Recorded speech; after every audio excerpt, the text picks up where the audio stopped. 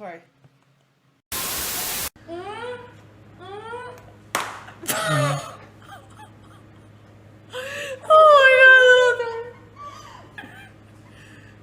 We're moving away the things that might actually...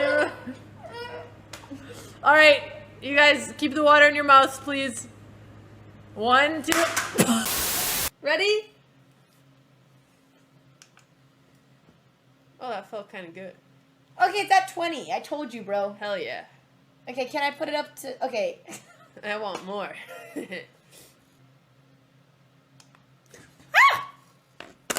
Oh, that's kind of nice. Ooh. Oh, it woke me up. Take it off! Take it off! No! I'm turning this My off. collar! Alright, this is my over. collar! Pet dog!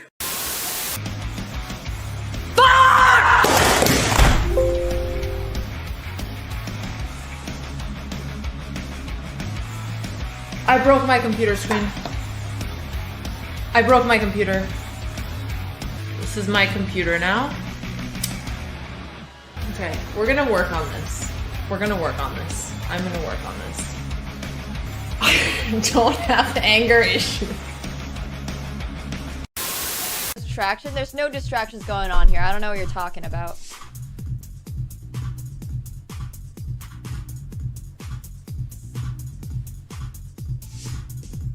Wait, I got this. I got this.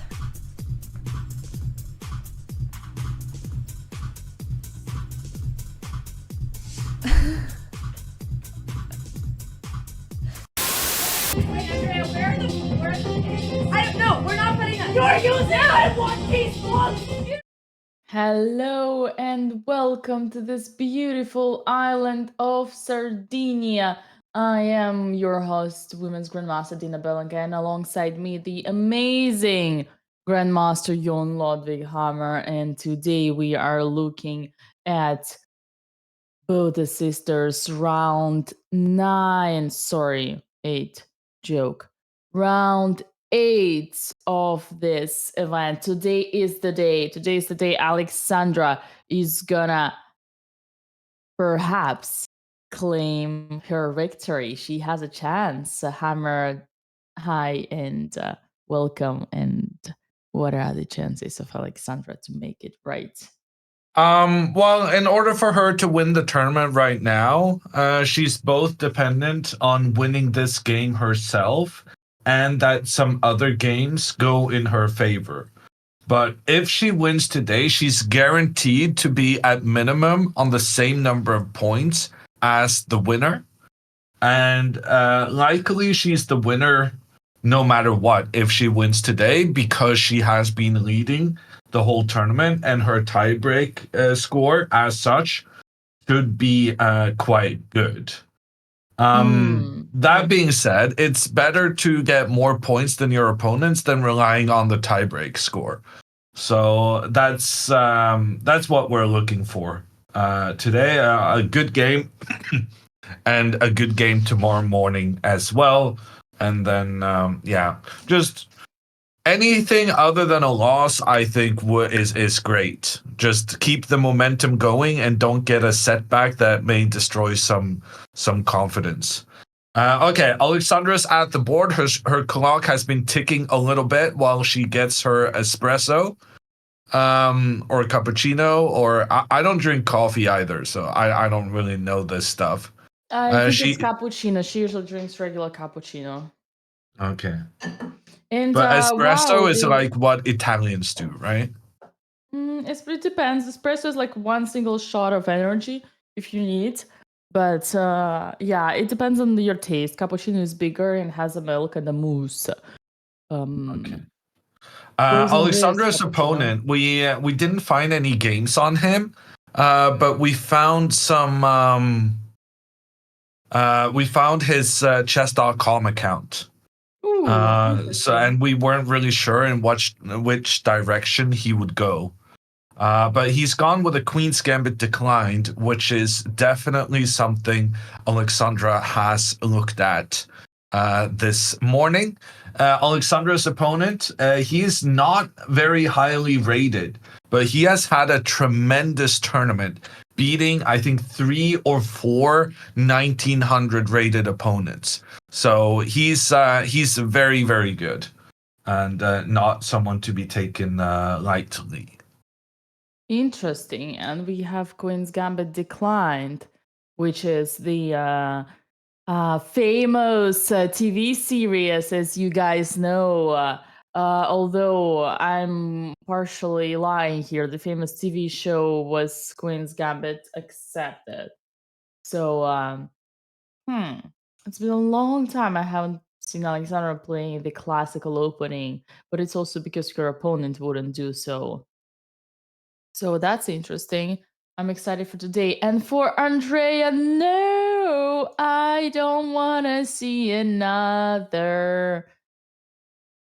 These G3, both players doing their fianchetto.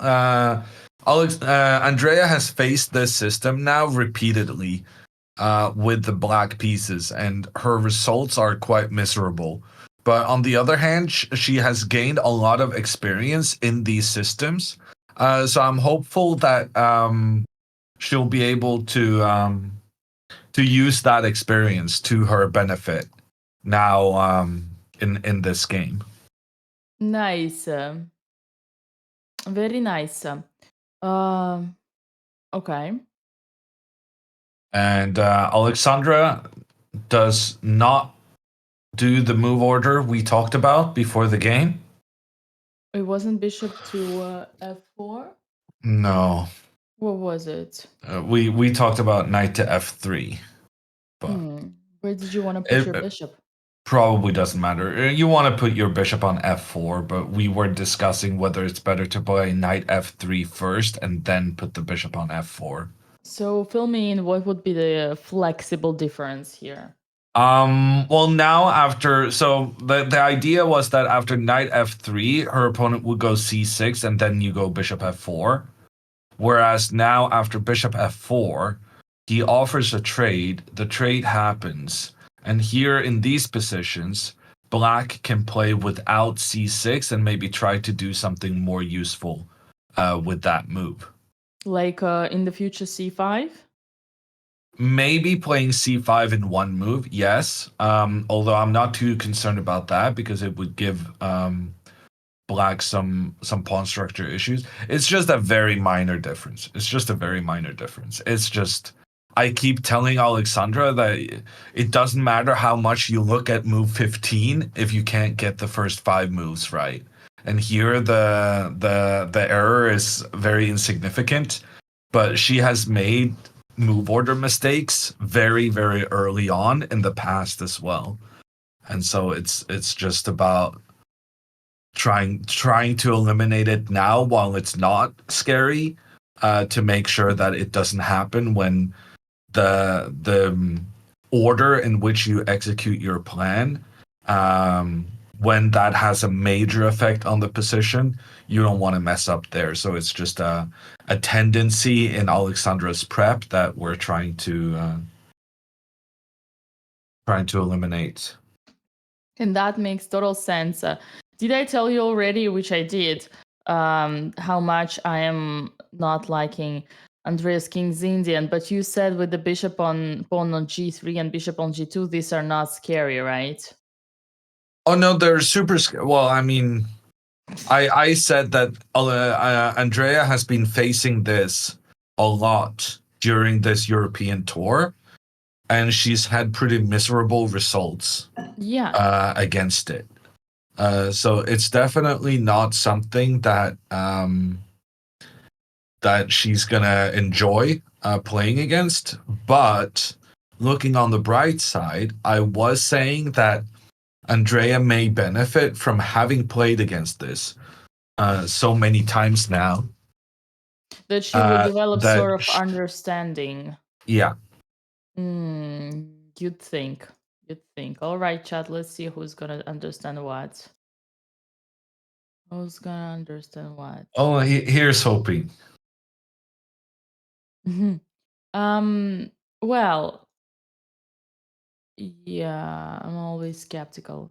But okay. Ladies and gentlemen, today is the round 8. It is one before last round, and Alexandra is still unbeaten, is still the sole leader. So we are super excited to see what's going to happen in today's game, because a win in today's game might approach us really close to the championship title. But we'll see. Don't jinx it. Don't jinx it, Dina. The road is still long, and Alexandra needs to be careful. Her opponent has beaten lots of 1900s, as Hammer have reported. And okay. Okay, we have a prediction going. Will Alexandra castle in the first 10 moves? It pretty much never happens ordinarily, but I would love today to see that. could be the exception. And according to her prep, obviously, I think she should castle by move 10, but it's just that she often has her own ideas that tend to delay castling over and over and over. So you never really know what's going to happen. I think 10 moves is a pretty good cutoff mark. I do want the moderators to specify. So in the first 10 moves, that means if she castles on move 10, she has castled in the first 10 moves. Yeah, no, that was well phrased. Well phrased by the mods. Yeah.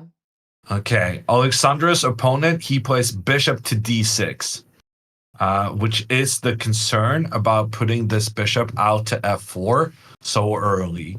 And this move is the reason we decided to move the knight out first. And somewhere along these times, she's realizing that, oh, I was supposed to move my knight first, wasn't I? And the answer to that is yes, you were.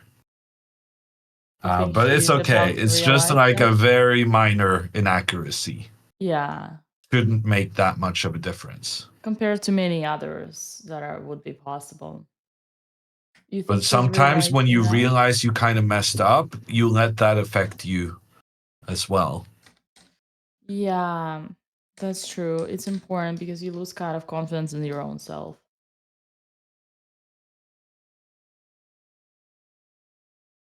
Alrighty. Up, she took on d6. She took on d6. That's absolutely the right thing to do. What Alexandra is doing here is kind of like it's kind of like a London with a better placed queenside knight. And it is the classic Carlsbad structure. The way the pawns are organized.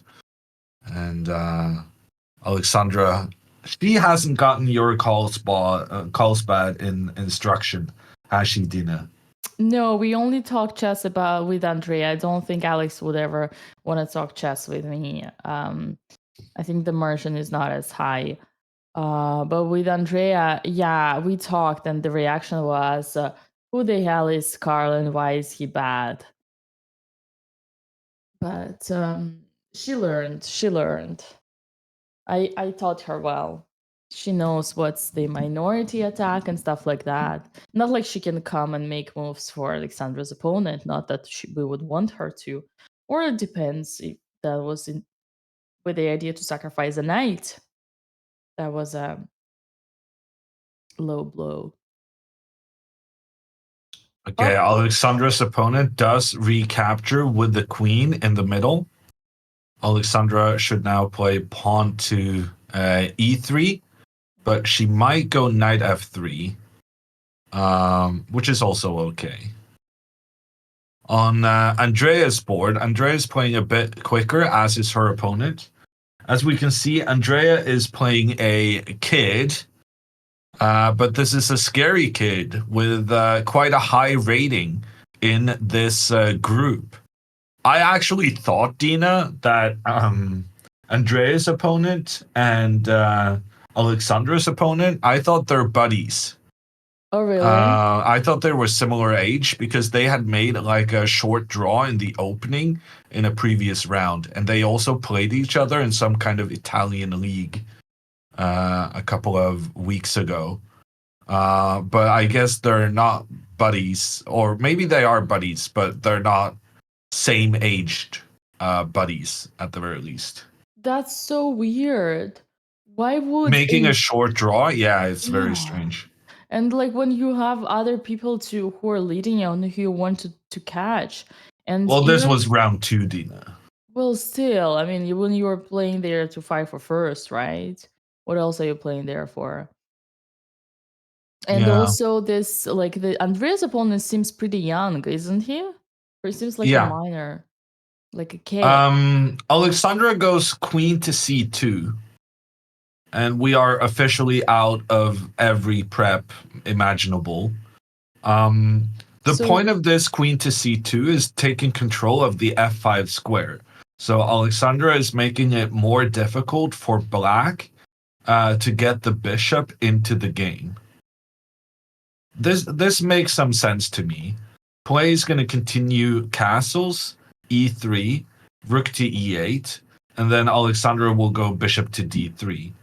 And here we see one of the disadvantages for Alexandra not having played or not having waited until black plays pawn to c6. Now black can go knight c6. And because of the pressure from the rook on the open file, black is threatening knight takes on d4. And if Alexandra protects that pawn with her knight, then black can go with that knight to do a double attack on the knight and on the bishop. But you can make the argument here that black's bishop isn't going to be especially good because all of black's pawns are on the light squares, or going to be on the light squares. So it's a perfectly fine position. It's just equal. There's no chance white is objectively better. But we get a game, and whenever Alexandra has gotten a game, just a position to play some sensible moves, she's done pretty well. Right.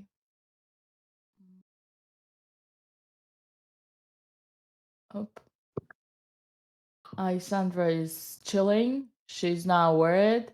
I don't think she's aware she mixed up her preparation. Otherwise, she would be focused and not watching Andrea's opponent blow their nose. Always drinking their juice. I see. Yeah. Andrea Interesting, is- he would offer a trade so soon, says B Dubs. And actually, bishop to d6 is the reason Alexandra's move is considered inaccurate. Because in these normally in this situation, you go bishop to g5. Uh-huh. And then after bishop to e7, there are many lines in which black actively wants to make a trade between these two bishops. Trading these two bishops is kind of like a tradition in these kind of Queen's Gambit declined positions. So by moving the bishop to f4 early, like Alexandra did, and no one really does this because it allows black to make the bishop trade so much easier without having to move the knight. But it's not like a move that's going to give you an opening advantage, but it is still a perfectly acceptable move in itself. Yeah, it's interesting. I've also started playing this positions for white for myself. So I'm here alongside Alex learning from Coach Hammer. Not that I had a bishop f4 in my repertoire, but it's good to know why it's not as correct. And also the idea that black can postpone this c7 to c6, keeping ideas of knight c6 and c5 instead is also actually very educational. That's interesting. We're happy to teach everyone, girls and Dina. Thank you. It's so interesting to see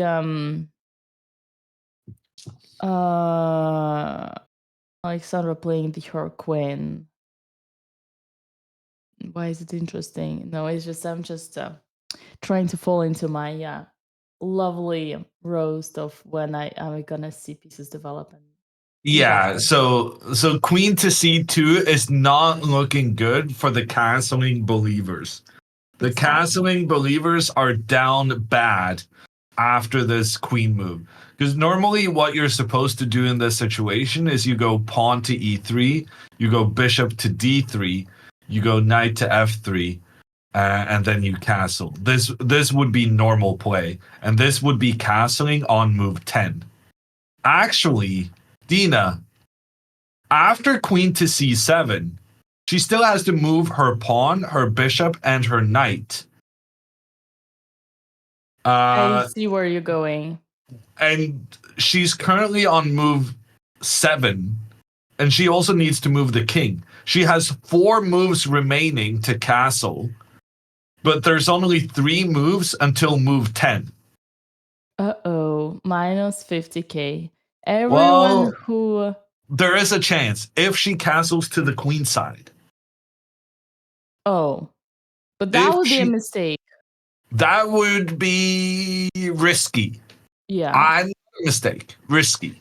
I played in Prague alongside girls, and I castled long in the Carlsbad, and I got so destroyed by a 13-year-old girl. But I was lucky. I managed to kind of like swindle. She wanted only a draw in the end game, but I was completely lost. Well, that was the first and the last time I ever castled long in the Carlsbad. I can tell you that. Alexandra actually she studied this before the game against Ganta, the Indian, and she actually wanted to castle queenside when she did those studies. So castling queenside is definitely something Alexandra might do because she has studied something similar. But then she was talking about we were talking about this kind of position here, and instead of castling, she wanted like knight to e2 and pawn to h3, and she was asking me like, "What do you think about g4 here? What do you think about What? castling here?" Yeah. G4 here? Well, actually, yeah. No, I think g4 was her idea. And I tried to tell her that if you're gonna go g4, maybe first you castle and get the king to b1, and then you do aggressive stuff on the king side afterwards, after you first kind of hide your own king away. But this could definitely happen, and it's not super silly. Like the white gets really nice control of the e4 square here, and then you can sometimes push g5, and if you get the timing right, you can even trap the knight when the knight doesn't have anywhere safe to go. Yeah, or get the h7 pawn if they don't put the other knight on f8.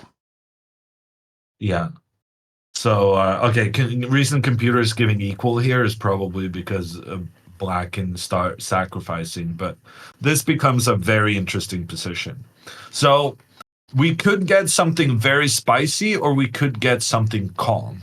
And frankly, Alexandra is the one to decide which one it is, based on whether she castles queenside or whether she goes for castling kingside. And it is nice for her to have that option of kind of being the one to determine the path moving forward. Alexandra's opponent has castled, and Alexandra goes pawn to e3. All right, that's the way to go. We open the bishop. We have hope, maybe not move 10, but who knows, maybe move 11.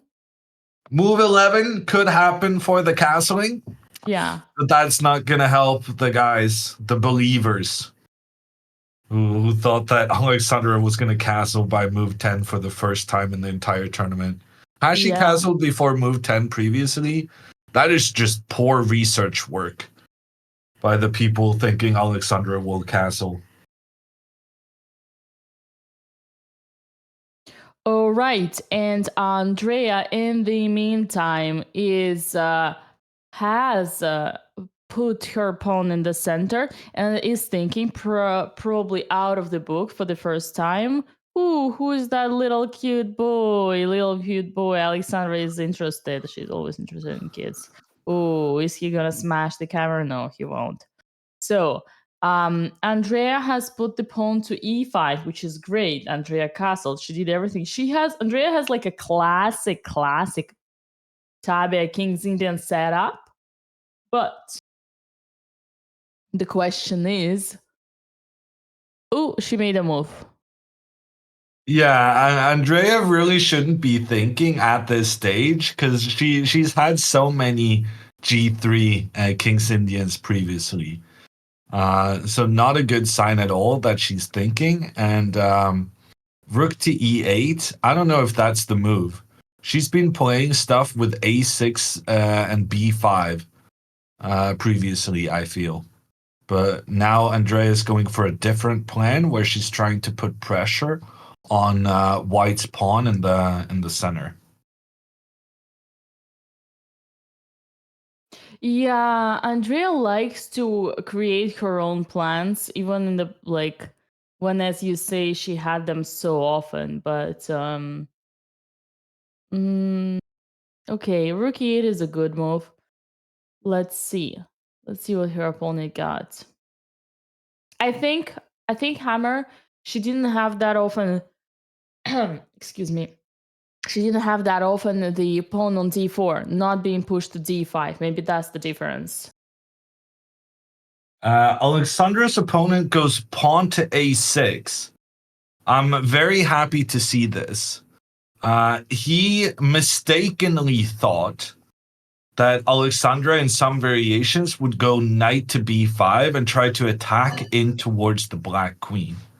But pawn to a6, while it is protecting the b5 square, preventing the white knight from going to b5, it's actually quite a useless move in this kind of position. Alexandra pretty quickly did move, right? She played quite quickly bishop to d3. And this a6 move, like if Alexandra now tries to castle queenside, then a6 will be a bit of a mistake, because then after queenside castling, the normal way of playing here is to go pawn to a5 and pawn to a4 and just push this pawn up the board as quickly as possible. But then when you've already committed yourself to this pawn a6 move, then that's not going to feel very tempting. And also, if Alexandra gets something like c6, knight f3, these kind of positions, then the plan recommended by Banzea is not to go with the pawns forward on the queen side, because in that scenario, playing the pawn forward to take control of the b5 square, making sure that the white pawn could not go there, that would be a useful move. But the plans that Banzea has recommended in these lines is that Alexandra go for putting the knight on the e5 square instead and following up with f4. And here, this a6 move is not necessarily that useful. I feel good about this happening. I think a6 is a slight mistake, similar slight mistake to what Alexandra did with bishop to f4. And I'm not sure pawn to a6 is gonna be a useful move for black in the long term. Interesting. I've never seen, I mean, once again, this is super interesting for me because I'm starting to play, but I've never really seen this knight to e5 plans exist or work for real. But I can understand that, but it's interesting why he chose that. I would love to have a chat with him. At the same time, for the long castle, I was gonna say hammer. What about b5? I think that could be even more dangerous. Was it here? b5? I think any proves that a5 or b5 that one should not castle long. Well, the thing is, after something like king to b1, black is very committed to being successful with their attack. And if they're not successful, then white can put their rook on the c file and target all of these weaknesses. Now that both these pawns went forward, black has a lack of control on some important squares on the c file.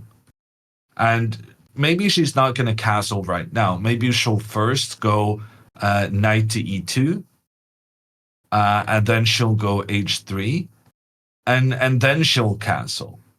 And in these kind of circumstances, when the knight is further away from the action on the queen side, now pawn to b5 is not that scary.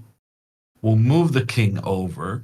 If the pawn continues forward, then we get access to this amazing square on c5. And next, we're going to go with our rook to try and point down the weaknesses that black created for themselves in trying to attack the white king. Right.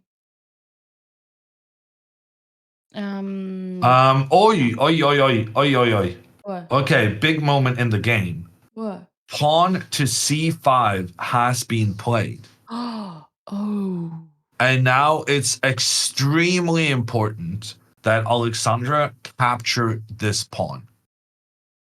Not capturing that pawn would be a clear mistake.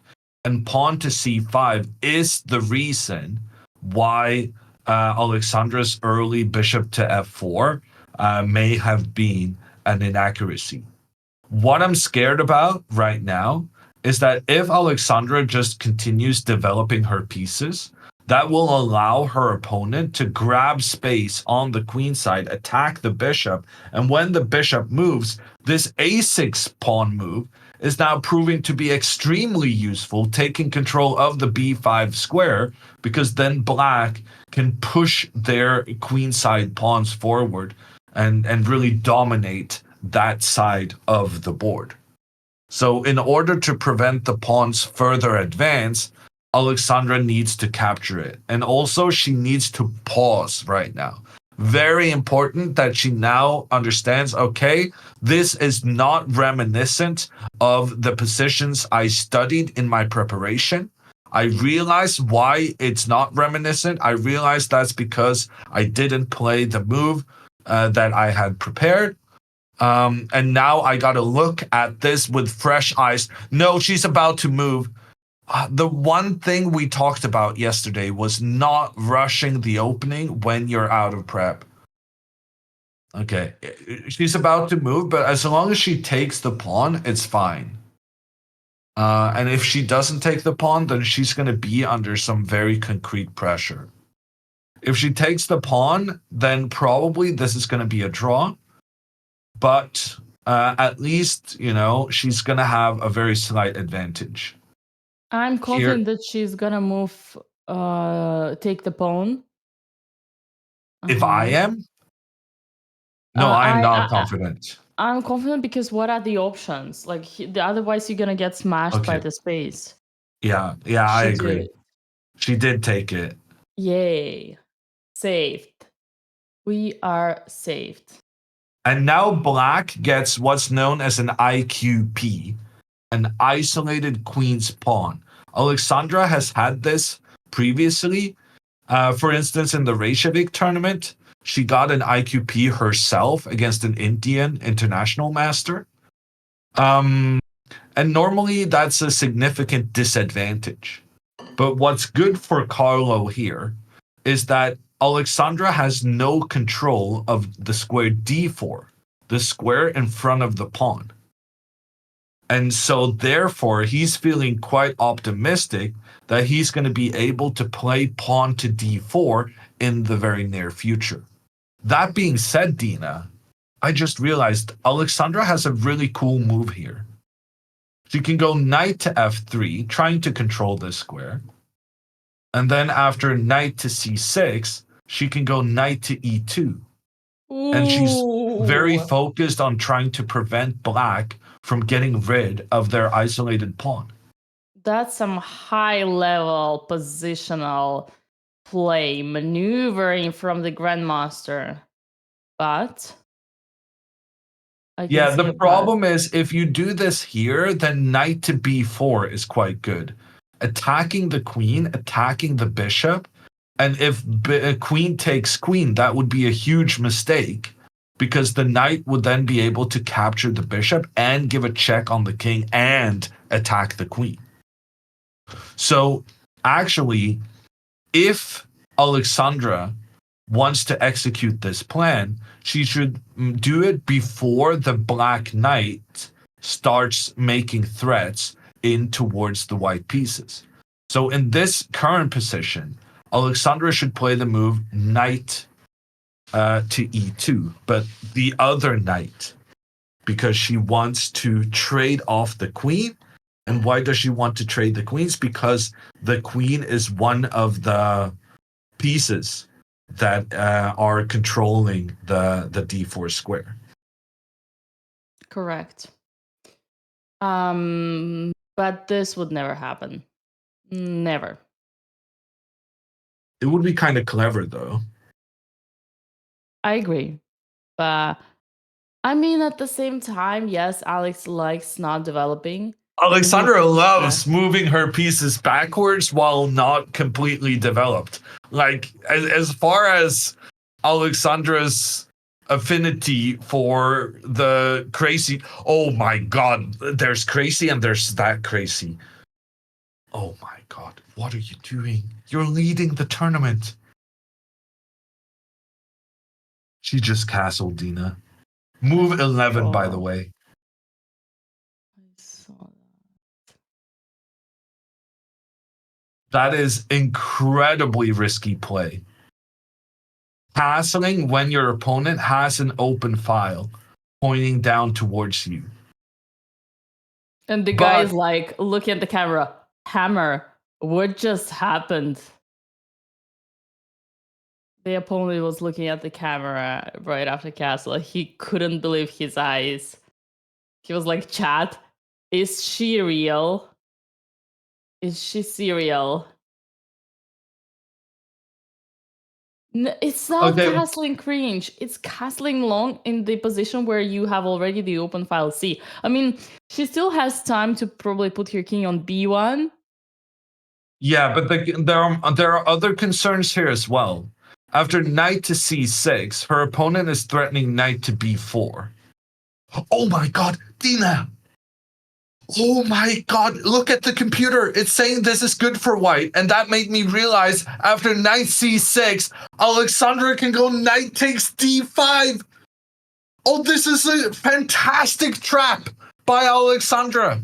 Incredible trap. Knight takes on d5, and suddenly the queens are opposing each other. The knights are opposing each other.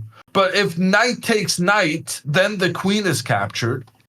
If queen takes queen, then Alexandra recaptures with a bishop so that her rook is suddenly protecting the knight in the center of the board. And he's about to move. Well, surely he doesn't see this. That's an incredible trick. Oh my god, he saw it. No! What a buzzkill. He saw it. Wow, bishop to e6, reinforcing the pawn on d5. This guy's a beast. Damn it. Who's coaching Carlo? Carlo not falling for any tricks. And he's killing the 1900 rated players in this tournament so far. He's having an amazing event.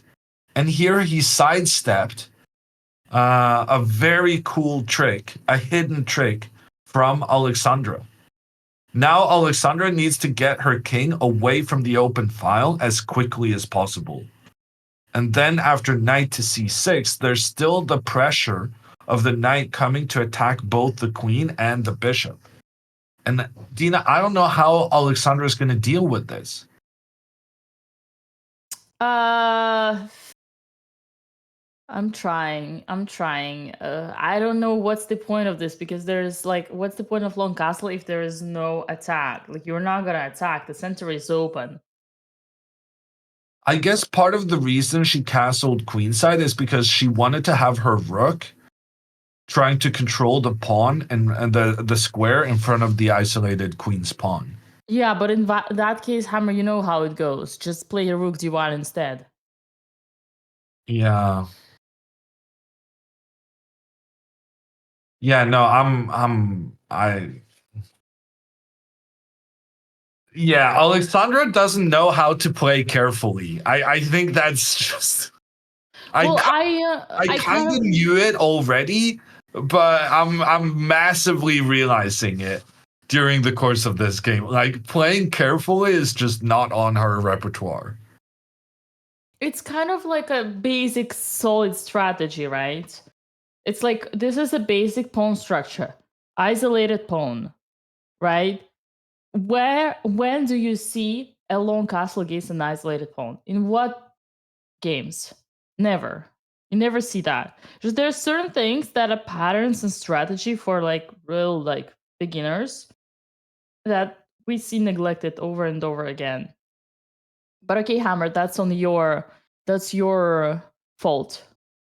How did I get in trouble? Well, you've been coaching Alexandra for 10 years. It's about time you taught her the basics. You're overestimating the access I have to my student. Okay, that's a fair. I'm doing the best I can with the time she allocates to me. That's a fair point. Well, so far in this tournament, things managed to work out regardless of all the interesting moves. So who knows? Maybe here This will knight be takes good as d5 well. trap, Dina, was fantastic. Oh yeah, I agree. The trap was. I can't believe he didn't fall for it. True. It's like we missed the trap and then the guy found it, right? And we feel like, how can he be so smart even we missed it?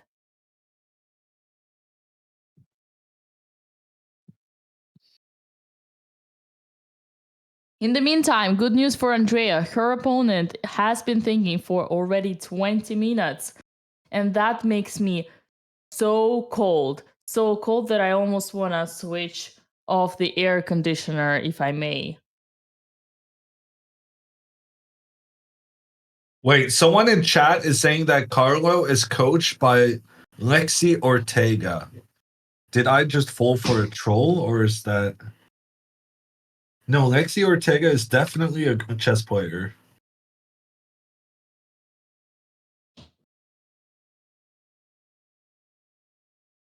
Is just this might be a chatter with real info. Comino, do you have more intel?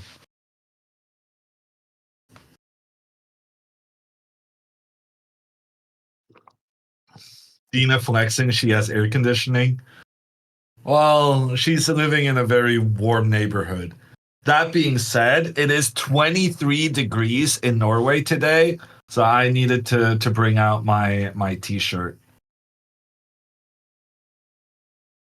It really does, Citizen. That's why, for a moment, I felt like, am I being trolled right now? But at the same time, it felt very sincere, the comment.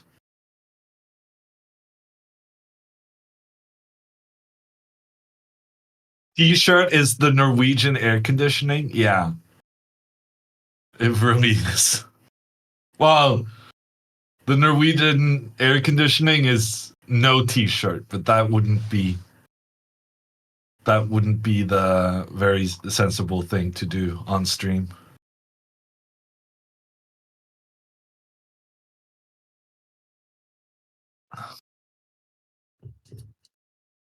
"23 is cold, 23 is pleasant, 23 is perfect." 23 is pretty much perfect. It's just that this is the first day of summer in Norway, so I need to get accustomed to it.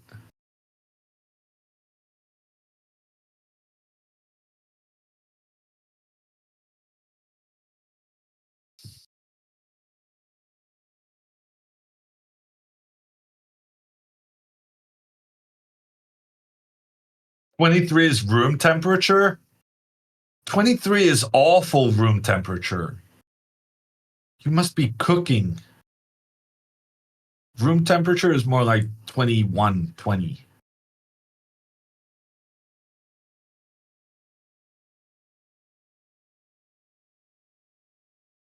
Somebody says summer lasts for 1 month in Norway. 1.5-ish. And then it starts raining in July.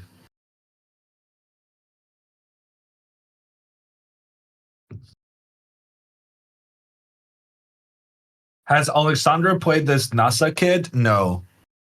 Oh, and NASA made a move. He played pawn to d5. So closing down the position in the center, making the argument that now the black rook is misplaced. The black rook thought it was going to be attacking against the e4 pawn, but in order to make that happen, you needed to make the trade between the pawns in the center. And white, by avoiding this trade, avoiding the tension between the pawns, white is making sure that the black pawn remains on the board, and thereby creating an argument that the rook is now very useless on the e8 square. So that feels like a very strategically sensible thing to do for Andre's opponent.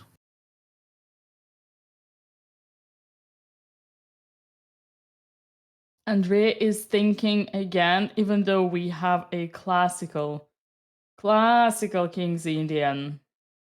But at this point, we're not up. Knight to c5. Yeah, knight to c5 makes sense, putting pressure against the pawn on e4. I'm expecting knight to e1 from Andrea's opponent now. When the knight moves, it will allow for the bishop to protect in the center, and the knight will then try to go to the d3 square afterwards, trying to challenge the black knight. And then Andrea will have to play a5 to prevent b4 happening. Yeah, very important move. Andrea is very dependent on keeping her knight on c5. That is her best placed piece. Yeah, b4 would be very unpleasant here. Alexandra has played knight to e2 in the meantime. Interesting. And then Carlo Molinari, he goes knight to c6. And Alexandra really needs to go king b1 soon to get her king off the open file.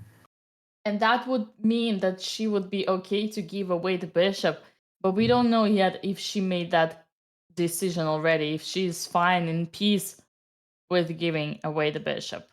Well, the good thing here is that if Alexandra's opponent plays knight b4, attacking the queen, attacking the bishop, when the queen then moves, at least the knight is no longer having control of the d4 square. So then Alexandra could potentially get her knight to d4 afterwards. What is scary, though, is that black has some ideas like knight to e4, attacking the queen, and if this knight is traded, then you open up for the bishop down towards the white king that remains poorly protected. But at the same time, if Alexandra does not play king to b1 here, then she's in massive trouble. Because if something like knight to f4 here, then knight comes to b4, attacks the queen, and if the queen now steps away to the side, black would have this move, knight takes a2. Check on the king. The pawn was seemingly protected, but we're not allowed to capture the knight because of the black queen pointing down on the white king. So I'm glad Alexandra chose to play king b1 now. Yes, we are all glad.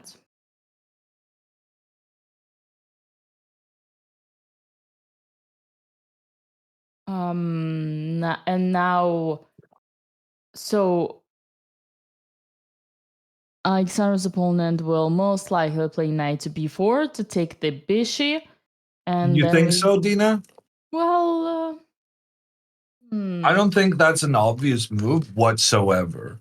I really? think, yeah, no, I think when you have one of these isolated pawns in the center, and especially now that you voluntarily put your bishop to protect it, I think you are kind of cautious of giving up control of the square in front of the pawn. But what Carlo is struggling with here is that after something like rook to c8, Uh-huh. even here, no, I think rook to c8 makes a lot more sense to me. Because the thing is, after knight to b4, Alexandra's moves become so obvious. Queen is threatening, queen has to move. And then you go knight d4 next move, almost no matter what. And you also have rook c1 is fairly obvious. Get the next rook in. I feel like this is fairly easy to play for white, which is making me think rook to c8 makes more sense. Because now, if Alexandra is like, okay, I want to try and challenge down towards the black queen, then if the rook moves away from the d4 square, then now pawn to d4 is quite good for black. And Alexandra gets in a pinch on, well, what are you going to do next? Probably she will want to move her queen since she feels her queen is a bit exposed. But then I'm nervous about kind of, for instance, the rook pointing down the X-ray towards the white queen. So I'm actually hoping for knight to b4 now, Dina. Even though that's one of the computer's top choices, I think it makes Alexandra's decisions moving forward a lot easier to figure out. I can certainly understand that. And excuse me, Hammer, if you already highlighted that and I repeat yourself, but you guys know what is the general strategy playing against isolated pawn and with isolated pawn, right? We discussed this already today, have we? Yeah. We have. You got it, chat, right? I don't need to repeat what you need to do and what you don't need to do. Just waiting for the confirmation that everybody learned their lesson. Above the super important part that Hammer said, you need to blockade it with a knight on d4. Hugely important for white when playing against isolated pawn in this position is to trade minor pieces and to keep major pieces, queen and rook, attacking the isolated pawn. Okay? On the other hand, for black, we do not want any trades. We want to keep the pieces on the board and use the space advantage thanks to this isolated pawn in order to continue the attack. Either on the king, whatever, if the king was on king's side or if the king is on the queen's side. And oftentimes, basically every move, you should look for a possibility of pushing d4. You should always look for an idea of trading it if that can give you any advantage in the kind of like dynamics, space and putting pressure. So always look for ways, not here obviously, but these are general plans, the guidance that you need to understand whenever you're facing the isolated pawn. It's like everybody asks me, Dina, I cannot figure out how to play the middle game. Please help. I don't know what to do once I forget the opening. My darlings, there is no such a thing as an ultimate recipe of what to do in the middle game. Every middle game is different because it is a different pawn structure. And what you need to know is to study pawn structures. Once you understand the typical plans for different pawn structures, you will know what to do in any middle game. Am I right or am I right? I mean, I know a lot of pawn structures, Dina, and I still struggle in every game. But at least you have some idea in which direction you should look for your moves. All right, guys. So there is no chance for you. You won't get good at chess. Even Hammer studied chess all their life, became a grandmaster 2600 plus, and still struggles. So just give up. I'm not saying that. I'm just saying it's chess is tricky. Yeah, too complicated for your little brains. I'm not saying that. Okay. It's difficult. I'm a devil advocate. Don't listen to me, Chad. I'm just doing my best to wake myself up. Trying to spice Knight it to up. b4 is on the board. And Alexandra responds instantly. And this is what I was talking about. How I liked this knight to b4 move because it gives Alexandra a very clear path moving forward. And now Alexandra, next move, she will go knight to d4. She will go rook to c1. She will go the other rook to d1. She will play f3 at some point. And now I'm kind of liking her position, Dina. It's this castling queenside thing is very, very risky. But if she manages to get her knight solidified on the d4 square, then she's actually gonna be happy she castled queenside because the white king is closer in an endgame than the black king is. So if we're already thinking way, way far ahead, then having the king on this side may bring Alexandra some benefits. Yeah, no, having Hammer saying I like Alexandra's position, I'm starting to like Alexandra's position. This is what we heard right now, right? I think we need to all embrace that. This is a unique moment and we're back on a happy track. I was thinking earlier, I didn't say it. Somewhere along the lines, castling long can give us a better advantage in the endgame if all the pieces were to trade, kind of rook endgame, right?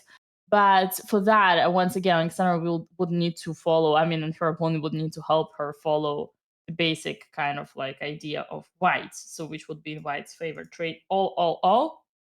In the endgame, your king is close and the rook is already on the d file. So, for those reasons, I would kind of like the outcome of the castle long. In the meantime, how is our younger sibling doing? Andrea, she did play a5, and now her opponent is thinking again. So interesting. No, now Andreas, after bishop e3, it's Andreas' turn. But both of them, oh my lands. Actually, Andreas' opponent has been taking way more time. He's Andreas 15 minutes up the clock. Obviously, pretty sure Mr. Hammer here is like, bro, both of them were supposed to have 1 hour 30 by now and spend maximum 30 seconds on each move. Like, why are they thinking? But Hammer, well, everything, if Andrea needs 15 minutes to figure out the position that she has seen 20 times in her life for just the last 10 days, and her opponent needs 30 minutes, we'll take that because we still have a time advantage. But yeah, truth to be told, this is like a tabia, and both of them are supposed to know that. Oh, really? Is it? I mean, kind of. It's like tabia. I'm exaggerating. It's like a typical thing. What language is that word from?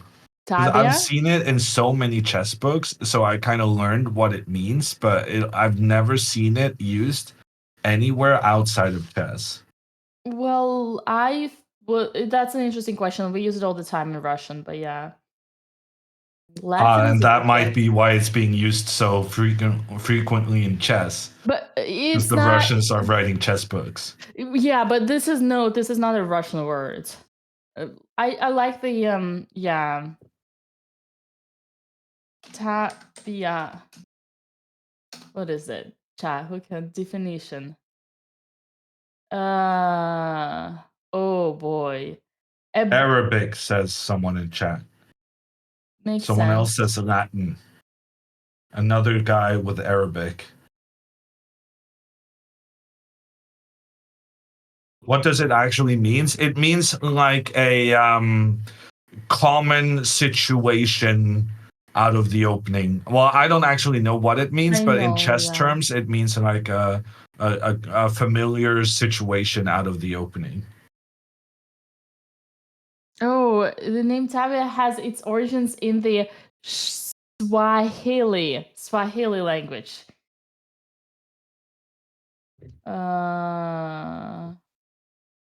What's Swahili language? To opening setup of pieces.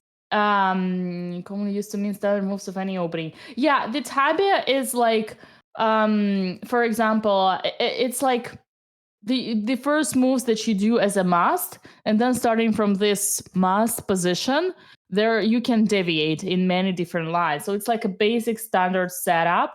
Like for example, here for Andrea, this is definitely a tabia. Yeah, it's like starting from here, white has or has not to push the pawn, and various different ways. For Alexandra, a tabia would have been, let's say, here before the bishop f4, and then we have bishop f4, bishop g5, knight f3. But they're like, it's also relative, right? Like even, yeah, this is what I would say.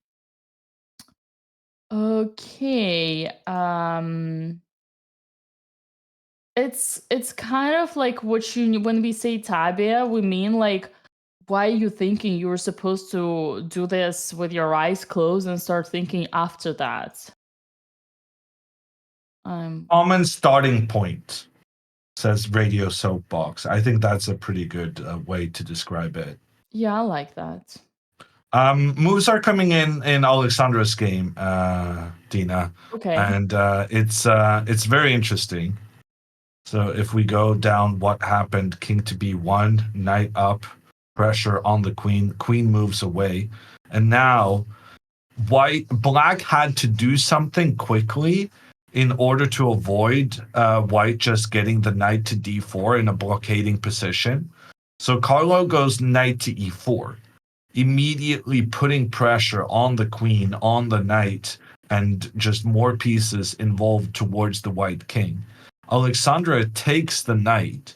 Her opponent recaptures. And now this is a very tricky position. Alexandra cannot capture the pawn again, because then she would abandon her pawn on a2, leaving that pawn to be captured by the black bishop, and then black would just have a tremendous winning attack pointing down towards the poorly defended white king. So Alexandra is going to have to find something else. In this position, she would be very happy to get a queen trade. So something like queen to d4 would be reasonable. But after queen to d4, black has queen a5, once again creating all this pressure down towards the a pawn. The a pawn can move forward and actually kick the black knight back. But the problem here is that Alexandra cannot, her queen is under attack, and she cannot capture the black pawn due to bishop f5, where the bishop catches the king and queen on the same diagonal, with black's queen offering protection along the fifth rank to the bishop. So Alexandra needs to be incredibly accurate here. One mistake, and this could be highly problematic.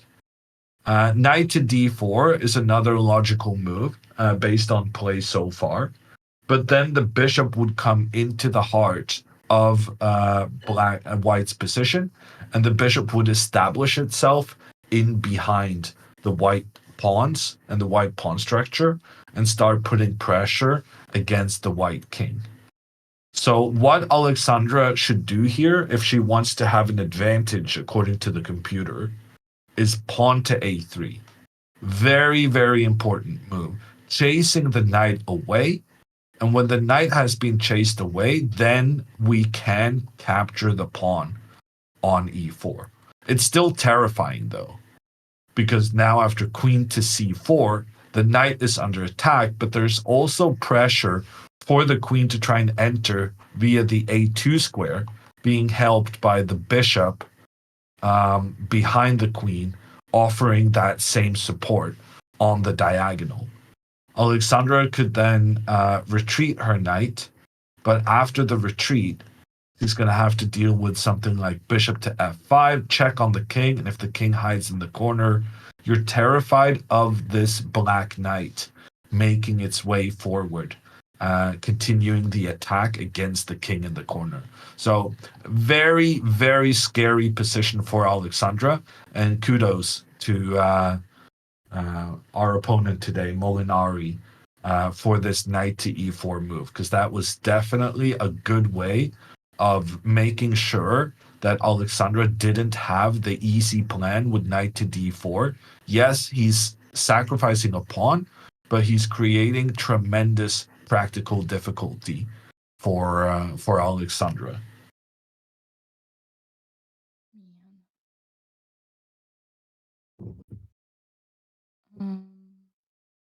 Yeah.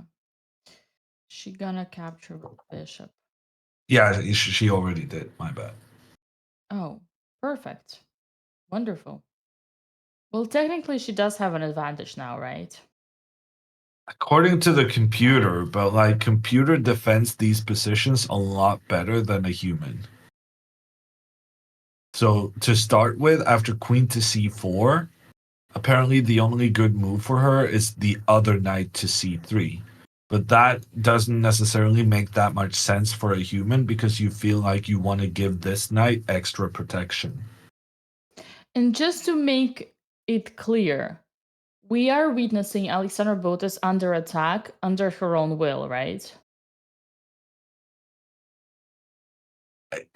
I agree that she has put herself in this situation voluntarily, but I'm not sure she fully understood the ramifications of castling queenside when she did that.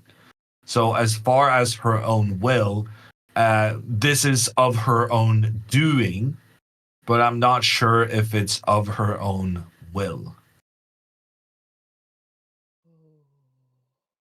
Right. If I'm allowed to make that distinction. That was very diplomatic. You guys told her to castle early. We did. Just the where she had lots of pawns to protect her king, instead of her king now feeling very breezy here with minimal pawn protection in front of it. That reminds me of Andrea. But you told me to play solid, and then I played solid, and then I just got destroyed. I hate this game.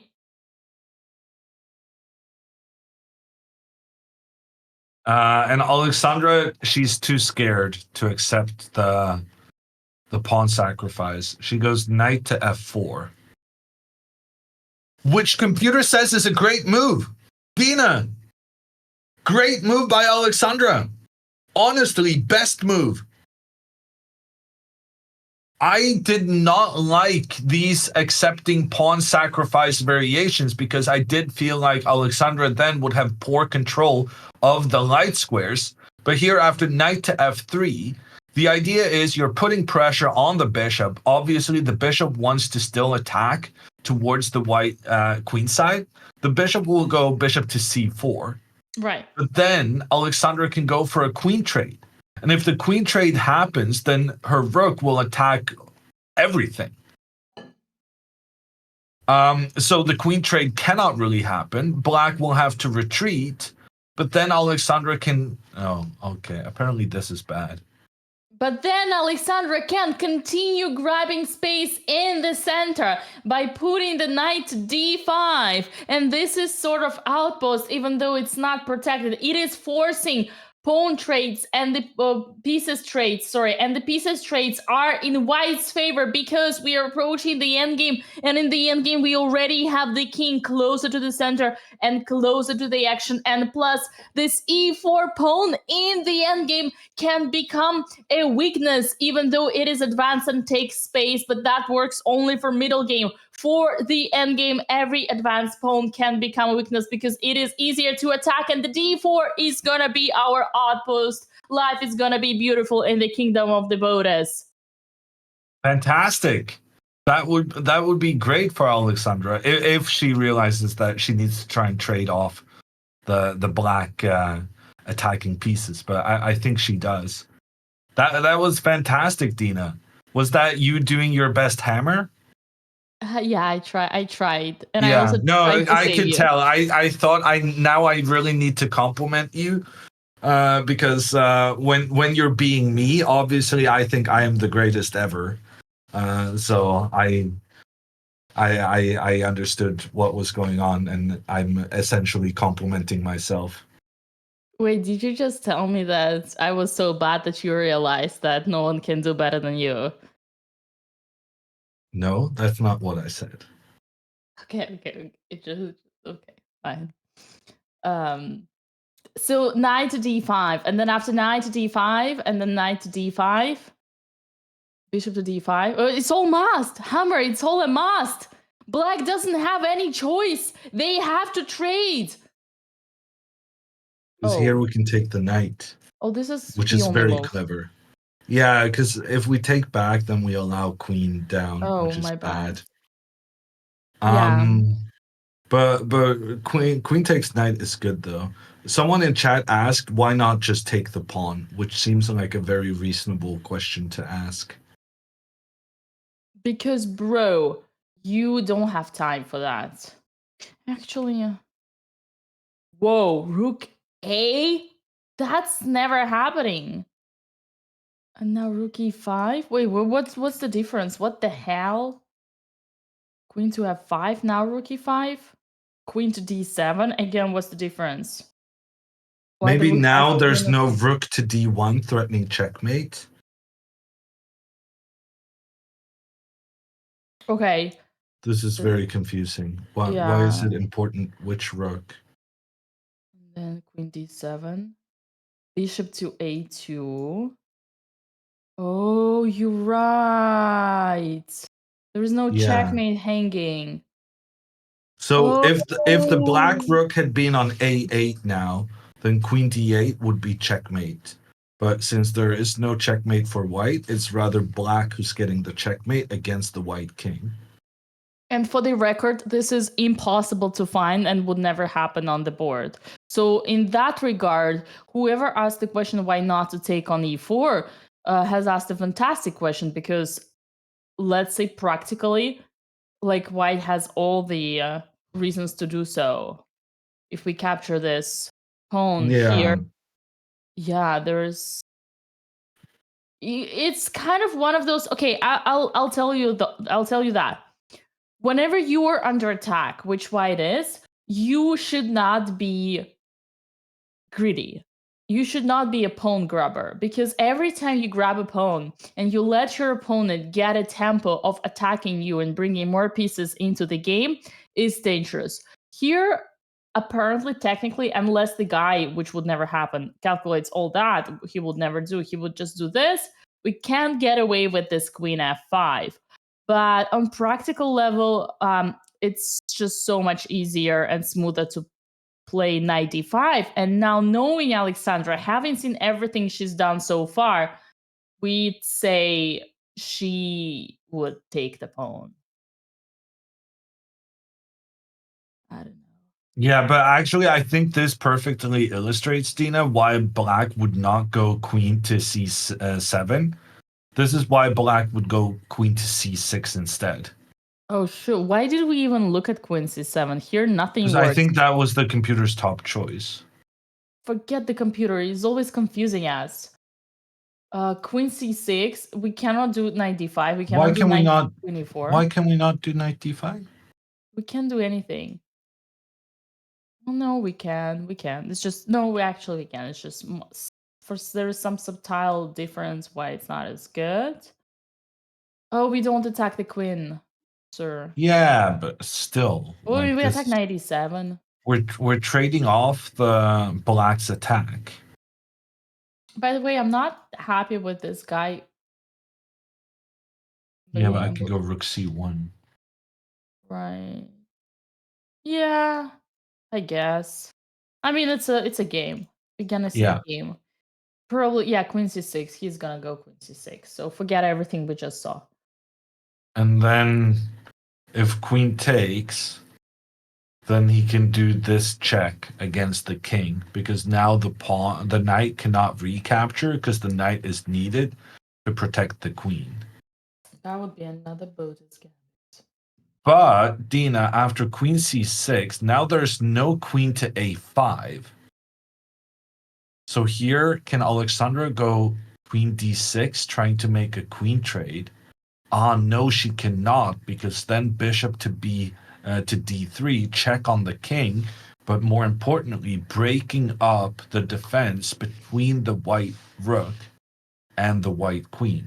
So this is then highly problematic for Alexandra. Weirdly, computer likes this for Alexandra after rook to d2. Nice. I have no idea what the intention behind that is, though. I guess it's useful to control this one, and then maybe you can go rook c1 and point towards the queen after. Yeah. It's an interesting situation. In the meantime, Andrea has played knight to h5 on her board, and I quite like this move because now she's preparing to rush her f-pawn forward, which is something she learned in the first round, Dina, or was it the second round? I think it was the last 20 games she has played in this European tour and the King's Eden finally. No, but don't you remember her knight takes g3? We were giving her such a hard time, but we talked to her about how we want to rush the f-pawn forward, and we like having this pawn to be able to recapture should there be a trade. So I'm quite happy with Andrea's position right now. She's gonna play f5 and she's gonna have good pressure in towards white center, and she's gonna give white some difficult decisions to make. For instance, after a3, pawn to f5. If white now tries to go knight to d2, reinforcing his central control, then Andrea can go f4. And now the knight is proving very useful as a protector of this pawn, and this pawn is trapping the white bishop, forcing white to make a trade for the knight.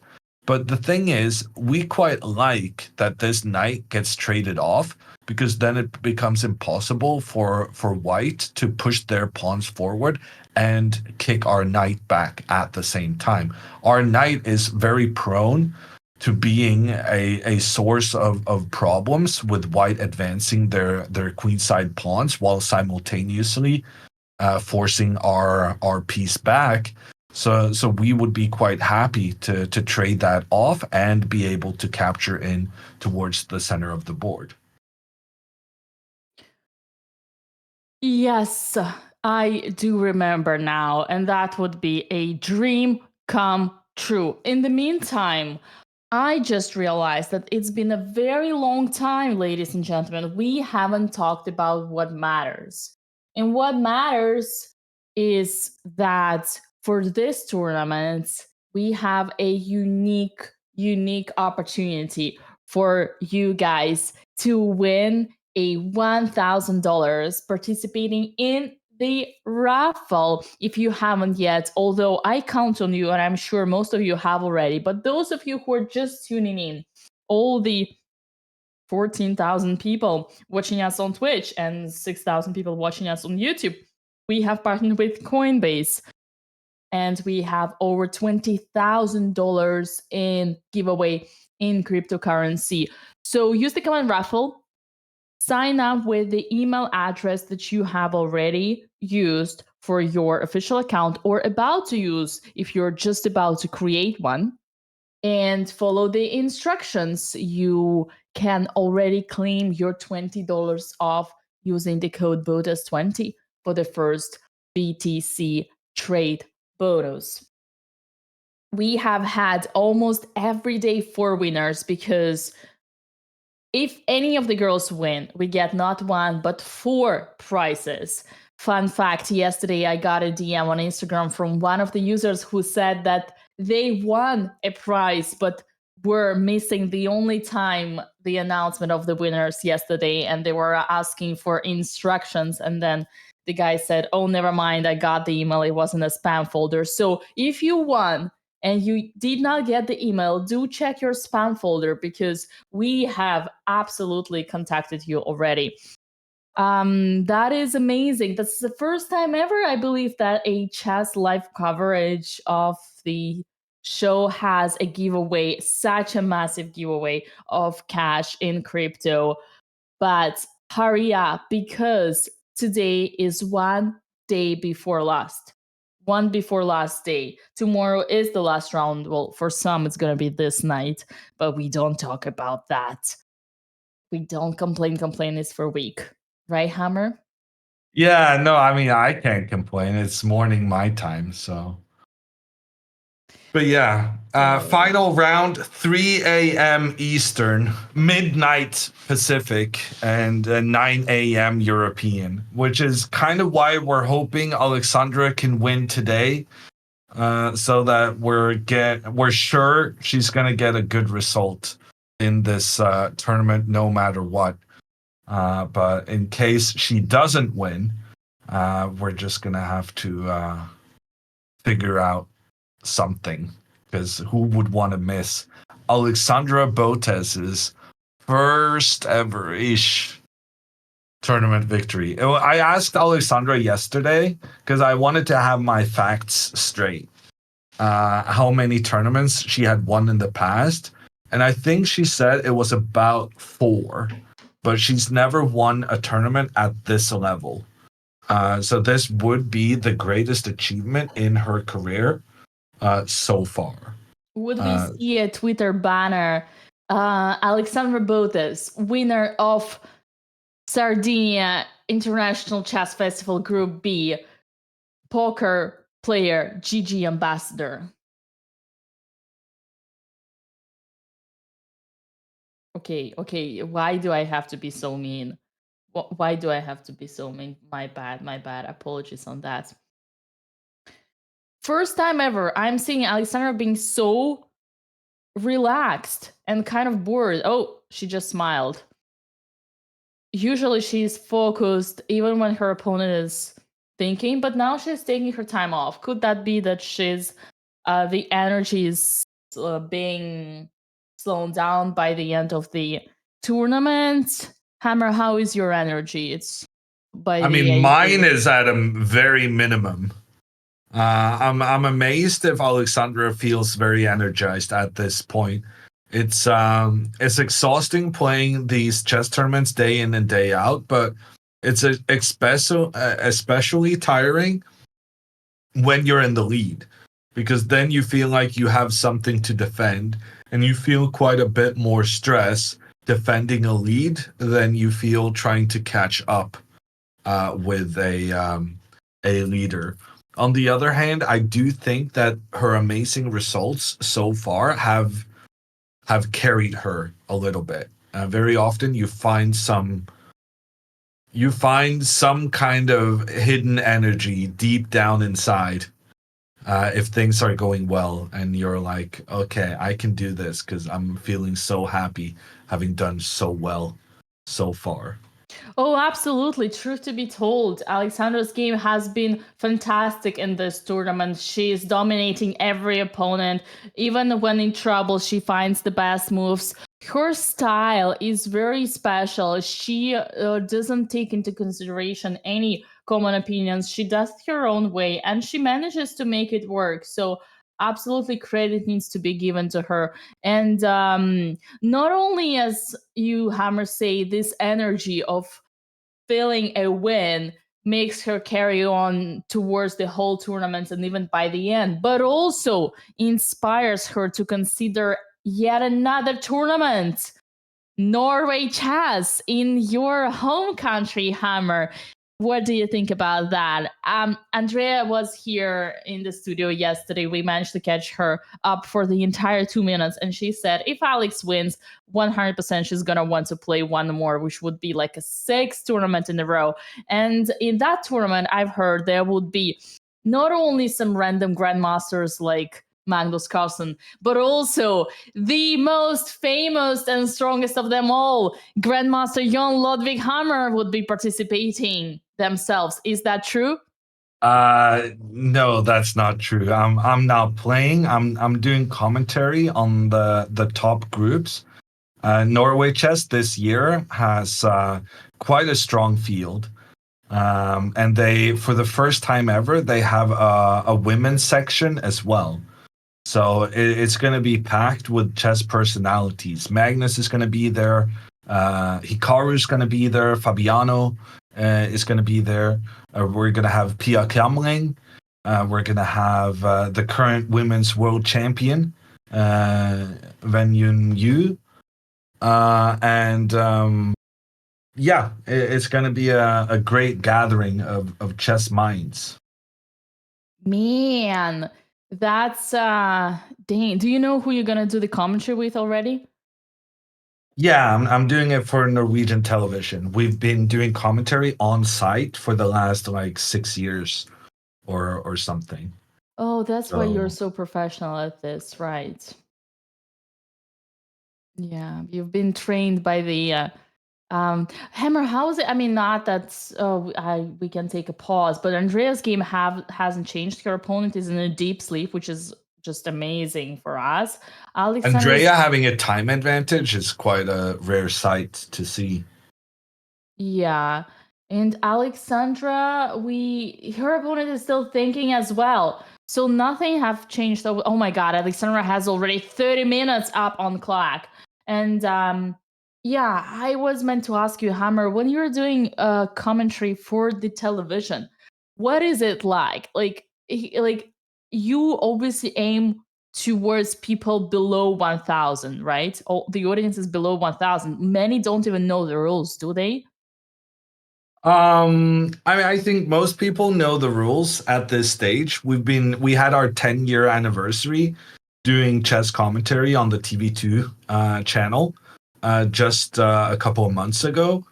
So we've been doing it for a very long time, and I think most people know the rules. But I personally try to use the same general principles I do in the Norwegian commentary as I do in, as I'm doing for Hikaru, as I'm doing here and now with you, Dina. I think the massive difference is that on Twitch, I make a little fun, a bit more fun with the audience, and there's a lot more audience interaction. So I'm a bit more serious and doing the TV2 broadcast. But other than that, I try to stick with the same sort of principles, explaining the game in a way that most people can understand, but still trying to explain it from the mindset of top players. So trying to get the best of both worlds, and doing that by minimizing the amount of variations we look at, but more using words to explain the player's train of thought instead of using variations to justify their plans. Makes sense. Yeah. Chad, we're lucky to have a professional TV commentator here with us. Let's embrace it. And not only he is here, but he also allows us to joke around with him and make his general attitude be more welcoming and personable. What a beautiful conclusion. This is an upgrade over TV. I don't know about that, random killer, but it's I'm glad to have the opportunity to do both. We are both seeing Pia Cramling with this month. You are seeing Cramling on purpose, aren't you? Yeah, Yeah. you know it, Dina. Me and Pia, always buddies.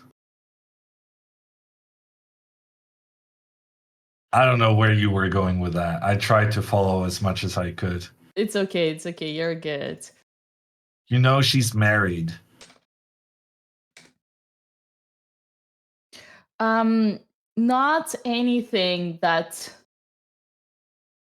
not any compliment should be taken into that direction. You know, you can just appreciate human beings without any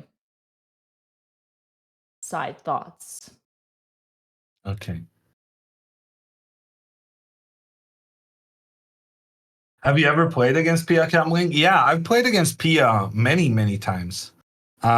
She is from Sweden, which, whether we like it or not, is Norway's closest neighbor. She kind of crushed me in the start. So I think she was up 2-0 in our games, but I have since managed to beat her 2 or 3 times. So I think we're either equal score or maybe I have a slight advantage. She didn't say what you think she said, Hammer. Gerber, I don't know with Dina. I'm not sure I misread that on how to interpret some of the things Dina says. Yeah, it's you never know. 13,000 people are waiting for the move. Oh, by the way, Hammer, wait, what?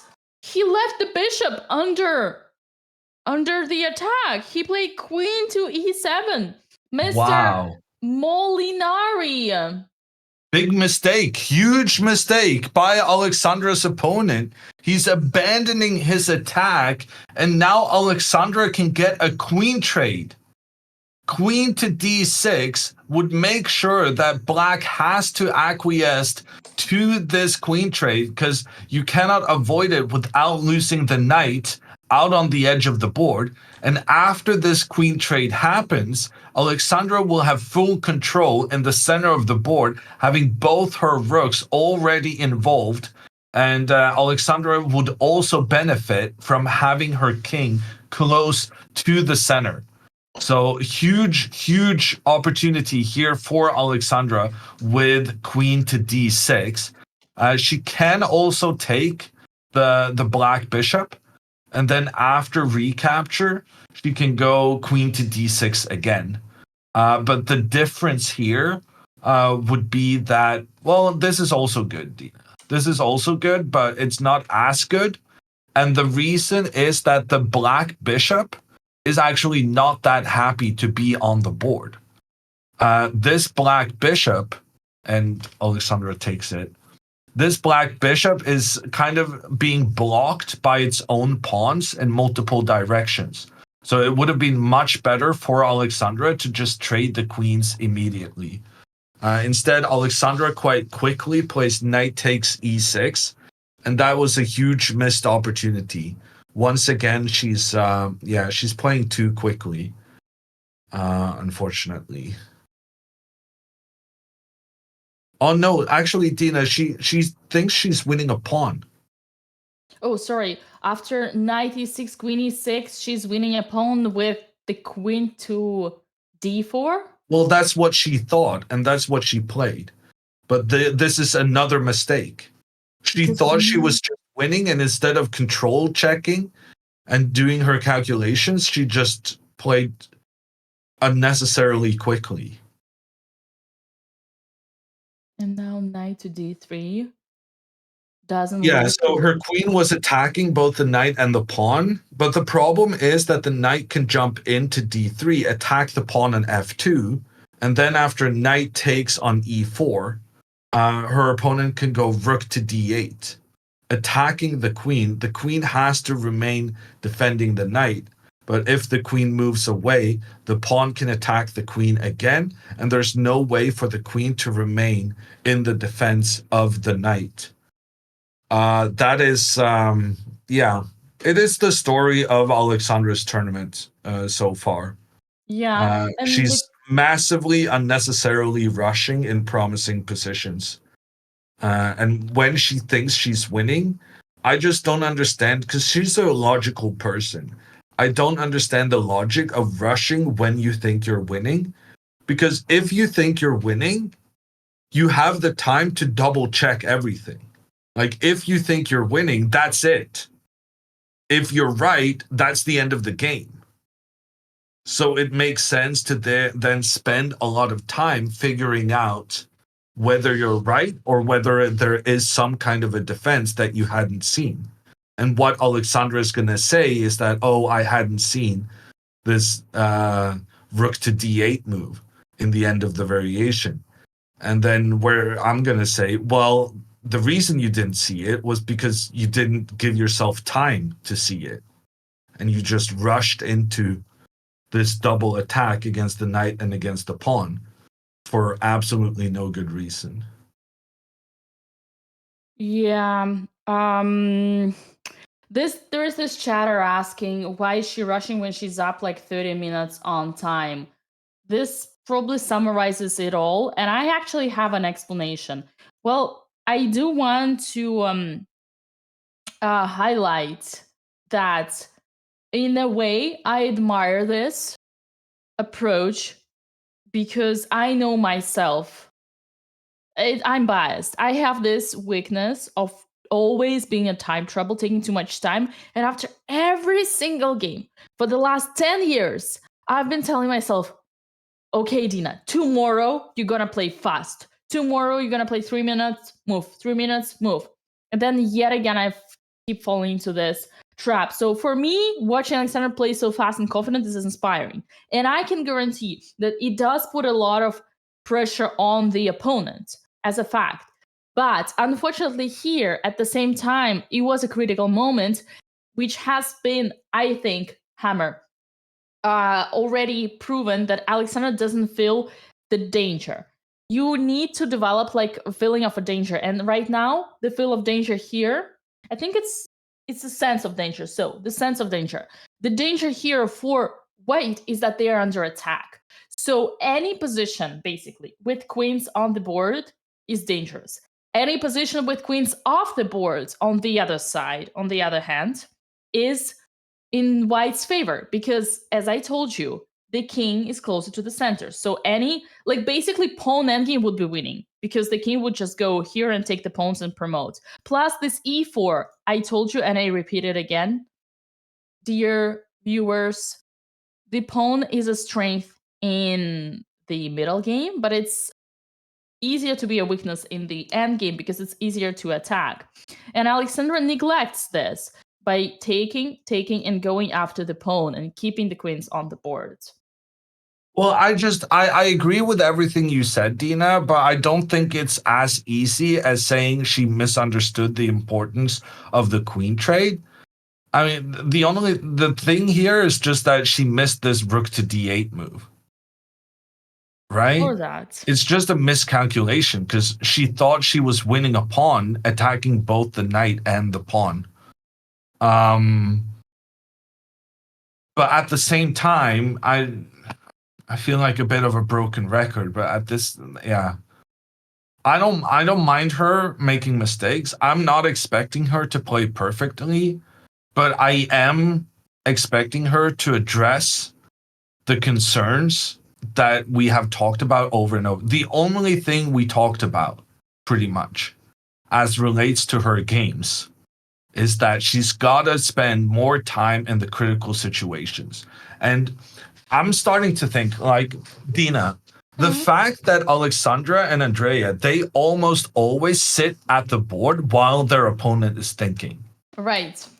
I have never seen anyone that much at the board in any sort of chess. And I've been to a couple of chess competitions in my life.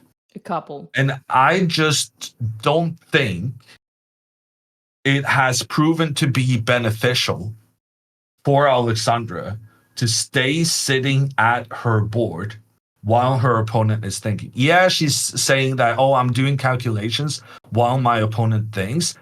Sure.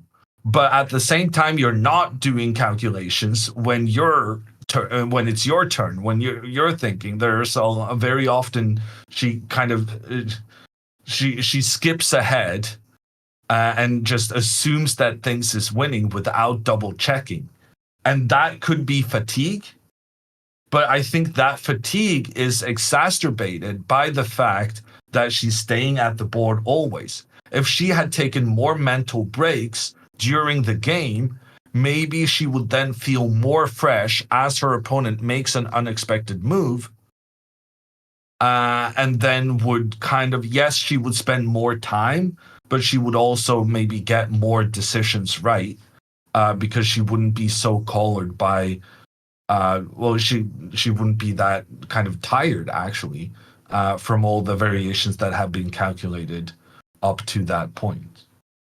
So I'm very disappointed here, but of course she's not in big trouble. She just needs to realize her own mistake. And had she played queen to d6, I do think she would have won this game, because then she would have had the time advantage. She would have had the more centralized pieces, and she would have had, like you said, Dina, the king closer to the middle in an endgame. And all of this stuff would have just been amazing for her. Yeah, this story of Fermentera. How many times did I hear my co-host Alex Banzea ranting about his student Andrea? Why is she sitting? Why is she not standing up? Why is she always sitting? I mean, he said the same thing? Every single round. Chat, be my witness. I genuinely, I haven't talked to her about this, but now that she's making the same mistakes over and over and over, even after we talked about it, I am starting to become more critical of this sitting at the board all the time strategy. And for me, actually, this is one of the biggest surprises, because you might not expect this, but I admire that in both Alexandra and Andrea. You know why, Hammer? Because I know them so well. And I know how little do they find joy in chess outside of the competition.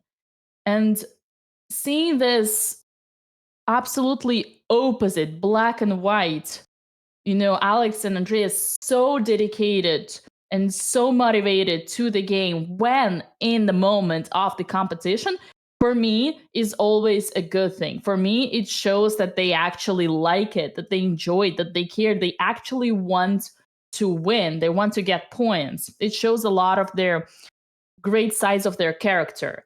I guess, and for me, I never know, because when you stand up, when you take a walk, when your opponent's thinking, you kind of lose focus, and then you come back. Yes, you're refreshed, but you're also kind of more distracted out of the, like, I almost think, Hammer, that taking a break, like standing up and walking, is just as distracting as having a camera and taking, like, and as you would think, like, just because you have a camera and you have to think about all this streaming, isn't that distracting? But hey, when you stand up and watch all other games, this is also distracting. So I would love to have a debate on you on this one. Not that it actually is that important or at all, but just so that you know, Alex Banzea, Andrea's coach, have been ranting every single round towards Andrea on this point as well. Yeah, no, I mean, I don't really have a good counter against what you're saying, Dina, but I do want to mention that just every single grandmaster gets up from the board and walks around. And Isn't that so because they are my bored? argument is not one of logic, which makes me feel a bit bad. I would prefer to have a logical, reasoned argument. But if all the good guys are doing it, how can we then argue it's not the best strategy for the results? I would say because they're tired of the game. They spend their life studying and learning, and when in the competition, they believe that if they take their mind off, then they would kind of be refreshed, you know? But I think it might come from the point where they're just tired of this. They don't have enough energy and motivation to sit at the board, unlike girls do. That's So literally are their you saying, because I don't necessarily know too much what the top girls do, but now I'm gonna look out for that the in Norway same. chess. Top Like, girls do the same. Yeah, professionals, they stand up. Like yeah, they lots walk of them. around. Yeah. Yeah, I can tell you that because I've been playing with the girls all my life, like professionally. Like So the the reaction difference of is high yeah. level, low level. There's no gender difference or something like that. It's just high level chess players get up from their board and take a rest from the game and walk around and focus on other things. Yeah, And one more thing I would add, I think high level players do that. And I know many girls, professional girls who do that. I think because it is a known practice how you put also psychological pressure on your opponent. Even my coaches would tell me to do that and how uncomfortable it gets your opponent into a phase. Whereas for these girls here, there's no such a thing as psychology at chess. You know, let them just castle already and we call it a day. So, this is just another level when you play chess like you play poker. You stand up and you make your opponent fall into this deep dungeon of calculation, let them lose on time. Shrimp in a bathrobe, that's a username, says that it isn't healthy to sit and think for 3 to 5 hours straight. There's a reason why there's breaks in school. That's a good point. Yeah. That's a good point. But I don't know. It's an interesting debate. In any case, I am aware of what you're saying, but I admire it in the girls because this is literally the only time in their lives that they spend it with chess and they want to spend it. And if they want to sit more and think more, then we should embrace it.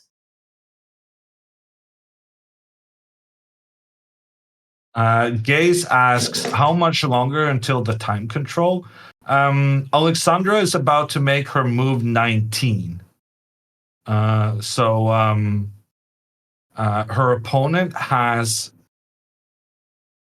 22 moves remaining, and he only has 28 minutes on the clock. So he has an average of 1.5 minutes per move if we include the 30 seconds he gets per move. So Alexandra's opponent is definitely in some time pressure. But on the other hand, thanks to getting this knight to the d3 square, he has some advantage on the board.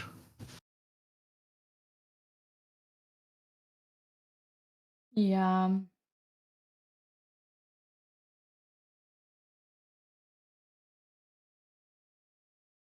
Man, I can't believe Andrea and her opponent are 40 minutes on the clock. Yeah, no, that's also not. They're on move 13. So we're having somewhat slow games today. Okay, I'm actually getting pissed off.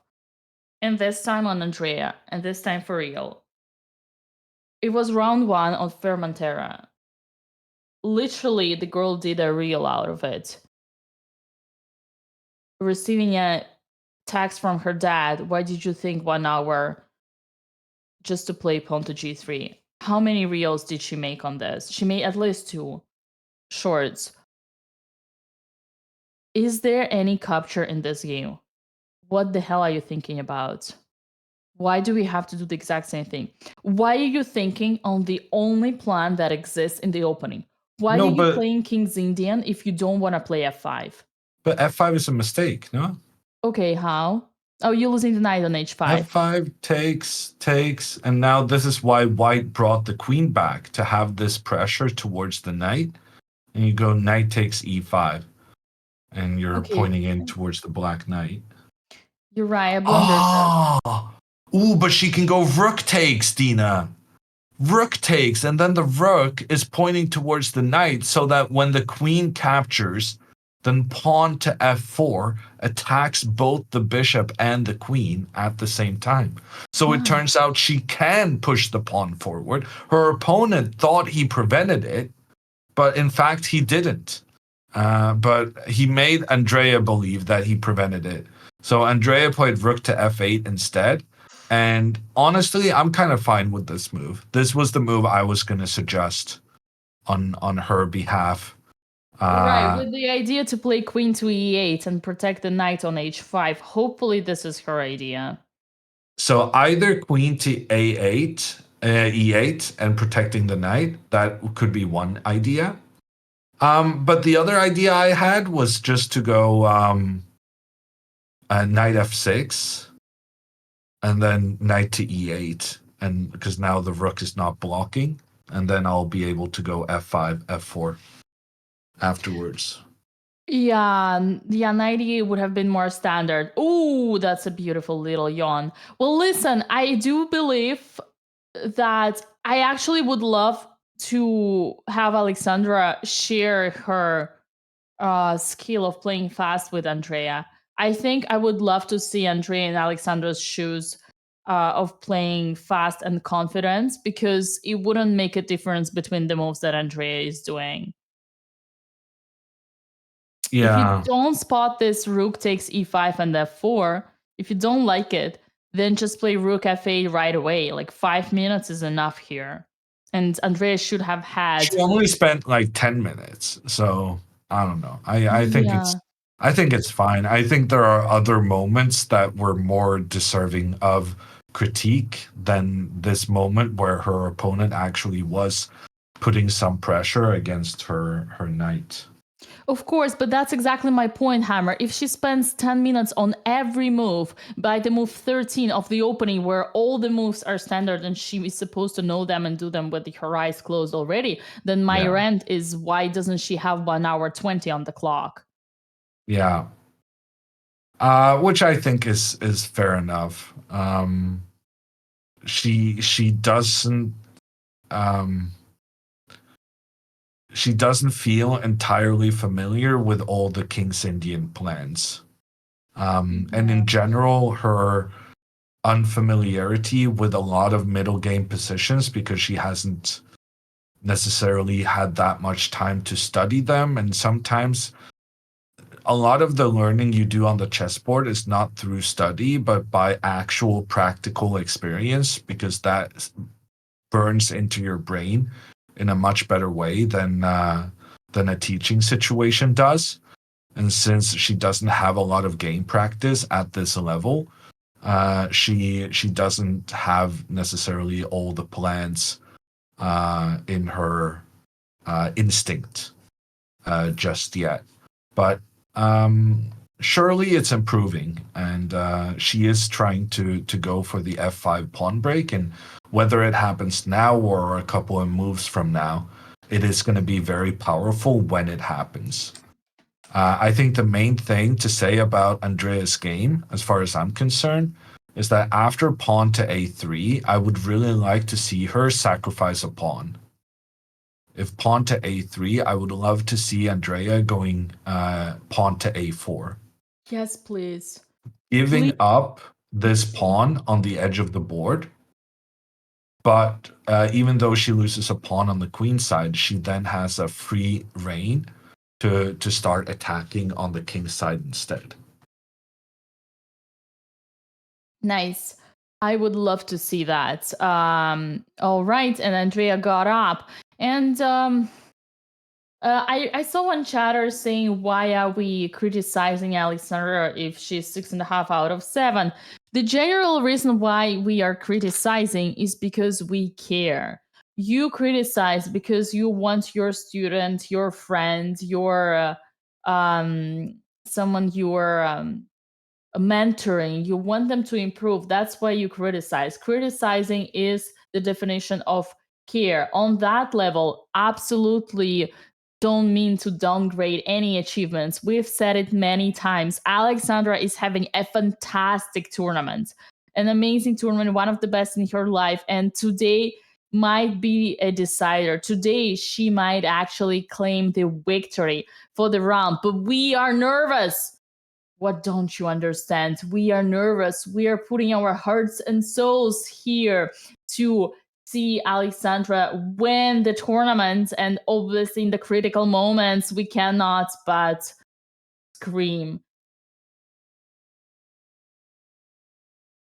which we do. Hammer, how's your tea refill? I'm good, Dina. Great. And now we see Alexandra has now spent over 15 minutes correcting her mistake earlier.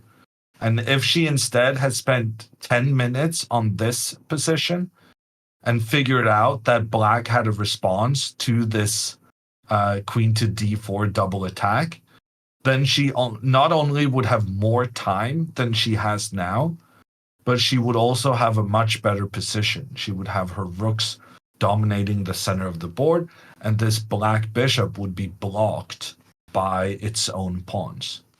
So by giving yourself some extra time to think in the critical situations, you can gain time by using time, in that you avoid getting yourself into a problematic situation later on. And then a lot of people in chat have asked, how do you know that it's a critical moment? Well, that's the tricky part. But in this scenario, Alexandra spent like 3 minutes and she saw that she would do a double attack against the knight and against the pawn. And Alexandra is good enough to know that if she manages to capture a pawn here, her position is winning. At Alexandra's level, a pawn is enough of an advantage to win the game. So when you think you have a winning move, that is a great moment to pause.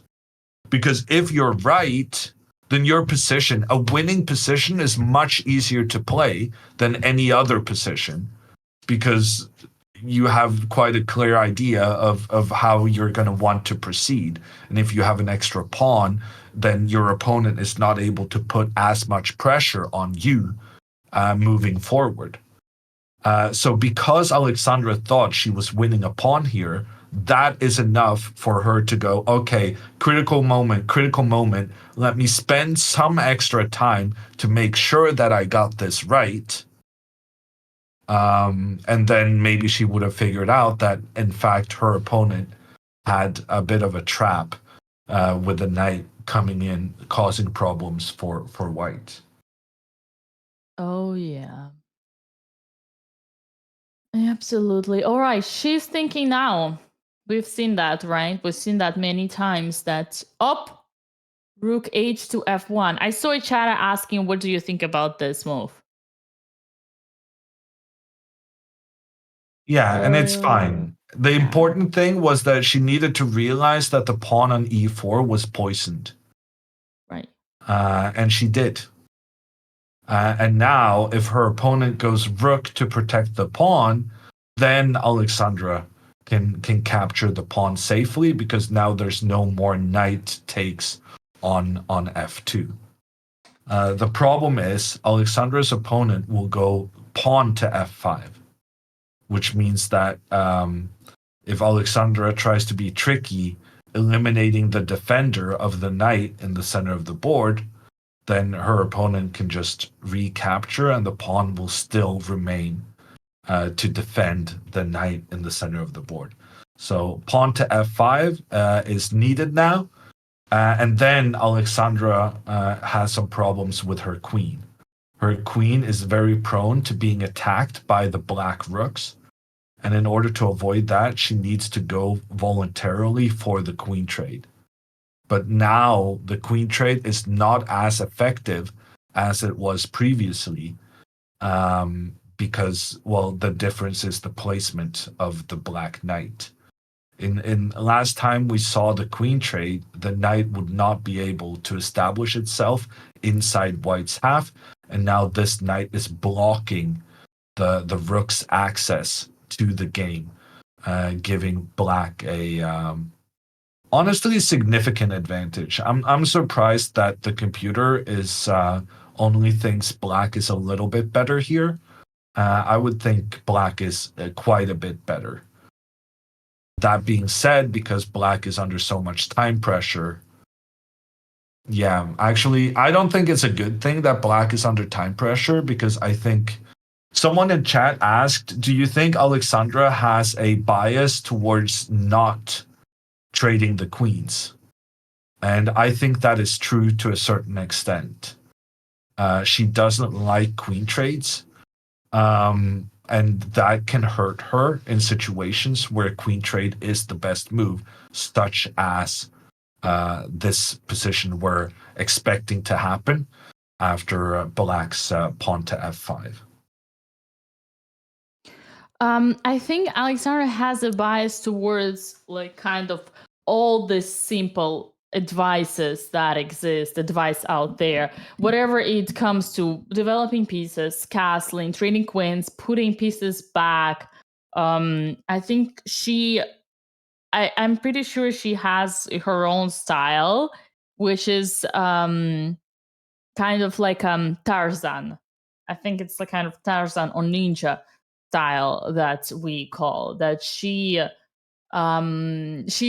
relies on calculation and tricks and complications, and you know what, in this tournament it works perfectly because she gets her opponents out of their comfort zone. She surprises them and manages to get into their heads and make them believe that this or that is a danger.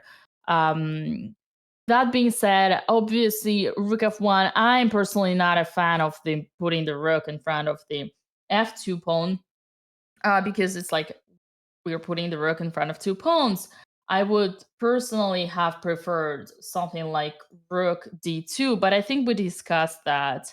And yeah, we discussed that. I mean, it doesn't lose, right? It doesn't lose on spot. No, it's the same move as rook f1, essentially. Yeah, but the you're only just difference protecting. is this next time, this rook, you're going to put it on the open file. You're going to stalk the towers, as Hikaru says. Yeah, maybe rook to d2 would have been very slightly better, but not much better. Oh, Hammer, would we see you putting the rook in front of your f1 pawn? F2 pawn? No, Dina, you would not. See, that's my point. A player like Hammer would not even consider rook f1 as a candidate move in this position. This is the truth. This is called the basic strategical respect for the basic strategical moves. Rooks belong to open files. Once you get the rook on the open file, you stalk the towers, you double the rooks on the open file. Once you did that, you go to the 7th rank. We discussed this many times over this European tour. And essentially, you never put the rook in front of the pawn. Here it's even worse, in front of two pawns. And f3, you gotta have, even if you were to do the pawn break f3, you can do it anyway because the knight is stuck on d3. And last but not least, what is this? What is this? This is an outpost.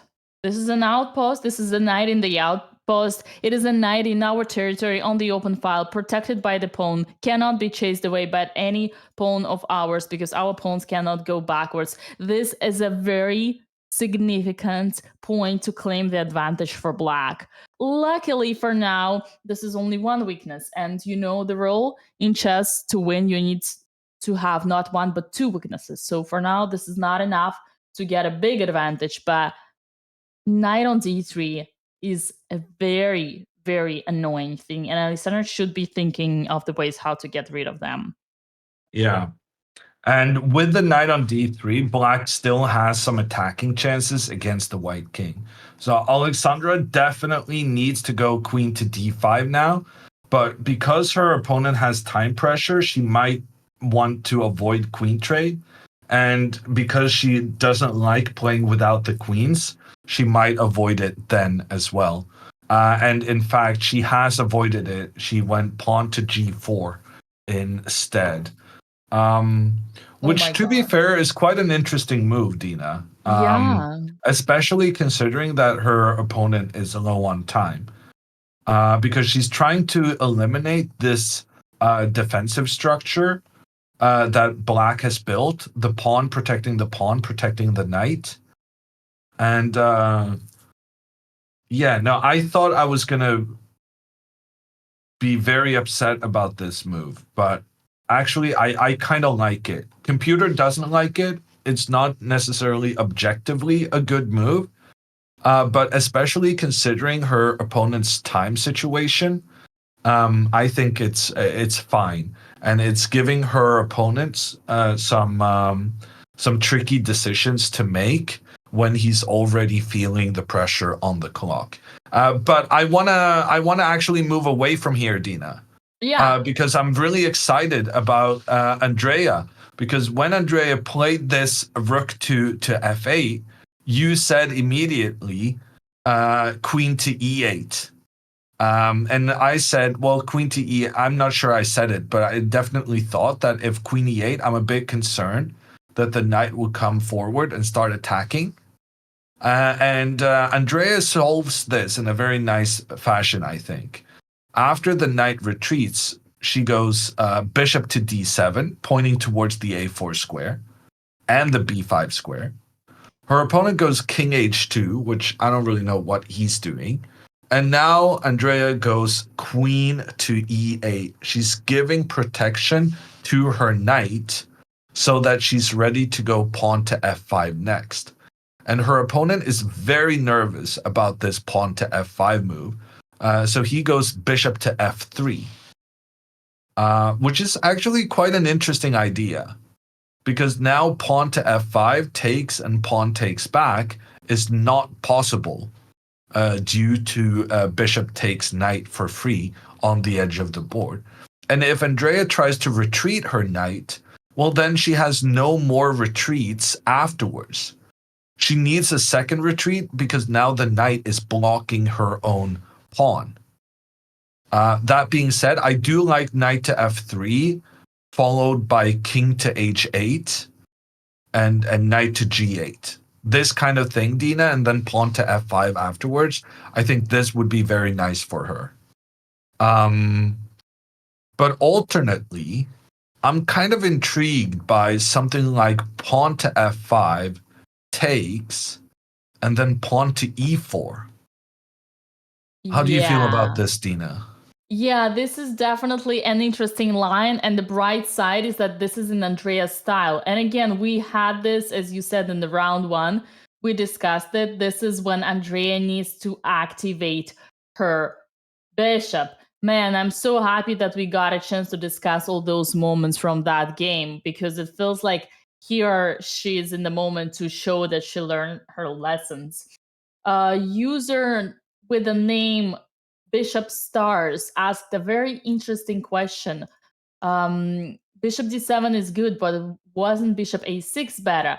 The answer is absolutely not. This is a very bad decision, would have been, because after b3, your bishop would be staring into the wall.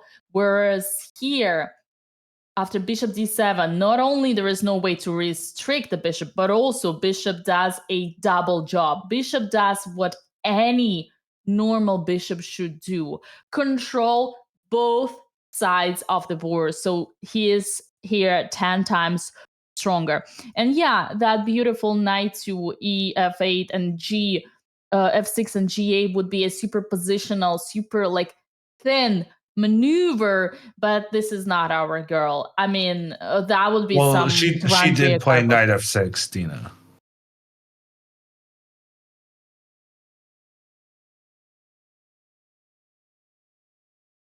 Andrea Karpov.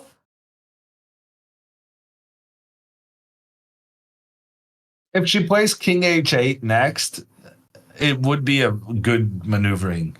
So it's not a bad move. Good maneuvering? Excuse me? you are calling this grandmaster level strategy thinking 10 ply a good maneuver? I think Yeah. you're downgrading Andrea's positional understanding here. Well, I will give her some compliments if she plays King H8 next. But until she does that, I wanna see where she's putting the knight before I let the compliments flow. Okay. Well, listen, oh, I forgot what I was gonna say. But yeah, that f5 e4 would have been really cool. And that would be with the style of her old Andrea. But I feel like Andrea might have considered it or not. Probably not because she played fast and we take it. But this would be really Andrea's style. Remember, whenever you get captured or attacked, you don't capture back. Instead, you counterattack. This is Andrea's style. But yeah. Apparently not, Dina. She didn't do it.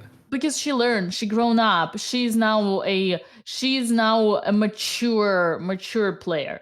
I appreciate the sentiment, but I do think Andrea just misunderstood the bishop takes knight kind of situations. It's very easy to not understand that if bishop takes knight and pawn takes back, even though you get the doubled pawns on the edge of the board, this is very favorable for black in terms of activating the pieces and having lots of stuff pointing in towards the white king. I do think her retreat is in some way based on an not a subconscious decision to move away from the potential doubled pawns, whereas in this situation that would actually be okay for black because you get very nice light squared control. Yeah, and in general, guys, letting the opponent trade the fianchetto bishop is a dream come true. Because by default, fianchetto bishop is already an important thing to protect the king. So there is that too. But okay, she knows that the bishop is now stupid because of all these pawns. And no, I'm happy here. I think we're good, Mr. Hammer. And about Alexandra's move, yeah, I wanted to comment. At first, my reaction was, what the hell is she doing? Because if you just don't calculate, but look at, like, optically, Alexandra has put the rook in front of the pawn and opened the file for the opponent so that opponent can attack this pawn. So by default, created a backwards pawn and also a passive rook. Two huge strategical mistakes. But if we calculate, that turns out to be a genius maneuver because then Alexandra would be able to get rid of this super strong outpost knight, destroy the super strong pawn base, and also in a way threaten some attacks on the king. Because remember, in the end of the day, Alexandra did make the choice of castling long, and there is only one plan when you castle opposite sides, is to attack your opponent's king,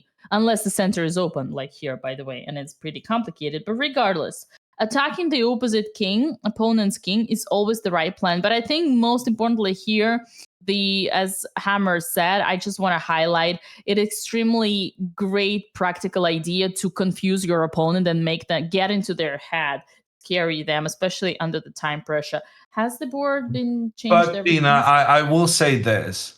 Sorry.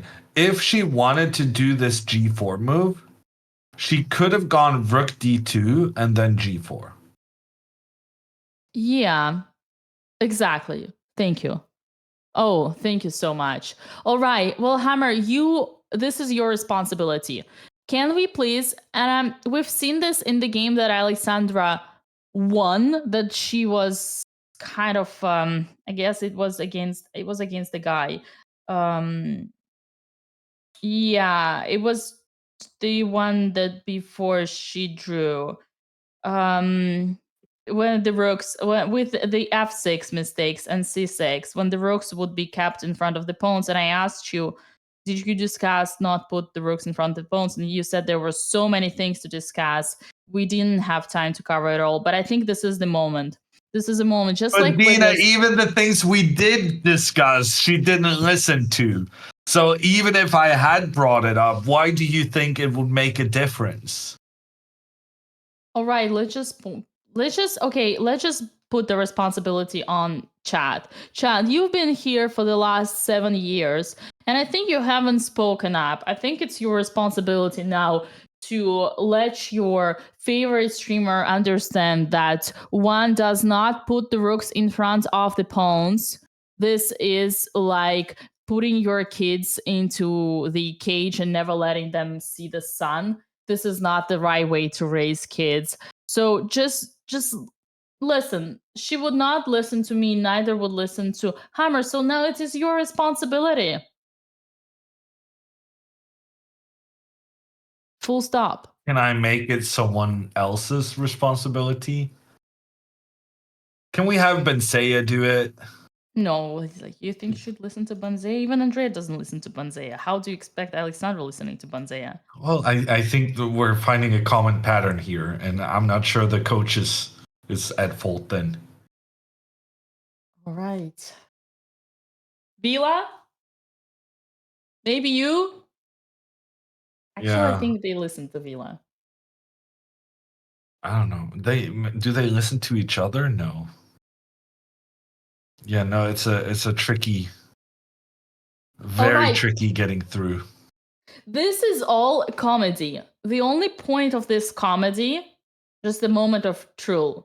The only point of this whole comedy is for you guys watching this to understand, to learn, to get it. This is lesson. Don't put your rooks in front of pawns, okay? It's the most rewarded thing that one can do in chess. Don't do that. Put your rooks on open files and avoid by all means putting the rooks here. Like if you have a choice between rook f1 and rook d2, no grandmaster hand would ever move into the direction of the rook h1. Instead, rook d2 would be played automatically. Andrea played h5, Dina. Very interesting move. Ooh. Not as cool as king to h8, but she is creating a square for the knight to move into.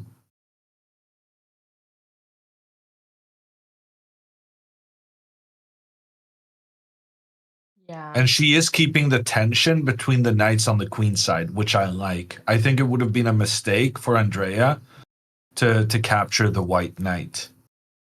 She's happy to get this pawn structure because this pawn structure, here the pawns are working very nicely together and they're protecting each other and they're making it difficult for white to expand on the queen side. I'm kind of liking Andrea's position, but I'm concerned about the time management of, well, frankly, both players. Both players have less than 30, well, just over 30 minutes remaining, but they both have 23 more moves to make before move 40. Alexandra's opponent has gone rook to e8, Dina. And now computer prefers Alexandra again. Now we're talking. I think it's due to tactic. F4 is cool. Oh, but how about we take on f5 and take on e4? How about we go f4 and show off our grandmasterly skills? Okay, f4. Okay, computer hates that. Yeah, that's the idea, that we get the knight. If you do en passant, but you don't do en passant.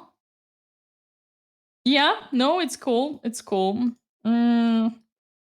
Taking space. Well, basically what I'm doing is that I'm concerned about the safety of this pawn because it has a lot of pressure on it from the black rook and the black knight. So by going pawn to f4, I'm making sure that the pawn is now protected by a different pawn, which is a good thing. And then if en passant, then I can take the knight. So I'm not scared about that. The problem with this pawn to f4 move is that it allows the opponent to capture on g4. And even though we have this nice trick where we make lots of trades in the center, they get our knight, we get their knight, it actually turns out that black is better here due to the immediate pressure they get towards the other pawn. Because now since I went forward with this one, there's no one left to defend the other one. And then, yeah, then that one becomes a problem. So this is another one of those critical situations. And Alexandra really needs to sit down and think here for a minute and try and figure out what's going on here. Because she has a lot of options. Pawn to f4. She has pawn takes on on f5, followed by knight takes in the center. Maybe she can even go f3 here, Dina. Whoa. And then if takes, she can. I don't know. But there's a lot of different things to consider.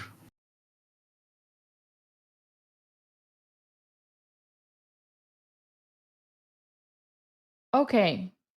We are experiencing exact thing that we saw already before.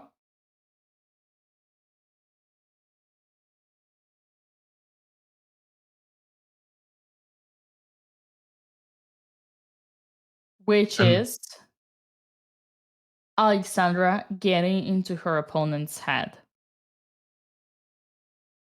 Ooh, but Dina, look at this. The suggestion from the computer is to combine my two plans. So I said pawn to f4 is a cool strategic thing, but then it was a problem because of pawn takes pawn. Okay. But we can first capture the pawn and then go pawn to f4.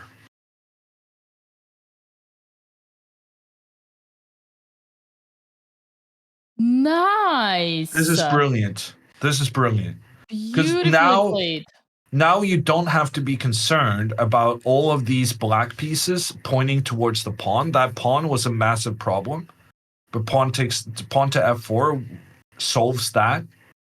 And now after you've solved that situation, now you have a hope of putting both your rooks pointing down towards the black king.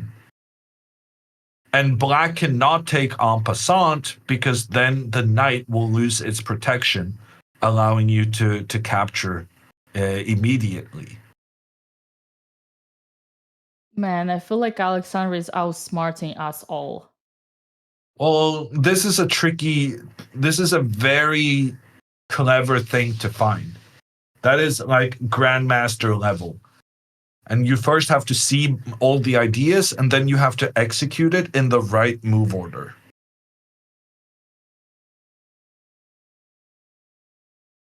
In other news, Alexandra is not going to be guaranteed her victory in this tournament, even if she wins here.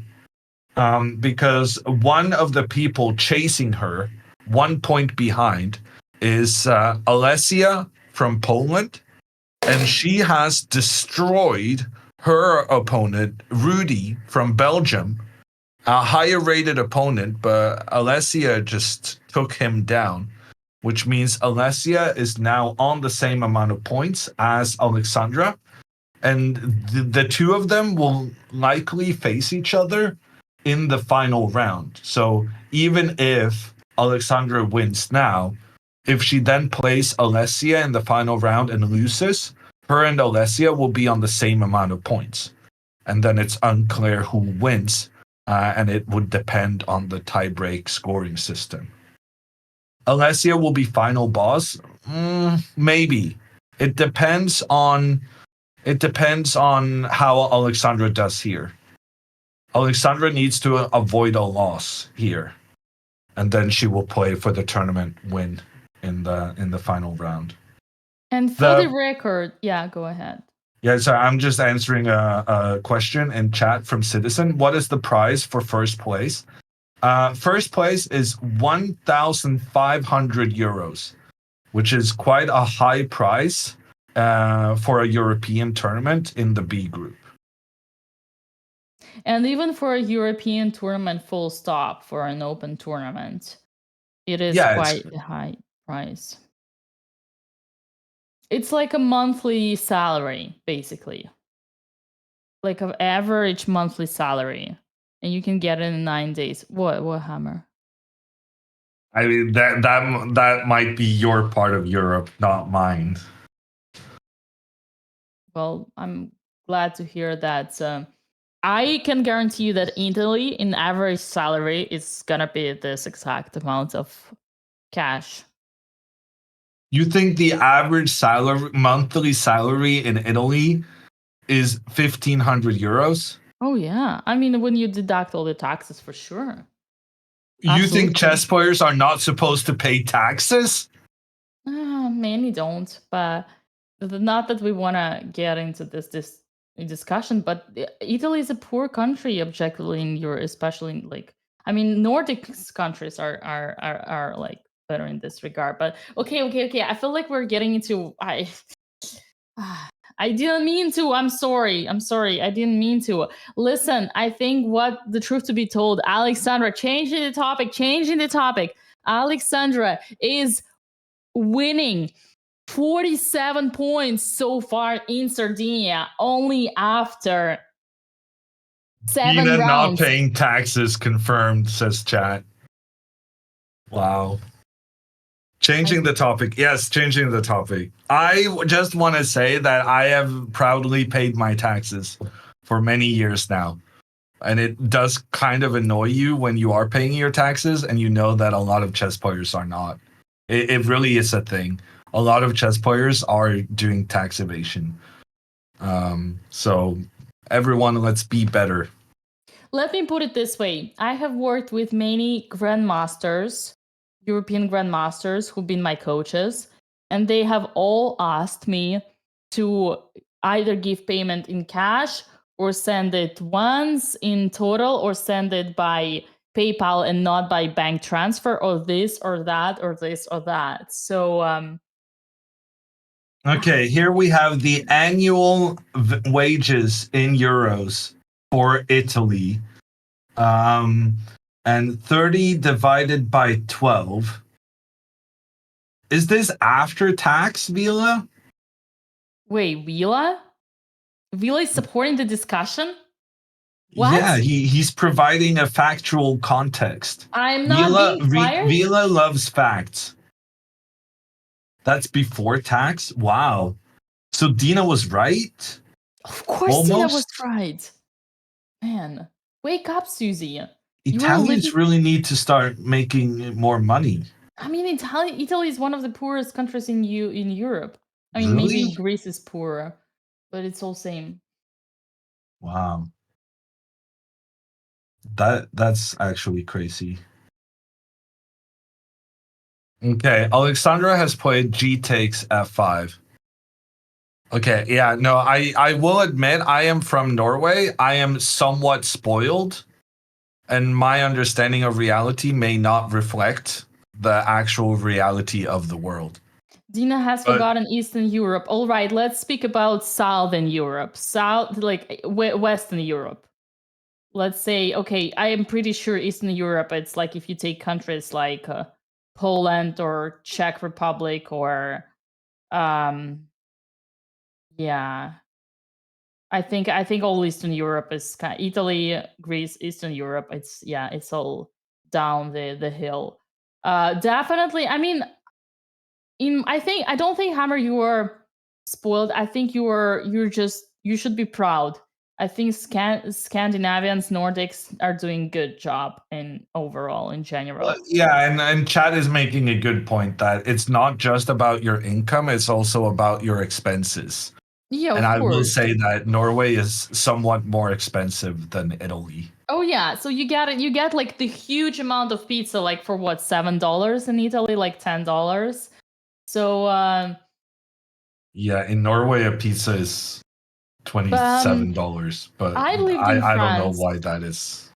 Yeah, I've lived in France, and it's like really like prosperous country, one of the most prosperous. But there is a huge difference between Paris and like Provence, right? So in Provence somewhere you gotta, it's not gonna be much different from Italy, but yeah. Truth to be told, it doesn't matter how much is the price for the first spot. What is important is that Alexandra claiming who is the boss, winning the tournament's first official tournament victory. This would be a dream come true. And do we have on the board F takes, G takes F5, and Rook takes F5? Yeah. And now Amazing. computer wants pawn to F3, but pawn to F4 should also be okay. But computer likes pawn to F3, attacking in towards the center, and then if the knight tries to counterattack in some strange fashion, then the computer wants to go F4, and this is confusing the heck out of me. But in general, I think what we can conclude is that the computer would like to get this pawn to F4 if possible. And the thing is, Dina, Alexandra is she kind of has to push the pawn. Because right now, since Molinari took with the rook, he's attacking the pawn on F2. So the pawn has to move. So by playing rook takes F7, F5, he's basically guaranteeing himself that Alexandra plays one of the two good moves, which is just pushing this pawn, either one step or two steps. She would be forced to do so. And fun fact, Hammer, if Alexandra wants to force a draw, she can already take on the E4, and after takes on D3, she's up a pawn in the rook endgame. Okay, the opponent would try to get it back, but worst comes to worst, Alexandra would make a draw here, Okay, I this is as far away from a draw that is possible, Dina. Come on. Okay. This is super tricky. Where's the king gonna go? If the king moves up, then we take the pawn, you take this pawn. Now black has a pawn with a clear path to becoming a new queen. White can capture another pawn on the far side. But then after the trade, now this guy has a clear path. There's also a clear path here. We race. Both players get new queens, but the black queen gets a checkmate on the white king. All right, I think everybody needs to slow down. This is as far away from a draw that is possible. This is super tricky. Everyone needs to slow down, Hammer. Hasn't your mama told you that all rook endgames are drawish? I mean, but it's not common for all rook endgames to have two separate paths of pawns advancing towards becoming a new queen. Well, isn't that amazing for Alexandra? She's the one who's never happy with a draw. She's the one who always wants to go for the fight. As Alexandra said yesterday, you can take a lion out of the jungle, but you cannot take the jungle out of the lion. And you make a reasonable argument there. But I guess what we're learning from this is that Alexandra is not guaranteed to play one of these good pawn moves because she's going to be tempted to going into the endgame with an extra pawn. I actually disagree. I think Alexandra would not get tempted to go into the endgame because she would think it's boring and it's going to be a draw, and instead she's going to be tempted to go for the checkmate on G7. But this is us trying to speculate and getting into Alexandra's head and judging by her style. I mean, I would be super happy because here, Hammer, the margin, the safety margin is so high. There are so many ways White can force draws here. Honestly, White doesn't have to do anything bad. Like, you go back, I continue to, like, I literally, first of all, can... Okay, Dina, we have to talk about Andreas' game. There's Okay. big stuff happening in Andreas' game. Can you just go to the current position for Alexandra? Oh yeah. Because in Andrea's game, her opponent, number one, he made the trade between the knights on the queen side, which allowed Andrea to reinforce her pawn structure. And after bishop steps back, now Andrea took the opportunity to put pressure on this newly opened b file with her rook. Her opponent moved the queen up to protect the pawn, and now after rook to b4, a very dubious decision was made by Nicholas to go pawn to a3.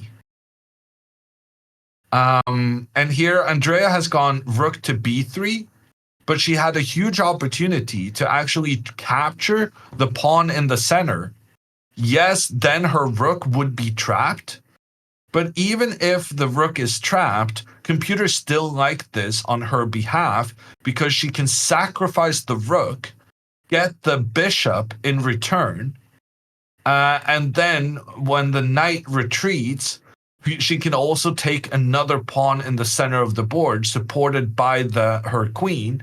And if the queen captures on the side of the board, now she can start an attack in towards this this white king. It was a really difficult thing to realize that variation was good for black. But it's really fun to see that some opportunities are presenting themselves also on Andrea's behalf. And even the move she played, rook to b3, this move is also quite good because now she's threatening to get the other rook over to that side of the board, and the pawn on b2 is struggling now to be protected by another pawn, and that will be a long-term weakness for Andrea to go after. So just to get and it Alexandra straight. goes f4, so things are happening now on both boards. Oh yeah, well, someone was right. Listen, Hammer, just to get it straight before we jump to Alexandra, you were expecting Andrea Botez to sacrifice her rook against the pawn and the bishop just for the sake of this huge center, which is a huge long-term advantage. You do realize that it is a 2600 level decision, don't you? I might be higher than that even, Dina. I just saw the computer recommended it, and then as I was playing through it, I kind of realized as I was talking that this is a bit too much to expect. But I thought either way, it's a cool idea to show. And now Andrea's opponent, I think he only has one acceptable move, right? If he doesn't go pawn to a4 now, like this is a disaster for him. If Andrea's allowed to play pawn to a4 next, she'll solidify the position of her rook, and then the other rook will come in and put pressure. Like Andrea has a very easy to play position right now. And as a fact, Andrea's also made a couple of quick decisions in a row, and she now has a 13-minute time advantage. 13-minute time advantage for Andrea Botez. Man, what is going on? And 30-minute time advantage for Alexandra, and her opponent played b5. The race continues. Yeah, so I guess we're expecting rook to g1 now from Alexandra, putting pressure down that g file. And when black retreats with their rook, Alexandra can go rook to g5 and get ready to get another rook pointing down towards that black king. And it's important to choose this g5 square because now if rook to d7 trying to chase the queen away, then Alexandra can go knight to d5 because she has the protection from the rook. And if black tries to chase the rook away, then Alexandra gets a nice triple fork on the king and on the two rooks. And this knight cannot be captured because of the rook pointing down on the king. This feels like an Alexandra Botez kind of position, Dina. Right now, I am cautiously optimistic about 2 wins. Both girls with big time advantages. both girls with the easier position to play. Andrea's opponent just went rook to b1, and now Andrea can go pawn to a4, which I really like. The only concern I have is that her opponent is going to use the bishop to go after her rook, but then something like queen to c8 would counterattack towards the h3 pawn, Dina. And then even if the bishop comes to attack the rook, then the bishop can attack the white rook. And when the white rook moves away, we can even sacrifice our rook against the knight, and then we're able to capture the pawn, and then we're able to put more pressure down the diagonal towards these white pieces. There's a lot of very interesting sacrifices happening for Andrea right now, and we know how Andrea loves to sacrifice. So I'm feeling good about the current situations. Man, would we see another rook sacrifice or not? A4 would be such a classy positional move, breaking down the pawn structure, blockading the b pawn, creating a backwards pawn, even though it is already fixing the backwards pawn. Now that I remember, backwards pawn has to be fixed. Hey, Hammer, what's a backward pawn for you? What do you mean? There's like a definition. Okay, what would be your definition for a backwards pawn? Andrea made a A move pawn that cannot be protected by other pawns because it's lagging behind its buddies, not because there are no pawns on adjacent files. That's all right. There is nothing else. It's a bit difficult to define, but I think that's the gist of it. We'll see, Hammer. I said the same thing. And then I got schooled. And it's unable to advance. It's unable to advance to a square where it can be protected. But it doesn't necessarily have to be unable to advance. For instance, if white had played a4 here, this pawn would still be a backward pawn, even if it had the ability to advance, because even if it advances, it still is not protected by pawns on the side of the board. That's a good one. And what about, like, in this? Is now pawn on b2 a backwards pawn? Yeah. Even though the pawn is on a5 and not on a4? Yeah. Well, see, that's what I thought. And truth to be told, apparently it's wrong. Apparently the backwards pawn is only when it's pawn on a4. But okay, No. don't. Okay, great. I'm just happy. This was for my personal bet with a friend of mine. Okay. We're good. I won the bet because you just proved my point, but that's okay.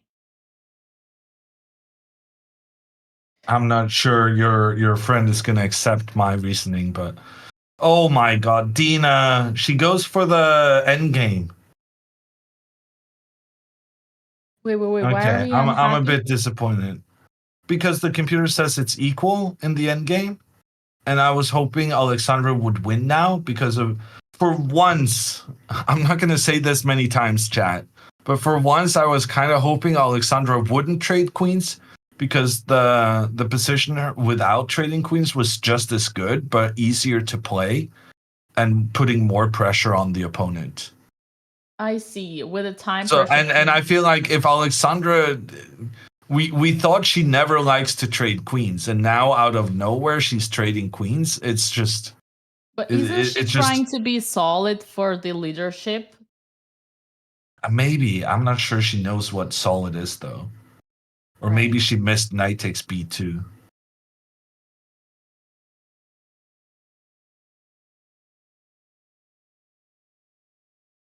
He's thinking. Yeah, we're looking at this kind of endgame. But here black has a much better position. I don't understand what she had the opportunity to trade. Like she had the opportunity to increase her attack, and instead she's trading into a miserable endgame. Like here I think black is much, much better.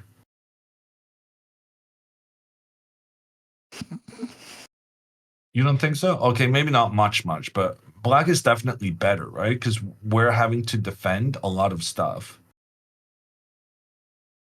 Maybe she's fine. Maybe she's fine. She'll just try and activate this rook.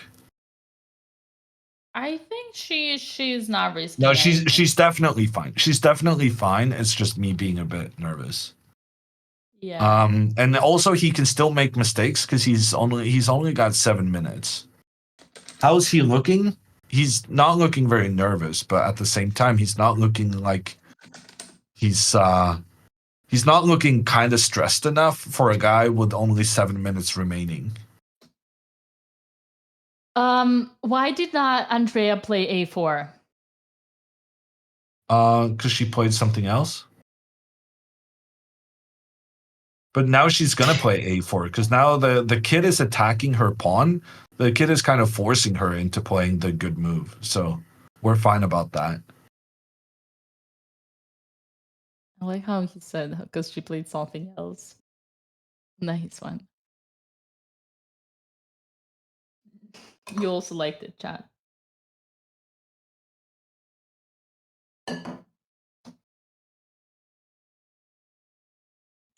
Go. Dad says that NASA is losing focus a bit. He leaves the board now, having only 13 minutes of remaining. In those 13 minutes, he needs to make 17 moves.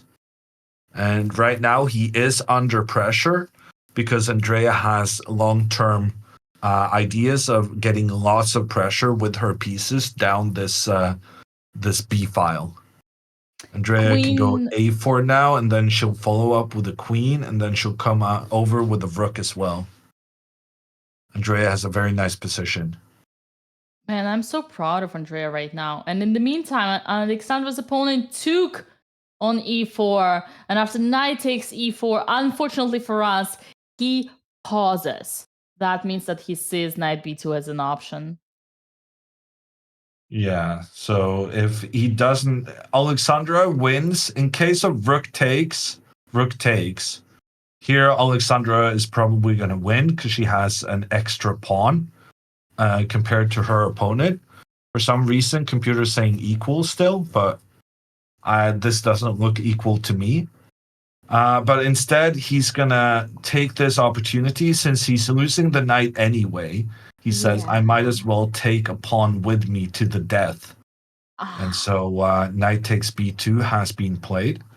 Alexandra then needs to recapture. Black will capture the knight on e4.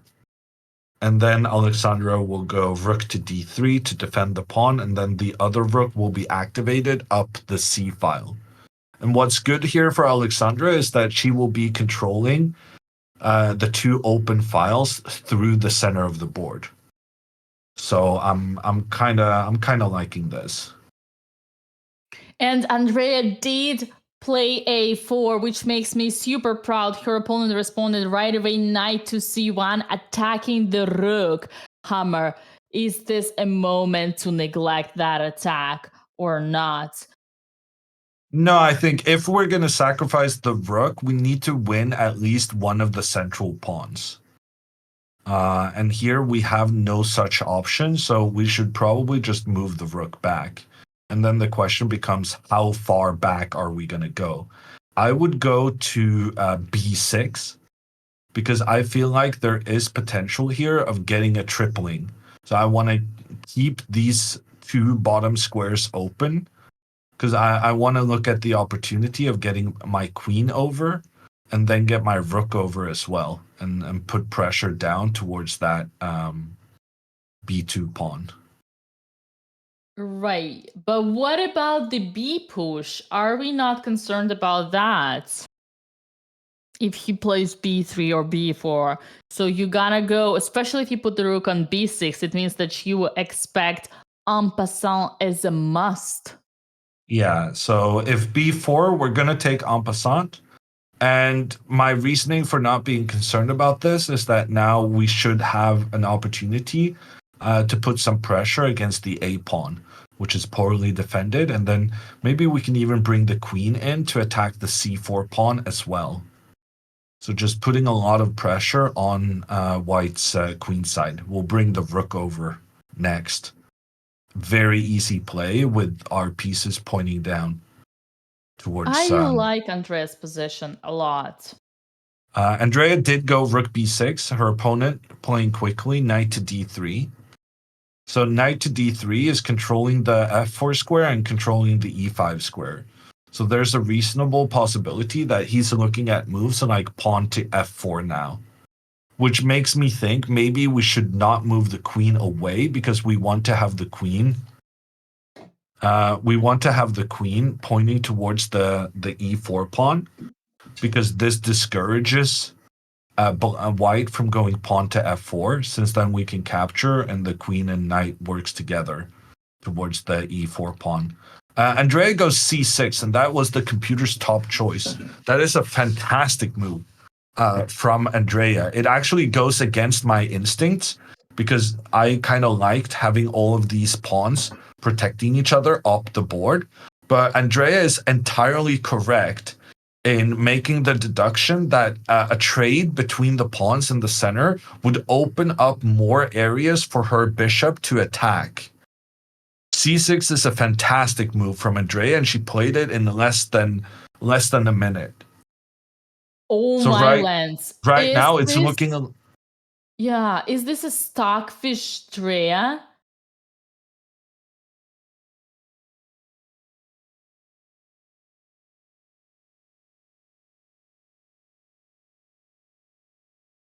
It's definitely a very good move. Man, that was the first line.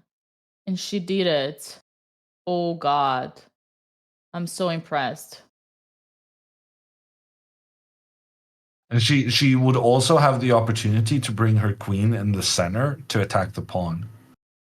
Lots of different options to gain more access in towards the white pawns. Really, really good move by Andrea. And in fact, yeah, I would expect her opponent to try and change the momentum in the game by going knight takes c5. To what? Oh boy.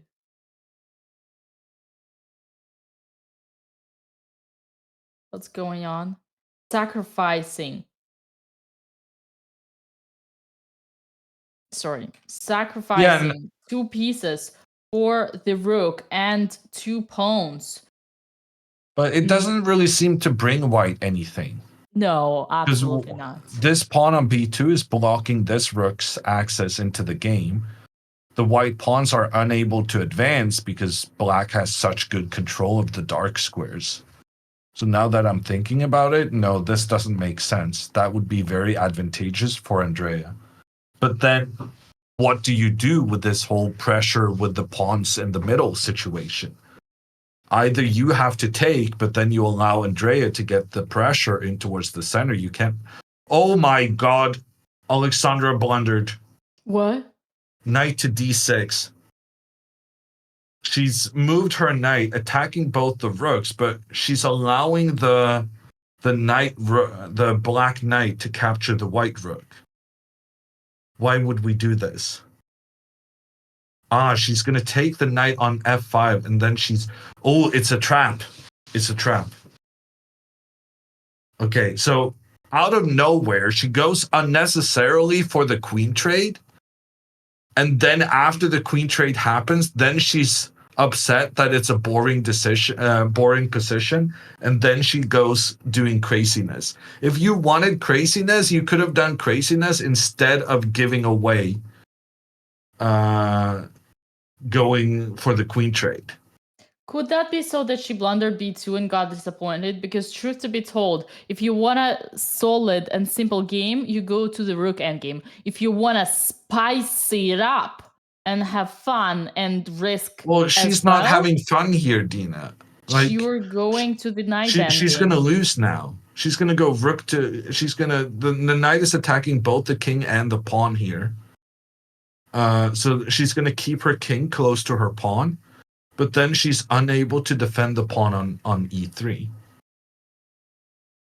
No, I Alexandra is losing a pawn by force now. She wanted to spice it up. Maybe, wait, Hammer, maybe there is a chance. Maybe we can hold it. Yeah, no, she's just losing a pawn now. Wait, how? What do you mean, how? I think I'm holding. So this is the current position on the board. The knight has given a check on the king and is also threatening the pawn on the side of the board. I'm gonna go king to b2. Yeah, and then I'm I gonna go go knight knight to d5. d5, and I'm gonna go rook to f3. I And go here g6, trying to chase the knight away from the defense. check, and next king g7, king to g4. I protect, and if you attack h5, then I'm gonna go knight to e4 or e5. Yeah, but I understand that you're going knight to e5. So I go rook to e4, and then I go h5.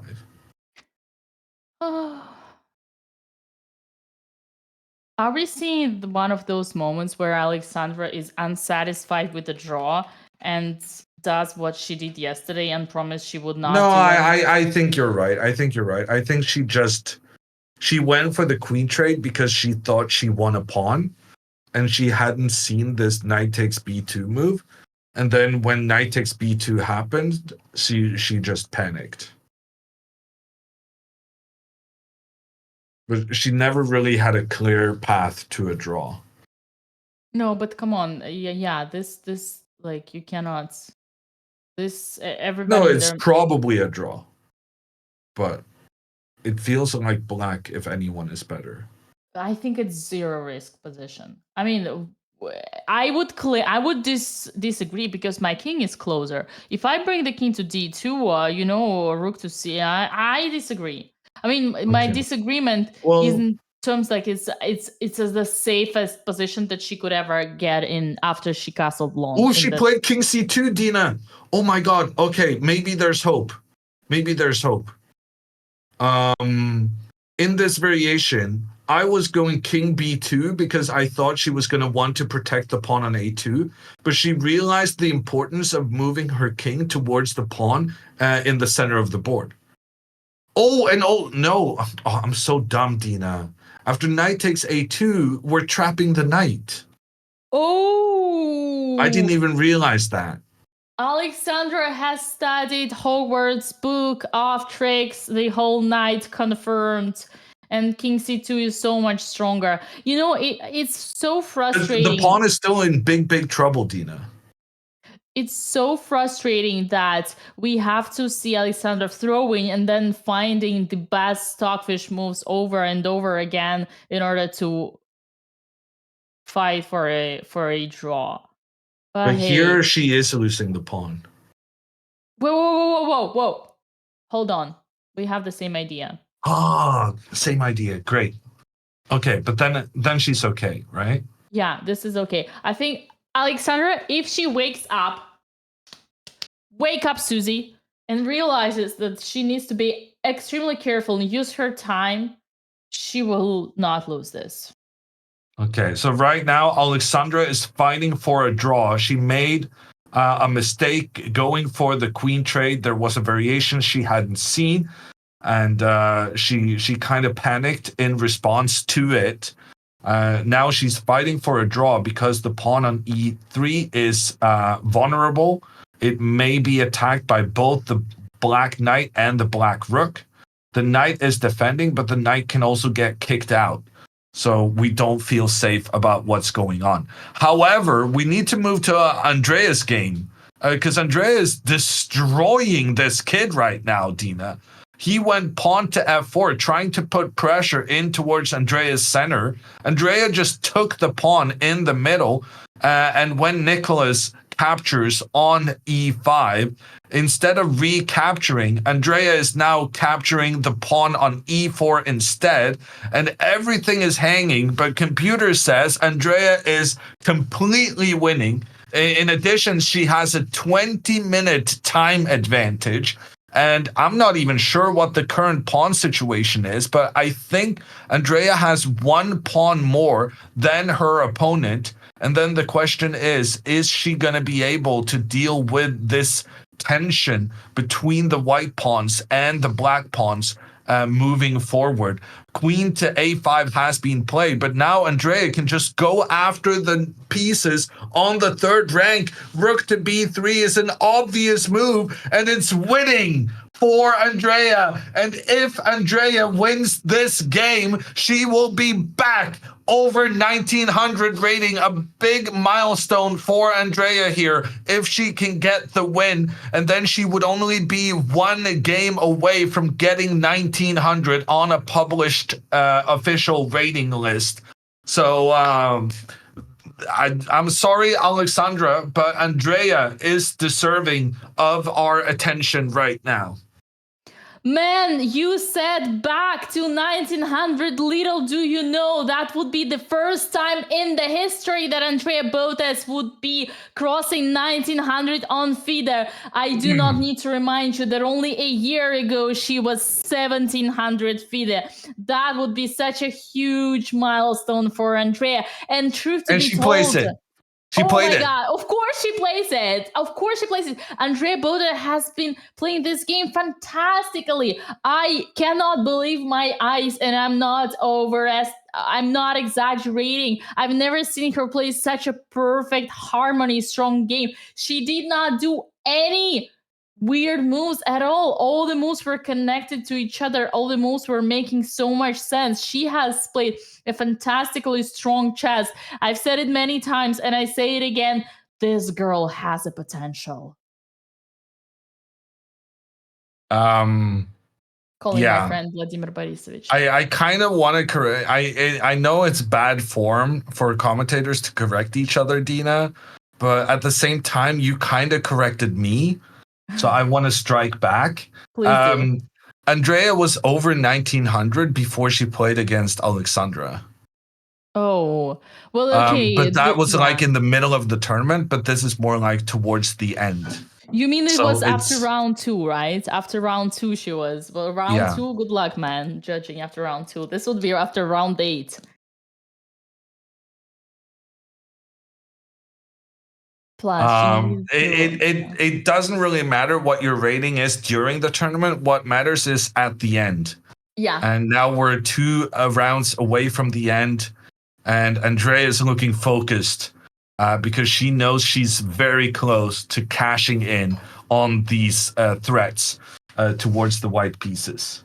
Speaking of cashing in, ladies and gentlemen, this is one before last day for you to claim $20,000 in giveaway, $1,000 each day. But if one of the sisters win, we get $2,500 for today.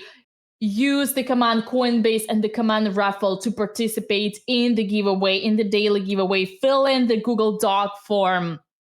Use the email address that you already have affiliated with your Coinbase account. If you are creating your Coinbase account right now, you can already get your $20 off by using the code BOTEZ20 for your first BTC trade bonus. Coinbase has been our major sponsor for many events, but this time, first time in history, we have such a massive giveaway for the Chess IRL tournaments, and we're so thankful to that.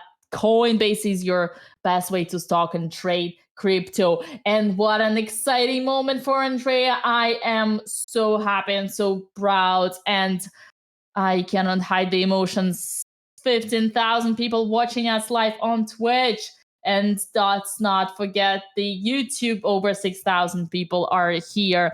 We are delighted to see all that, and the only worry we have right now is for Alexandra, but things have smoothed down here, haven't they? Yeah, in Alexandra's game, her opponent did not increase the pressure on the pawn we were concerned about. So Alexandra is not losing a pawn, and if anything, now she has a better position in the endgame. Alexandra is the one to have the knight in the center of the board. The knight is protected by a pawn, so that is a nice solid knight. Alexandra also benefits from having her king in the middle of the board, whereas her opponent has the king more towards the side. I think this is quite a nice position for Alexandra, and she can now push for the win. Her opponent has 2.5 minutes remaining, and he still has to make another 10 moves before he gets additional time. And, what are you talking about? What boards? You are supposed to understand everything. Everything blindfolded. This is a I Russian specifically school of didn't chess. use anything that needed to watch the board, Stina. Come on. This is a Russian school of chess. You need to know what's going on. Without the board, you need to understand it there. It should be there. You don't need a board for that. It was not an unreasonable expectation, Dina, that Vila was gonna stop napping at some point there. But give the man a break. The producer has to wake up at 4 a.m. Pacific to do this for you. Can't you do a little bit of effort and enjoy the moment of not seeing Hammer and Dina for extra 1 minute? But yeah, rook to c1 on the board now for Alexandra. Alexandra has an advantage now in the endgame, and her opponent may make a mistake in the next 10 moves, as he is very, very low on time. Speaking about low on time, Nasa is now officially under 1 minute remaining as he tries to figure out how to deal with the pressure in towards the white knight and the white bishop. The reality is he doesn't really have any opportunities here to save this. Best attempt would be rook to d1, offering the knight some extra protection. And here I would like to see Andrea go goblin mode. Knight takes g3, and rook to d1 has been played. And if Andrea now plays knight takes g3, she will not only win, she will win in style. The idea is that after king takes, the king in also is included in this row of white pieces in a troublesome situation. And after that, Andrea can go pawn takes on c4, threatening the knight. The knight cannot move because then you lose the bishop. And at the end of all of these complications, black is going to be up by 1 pawn, 2 pawn, 3 pawns. 3 pawns up. And white is losing this one. So this would be 4 pawns up for Andrea, and that would decide the game in her favor. Lots of other moves also win, but knight takes g3 is the most stylish, and it is the most Andrea. Well, just for a second, can we all take a moment of appreciation? What we're seeing right now, both Alex and Andrea are over 20 minutes on the clock, whereas their opponents are under 1 minute. Am I dreaming? Can someone wake me up?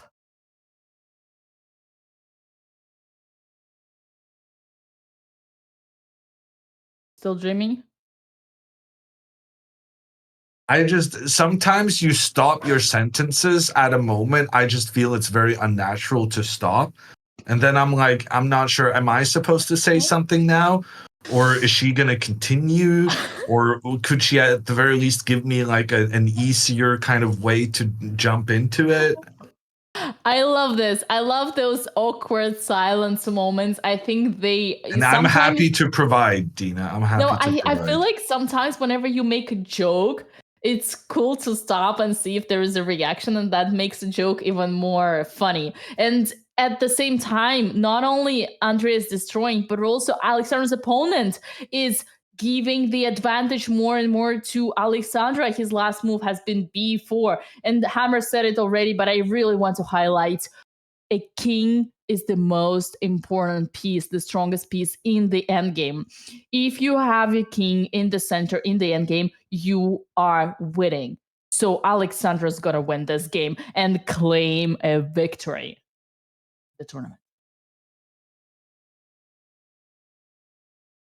How many moves does he need to do? He still has another 9 moves. But But the problem here is that there's nothing Alexandra can do to protect her pawn on the edge of the board. So I think the best thing for Alexandra to do is go rook to c6 and then allow the knight to come in with a double attack. But then even though the knight gets to capture on a2, we get to capture on a6. And then we still make the argument that we're better because we have the better centralized pieces. Something like knight to e6 here, and we try and push the pawn up in the center of the board.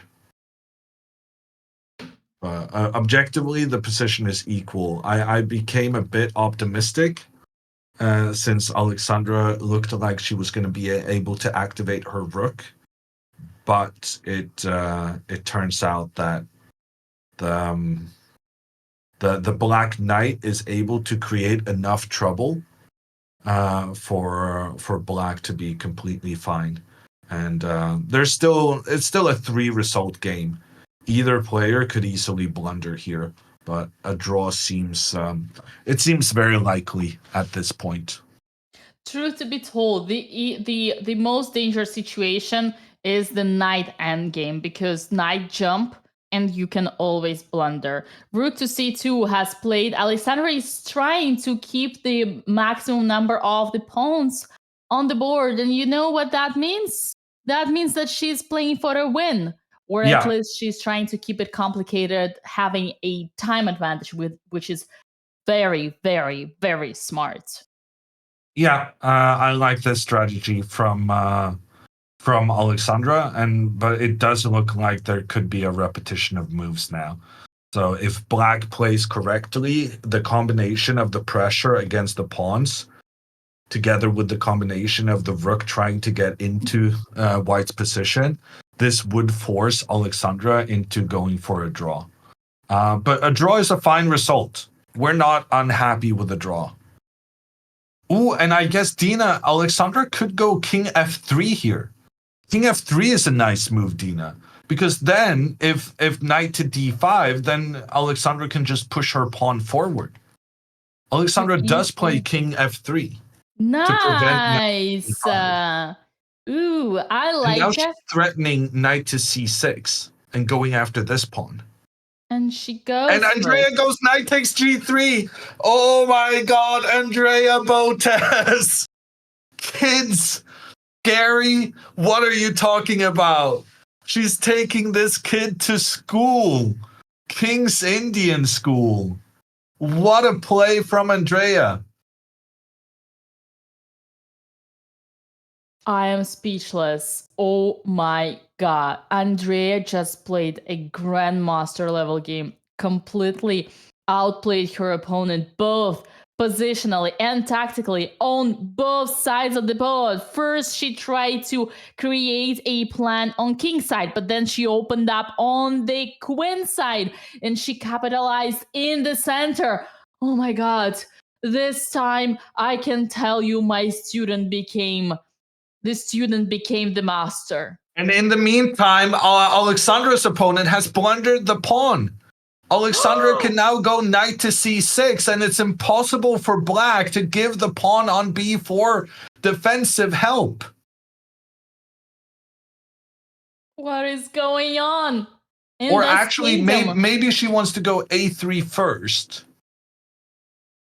She can attack the pawn and then make the trade and then go attack. Okay, it's not clear how Alexandra should execute this, but she's about to win a pawn. Knight to c6, a5, knight takes a5. But in the meantime, Andrea has made a mistake. What? After king takes on g3, Andrea did not capture the pawn on c4 to go after these two pieces along the third rank. Instead, she played bishop takes e5, check on the king, but now the king can defend the bishop. Is this a problem? Pawn takes, attacks the knight, but now the knight can trade for the black bishop. After queen takes back, though, even though Andrea's down a bishop, which I do feel was a bit unnecessary, but computer says that she's still completely winning in this situation. but it was not the most accurate way of getting the win without any further complications. I'm just looking at this position and thinking, how is she gonna like? Why is computer so excite me about it? I don't know, rook e1 maybe? This doesn't work. Oh boy. No, This but is a Dina, we complete can just go back. humiliation. Why Yeah. make it tricky? We I think can give a check here. I think it's a mate. Oh, good God, Dina. Rook f3? Really? You couldn't find an easier way to win than that?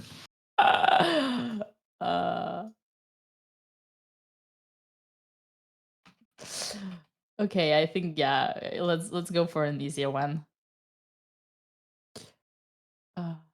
She has a bit of an attack, I think is fair to say. She also has 4 pawns and trade for that bishop.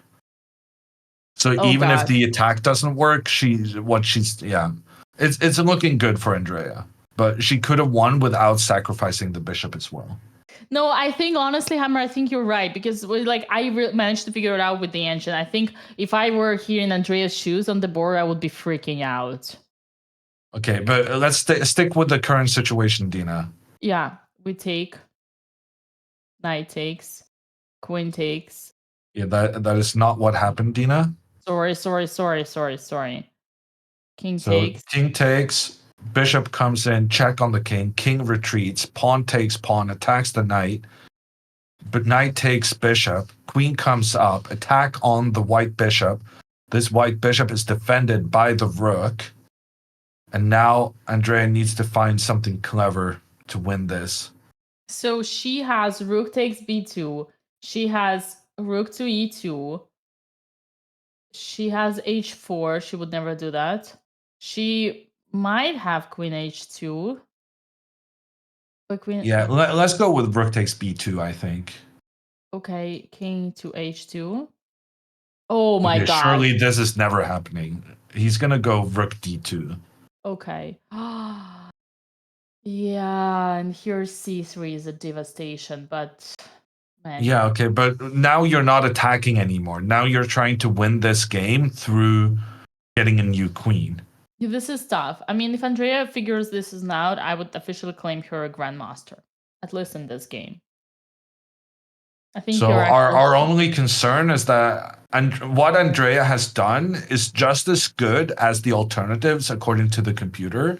But the problem is that now Andrea, since she has a bishop less than the opponent, one mistake is more devastating than it would have been in the other variations. In the other variations I looked at, Andrea would have been up by 3 pawns, not having had to sacrifice her bishop.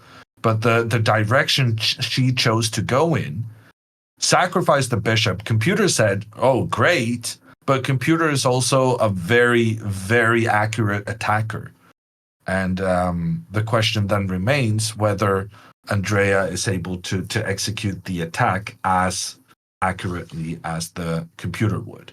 I think Hammer, she's gonna play rook e8. It's a safe move, attacking the bishop. And once bishop removes, then let's say bishop to here, she would have plenty of checks, and that is way too juicy. Yeah, no, this is winning very easily. And here you can bring the rook, check, and then bring the bishop, check, and this is checkmate. Wow. And that's fairly straightforward. Alexandra has chosen to go for this a3 move. Makes sense to me. Oh, no, but it's a blunder. No, it's a blunder. Pawn to a3. Now her opponent, Alexandra, has calculated knight to d5, which can be met by pawn to e4, counterattacking the knight. But here, knight to d1 is the rescue for black. Because then you're attacking this pawn in such a way that when the pawn moves forward, then black is able to capture the white pawn on the edge of the board. But he doesn't find it. He doesn't find it. Knight to d5 has been played, and now Alexandra can go e4, and now Alexandra will win the pawn. No, she's not winning a pawn. She's not winning a pawn because after e4, her opponent can go knight to c3, again attacking the pawn. Ooh, but Alexandra can then go e5. E5, Dina. Yes, I'm pretty sure Alexandra is winning a pawn here. but the only move a5 protecting the pawn. And then the take.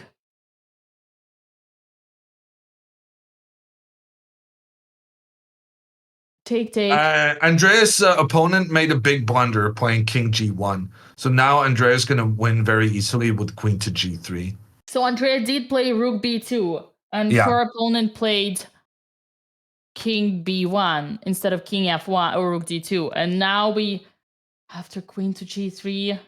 Udina, he played knight to f6 instead to attack the pawn. Beautiful. And now computer says just push the pawn and you're winning. Push the pawn, but then the knight comes back to protect. But then the rook can attack. And then the rook can defend. But then the knight can attack and attacks both the rook and the pawn. Alexandra is about to win a pawn. But then the rook can go away. But then we just you can take the pawn. Alexandra is about to win a pawn with a dominating position because all of her pieces are also better centralized than her opponents. We could get a double win here, Dina. Oh boy, that would be truly phenomenal. Chat asking how many moves does Molinari have left? He still needs to make another 5 moves. And he's down to less than a minute on the clock. He does get an additional 30 seconds per move that he makes. But he already blundered because of his time trouble. And he's likely to make further mistakes.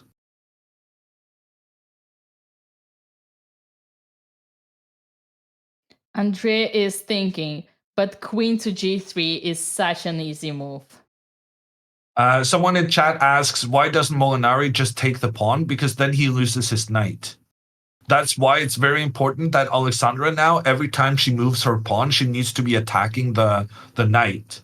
So that he always has to play moves with attacks on the opponent's pieces.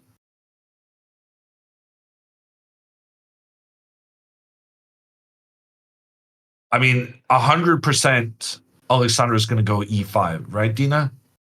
Yes. It's a good and thing. 100%. Yeah, Andrea thinking. just went queen g3. Queen g3 has been played in this second. And now the attack in towards the white king. There's no defense for white, sorry.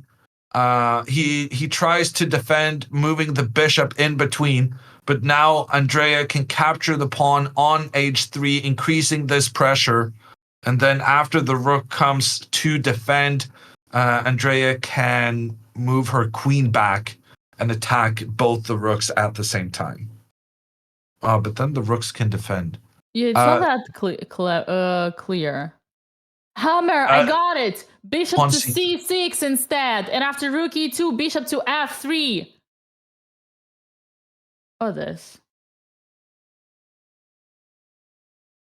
I don't know, Dina. Computer doesn't like that. Because then there's the counterattack against the queen and against the rook.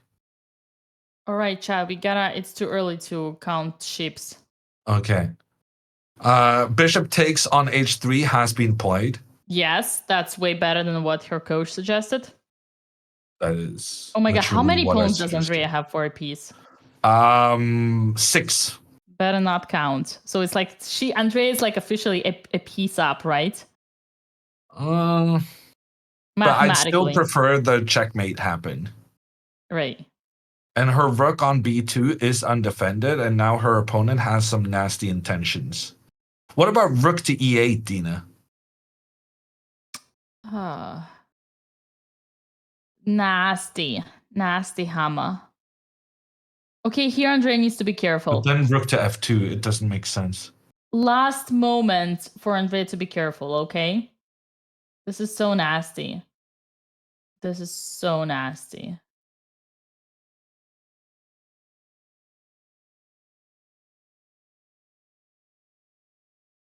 Yeah, Andrea still needs to find 1 or 2 good moves.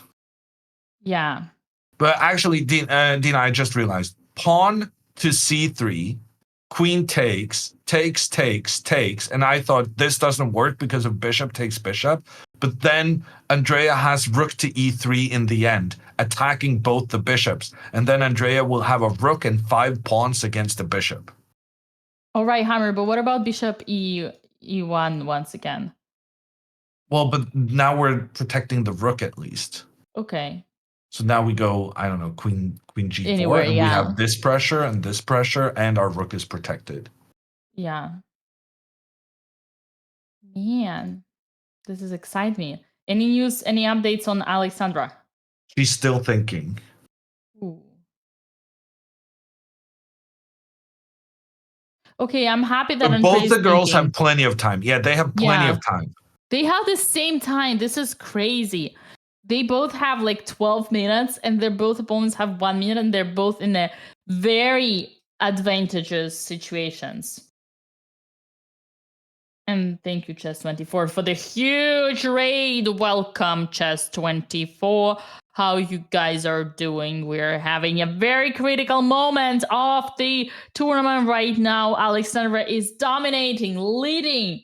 And if she wins this game, she's almost guaranteeing herself a first place. Almost. She's currently 1 point ahead of the field. And if she wins this, she'll be 1 point ahead with 1 game remaining. Alexandra does not play e5, Dina. Instead, she's going for the trade of rooks. Oh, I know what she wants. Rook e7, rook takes e7, king takes e7, knight c6, double attack, king moves, and knight takes b4, winning pawn up, knight endgame. But computer says this is a mistake because she now leaves the protection of the second rank. Now, if her opponent goes king back, pawn forward, now pawn takes on a3 would be a saving resource because for some reason this is a draw. Now that the black rook can come and help out, try and help the pawn become a new queen. However, her opponent goes king to g8, and now this idea doesn't work anymore. If he now tries to sacrifice with pawn takes, then Alexandra will take the knight and have a threat against the king and rook. So that's why after pawn to a5, her opponent goes knight d5, and then inexplicably, she doesn't attack the knight. Why are we not attacking the knight? Alexandra goes rook to a7. Okay, but her opponent is still low on time. Possible for more mistakes to be made. Her opponent has to make an additional 3 moves before he gets extra 30 minutes. Black can go rook to f8 here with a counter pressure on the f4 pawn. Instead, he captures on a3. Alexandra now can capture on a6.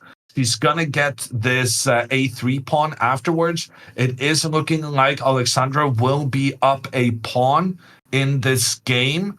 Oh no, but he has rook to f8 still. And after knight comes in to both protect and attack, the rook counterattacks the knight, making sure that Alexandra cannot. But he doesn't find it. He doesn't find it. He plays rook to d8 instead. He wants to. Alexandra, you have 13 minutes. Think about this. You have plenty of time. There is a nasty knight to f4 hammer. And yeah, but we have a knight to c6. But he has a knight, rook to d3. Rook to f8. She's not gonna do it hammer. She's gonna do knight e6 because she wants an extra pawn. She wants a number. The problem in knight to e6 is just the same position as after rook to f8. Yeah, but she wants numbers. She's not gonna give away a pawn. She did all that to win a pawn.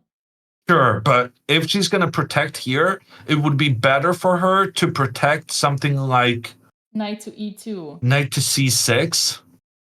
No. Knight to e2. Yeah, knight to e2. If she goes back to protect, Then black.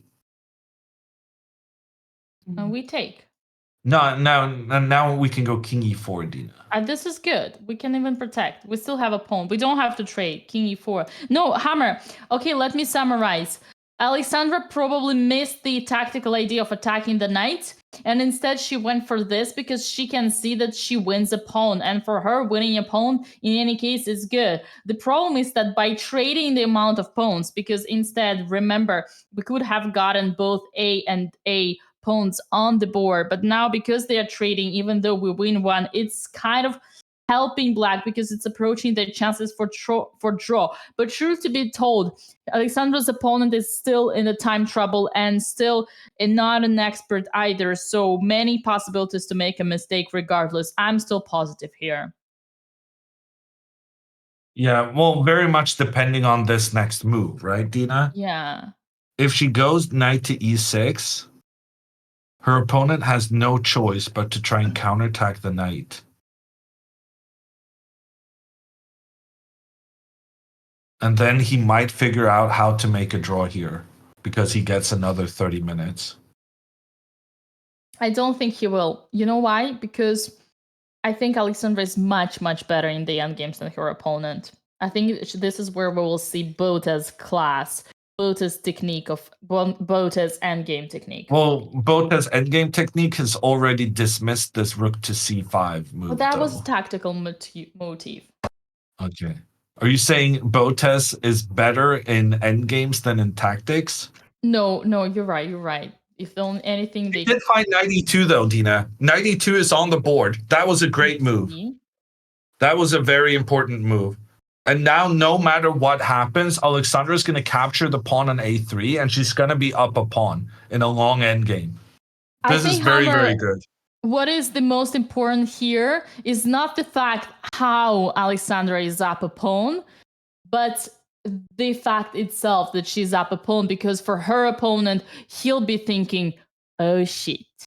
Oh, and Dina, he still needs to make a move. Alexandra made her 40th move, but her opponent still needs to make one. Up. And he's kind of panicking. Oh, he placed knight to e7. Knight to e7 was the computer's top choice. Well done, sir. Man, so he's abandoning the idea of trying to attack the white pawns, and instead he's trying to create a fortress. He's done with 3 seconds on the clock, Hammer.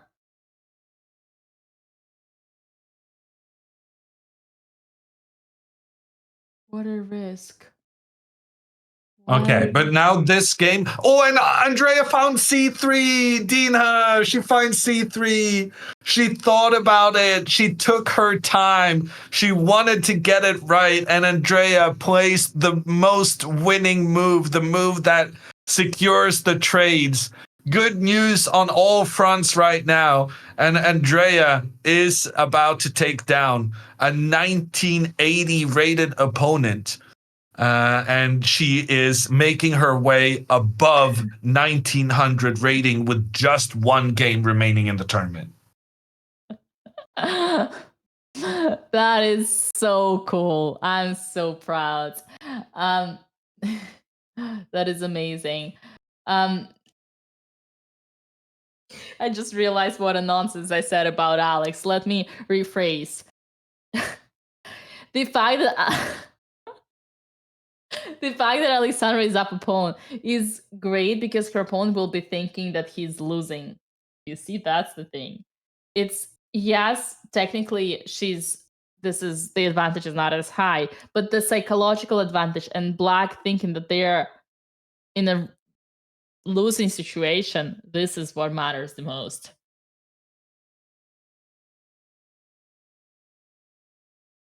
Objectively, even though Alexandra's up a pawn, the position should become a draw. But for instance here, Alexandra can go knight to g3, try and trade the knights. And if the trade happens, even though it's a rook endgame, the fact that white has a clear path towards becoming a new queen means that white has a significant advantage despite all the pawns being on one side of the board. So I'm expecting knight to g3 here from Alexandra. And then if her opponent gives a check, she will just make her way forward with the king and she has so much more active pieces than her opponents. I'm feeling really optimistic, Dina, because the rook can come here and attack like this. The knight can come up to the f6 square. Like this is potentially super dangerous for black immediately. Oh, absolutely. I actually wanted to praise Hammer Alexandra's rook to c7, which we didn't even consider at first because I found it extremely classy. It's that intermediate idea that forces objectively her opponent on practice to put the king back, which is extreme weakness for the endgame. So I actually want to give a huge compliment here to Alexandra. I think it's very masterly played. And in fact, this could really cost the guy a game in the future. And Andrea has played queen to g4. We analyzed this previously, putting pressure on all of white's pieces. And after rook takes rook, Andrea takes back with her pawn, and her opponent is going to have to resign too many threats in against the white pieces. And Andrea looking at the board, looking concentrated, looking confident.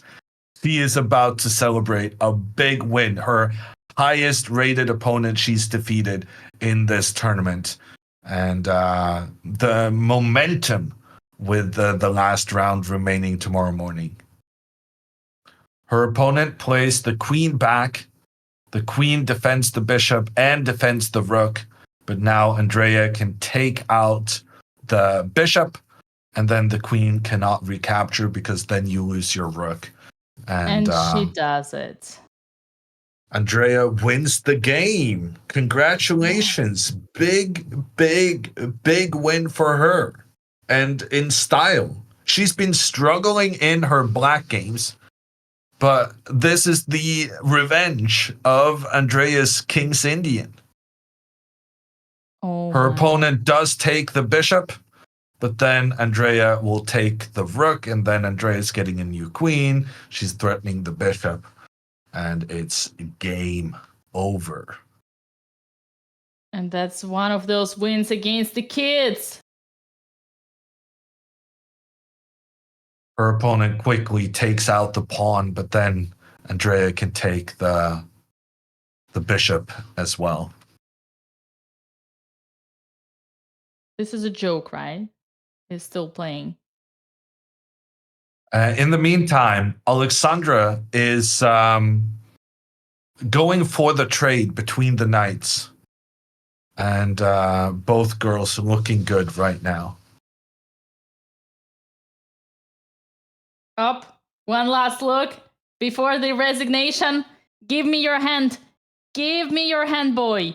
What are you waiting for? Drop that pawn. Drop that pawn. Give me your hand. It's time. Bro. Andrea gets the win. Congratulations, Andrea. Well done. Oh my God. I think this is one of the best games, if not the best game I've ever seen by Andrea. It's certainly up there as far as her King's Indian goes. She implemented the King's Indian ideas very nicely. I have never seen that. I think she's grown on me. Nick Simon says this is her highest rated win with the black pieces. I would believe that straight away. She has traditionally struggled with black. She's been amazing with her Jabava London, but she hasn't managed to do the same with the black pieces. So really nice to see her here, getting some of those pawn pushes on the king's side, using the rooks to invade on the queen side, and then combining both with success. And also striking in the center. That c6 move she played is essentially what made the difference, in my opinion. Oh my God. I just texted Andrea. I couldn't hold myself. I'm very sorry, but...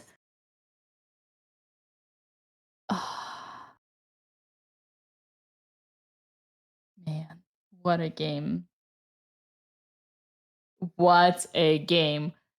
And this is an important moment to announce you that we officially have not just $1,000 but $2,500 for the giveaway today. 4 potential winners today. Thanks to Andrea Botez, who has just won her game and scored the point against a high opponent. That's the way to go. That's the way to go. We are so proud. And ladies and gentlemen, official announcement. Andrea Botez has just crossed 1900 again in FIDE for the first time ever. Live rating. We still need to secure that tomorrow, but even a draw would be more than enough. Boy, what a day in the office. Do participate in the raffle. Before it's too late, if you haven't yet, fill in the Google Doc form, use the command raffle, sign up with the email address in the Google Doc, the same email address you use for your official Coinbase account. At the very least, claim your first $20 off using the code BOTEZ20 for your first trade. Man, life is beautiful in the kingdom of Botez. Another massive giveaway today from Coinbase. Thank you, Andrea, on that.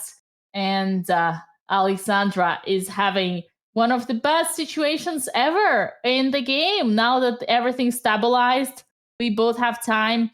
You know, even if Alexandra didn't need time, it is really great that her opponent got time because she also got time and she knows that rushing won't help. He has time. So that will automatically slow Alexandra down, which is great for us, right, Hammer? Yeah. No, I'm liking the situation. I think she has good chances of activating her pieces. She's gonna get the knight to f6. She might get the rook on the 7th rank. She's gonna try to bring her king up. Black is generally very passive, and I believe that this advantage Alexandra has is a lot greater in practical play than what the computer seems to suggest right now. I think in practical play, Black is in big trouble, yeah, liking Alexandra's chances here. We're just Man. recropping the times to make sure that we have the clocks right. If Alexandra wins this game, Dina, she will be at 1999.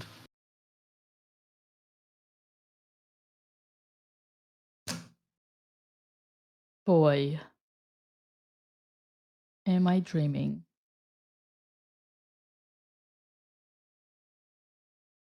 What is going on here?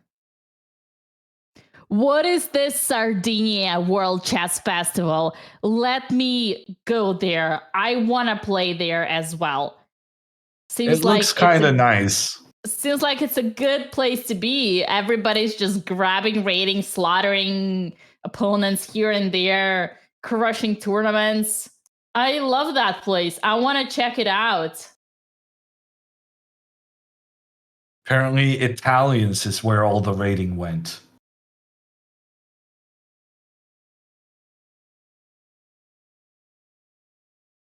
Alexandra is having extremely comfortable situation here. Her opponent is gonna go down on clock. Alexandra is thinking now she's gonna capitalize slowly. She's a pawn up. She can torture her opponent in all the ways possible.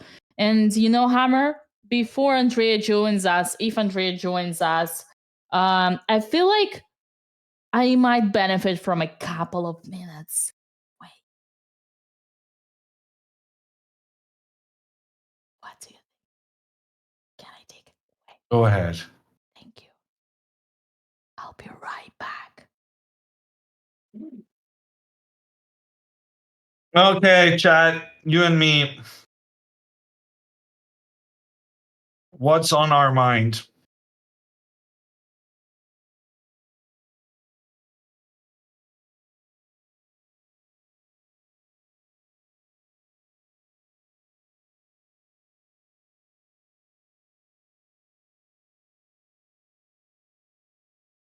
Pizza? Several people actually saying pizza. Wow. This is the problem with the big Twitch chats. You can never be original. Someone's always going to make the same joke as you did. Pizza with cheese. Yeah. My sister sent me a message yesterday after I'd posted my salad, and she was like, "What is with these weirdos praising your salad? Do they know that you don't eat dressing? And that this salad is just like the driest thing on earth?" And yeah.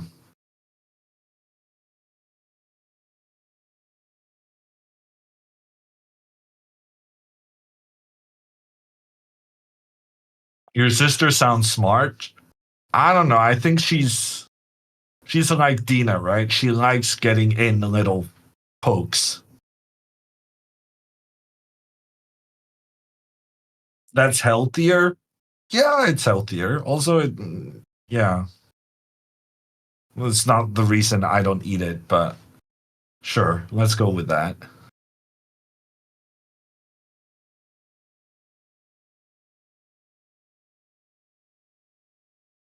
Today I learned Hammer doesn't enjoy food. I mean, I have a higher tolerance for, yeah, certain things.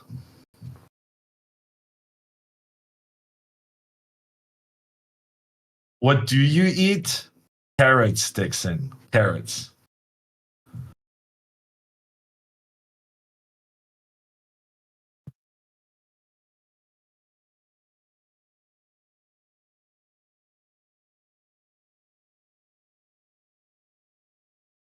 Hammer likes simplicity. Yes. Straightforward ingredients only. No need for the fancy stuff. Parrots? I don't know. Probably tastes like chicken. Carrots and parrots. Or parrots with carrots. Something tells me I'm not going to be invited to LA anymore.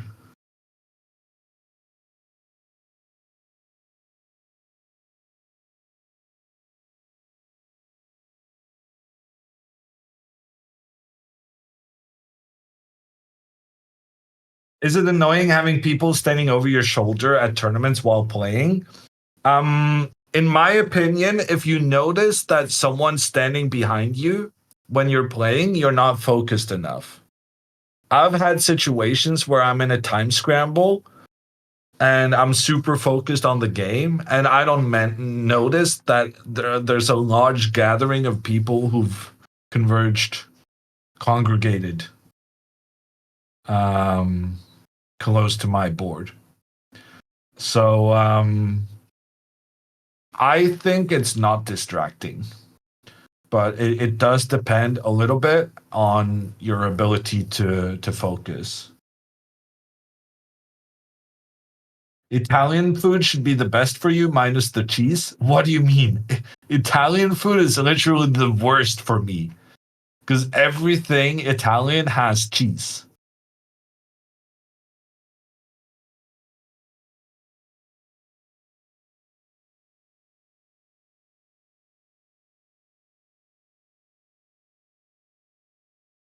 Asian food, yes. Now you're onto something epic.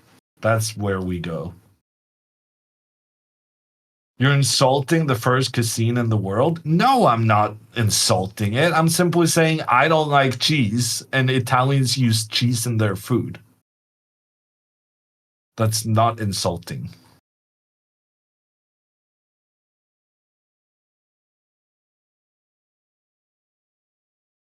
Thai food is great.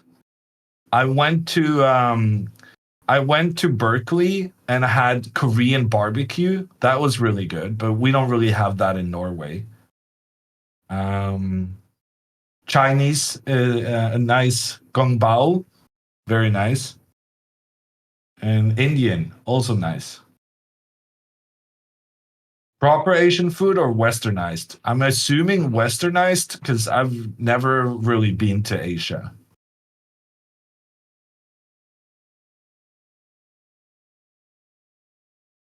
I spent 2 weeks in Chennai for the Chess Olympiad, and that was like food culture shock. Food is definitely a real thing. So for me in Chennai, the big thing I struggled with for that chess tournament was that all the chicken, it wasn't chicken fillet. It was like chicken with tons of bones and stuff, and you had to kind of work your way through the meat. And that is the kind of luxury I didn't realize that I was very accustomed to. And I was struggling to find the meaty pieces of the food. So a leg? No, I don't think you realize how much. Even a chicken leg has had a lot of work done.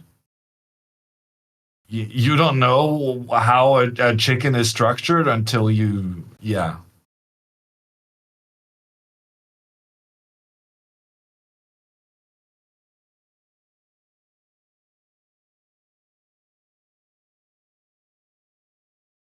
Bone has more flavor. I mean, and even if it didn't have more flavor, I can tell you that the Indian chicken, sorry, the Indian kitchen has plenty of spices that my Nordic tongue was not necessarily ready for in a chess competition environment.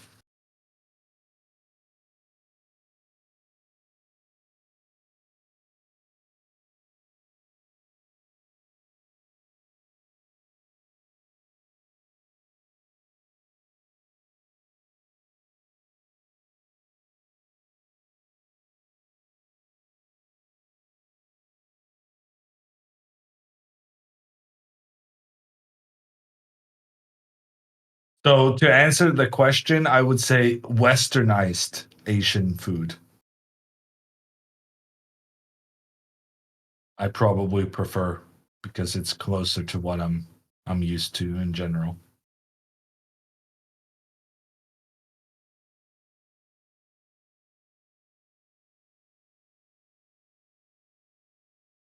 Norway does not have Chick-fil-A, but we have something similar, I think. We have something that's called, I forget what it's called. King G4 played by Alexandra. Her opponent is now. So he wanted to put the knight on f5 to have the knight on a good square. But then Alexandra very rightly kicked the knight out of there. And now black is going to have to go back to the defensive maneuver that was having the knight put pressure on the pawn.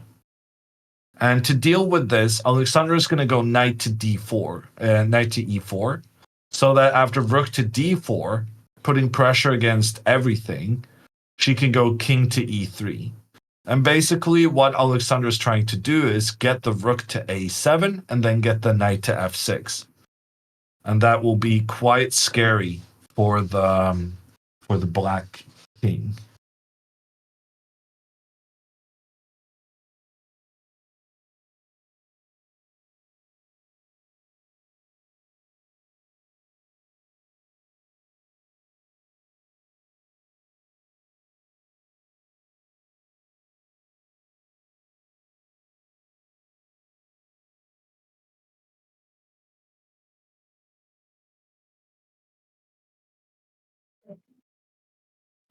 Now I'm kind of wishing I had a break as well.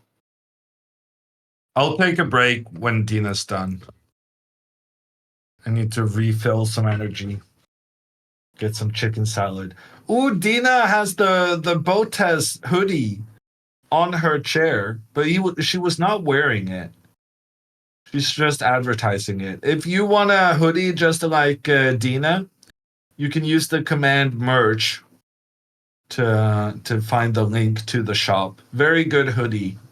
It has some extra kind of it's not like padding, but extra warmness inside. So it's very good for Norway.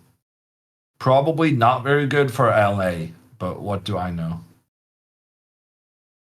Have you been in West London? Yes, I've played quite a few tournaments in West London.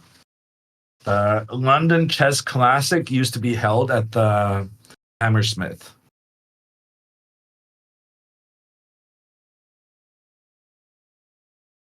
So I shouldn't get it. I mean, Joe, I guess what Norwegians don't realize is that the US has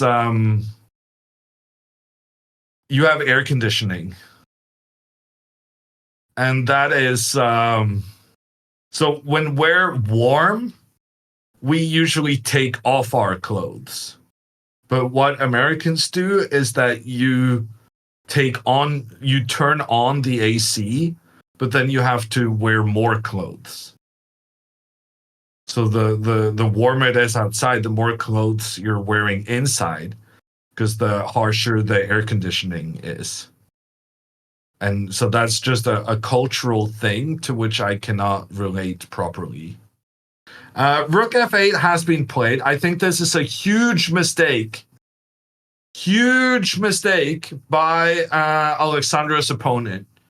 Because we can block this rook by putting our knight on the f6 square. So this means if the knight now gets to f6, that's game over. Alexandra wins the game. So naturally, I'm very tempted to go knight to e4 now, going for that square. The only move that can really keep black alive is pawn to h5. Because now the king has to move away from the protection of the pawn. We move the king up. The knight comes in, check on the king, attacking the pawn. And computer says we do not capture the black pawn, even though that looks natural. Instead, we should go king to h6 with the intention of going rook takes, then check, king moves, takes, no, check, check, and then takes. And now we're threatening checkmate here, and we're threatening checkmate here. And the rook cannot give a check because we have this square under control from the knight. Very tricky, very tricky. But knight to e4 now. And if she finds this king h6 move, it's over. Then she wins. Let me check how the other games in the group is going. So Alessia won her game. And Dejan Dimitrov has beaten Ganta. So that means 2 players chasing Alexandra has won their games. Dejan Dimitrov is the player who beat Andrea, crushed Andrea. But that means if Alexandra wins her game, she'll only have 2 people a point behind her instead of 5, which is currently the case. And she's going to face either Alessia or Dimitrov in the final round. And I would say it's more likely she plays against Dimitrov, actually. And she's going to get the white pieces.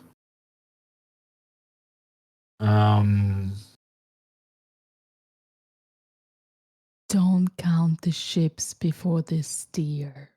Yeah, no. She's going to get the white pieces in the final round. No, she's going to get the black pieces. Sorry.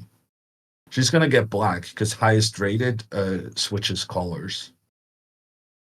Maybe she'll get black against Dimitrov, actually. She can avenge her sister's loss in the final round, Dina.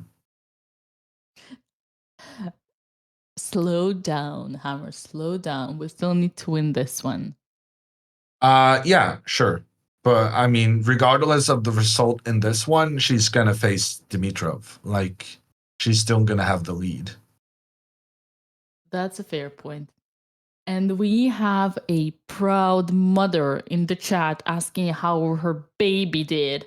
And the baby smashed her opponent like Hikaru's subscribers smash his subscriber button. Hammer, I heard you were dreaming about your chicken sandwich salad. Sorry, I think it's time. Yeah, I'm gonna take a break. But FYI, Dina, knight to e4 now. I think she's winning. Because the rook has made a mistake attacking the white pawn from this side, because here the white knight can interrupt the rook by getting to the f6 square. And we analyzed pawn to h5, where black manages to get rid of one of these white pawns. But in this position, king to h6 is a winning move. So that's what we have analyzed. Oh no. Oh no. Oh, this would be epic. This would be huge. And chat is just you and me while Hammer is taking on his chicken salad. I cannot believe he's eating same salad, same day. He posted a picture of that chicken salad on his Instagram. Have you seen that one? Have you commented? All right, so Alexandra here in a huge thought, which is great because she has to play knight e4 and she's thinking of, well, this is okay. Let's see what she's thinking of. What are her alternatives?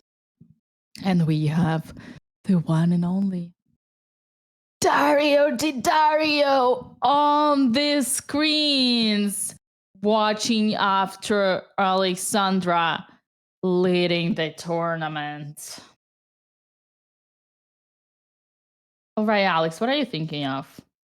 Just for the record, what are your alternatives? Why not this? You're calculating this, this. Oh, this is what she's calculating. And she does it! She does it! She plays knight to e4. Congratulations, Alexandra. That's the winning move! You found it. Let's go!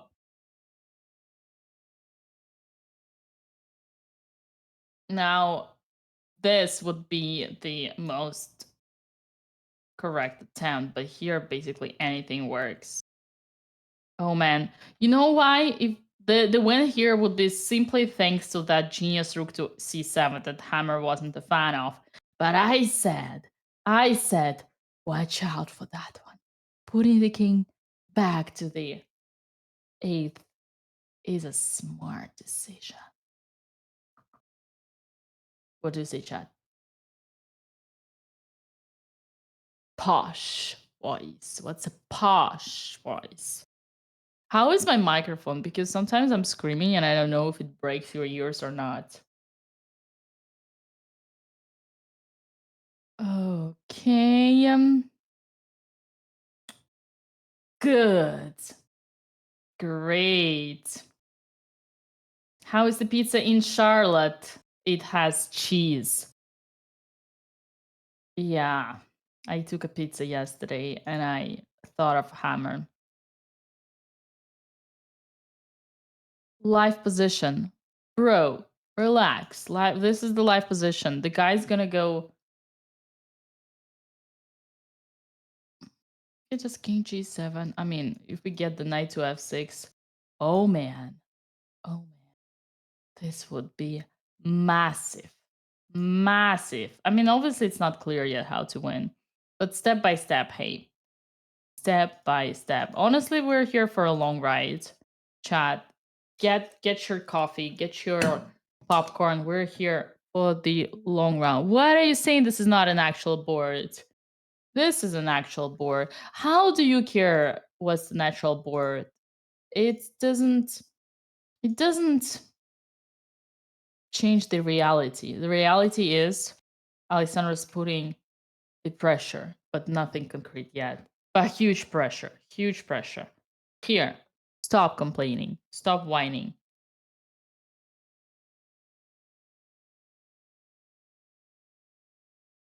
H6 is the correct move? You think so?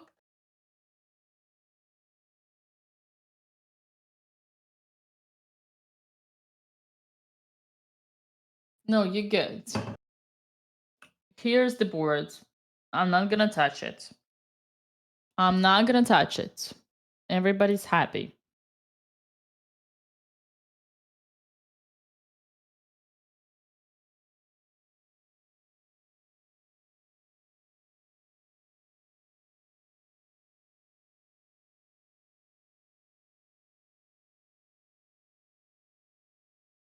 Still not touching.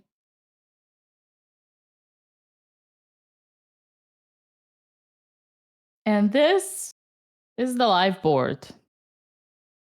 Alexandra has her knight on e4.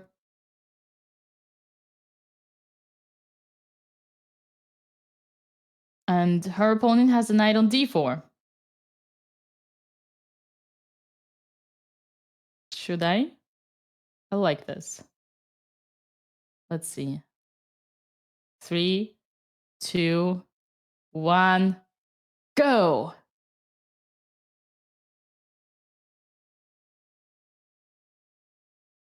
I don't see.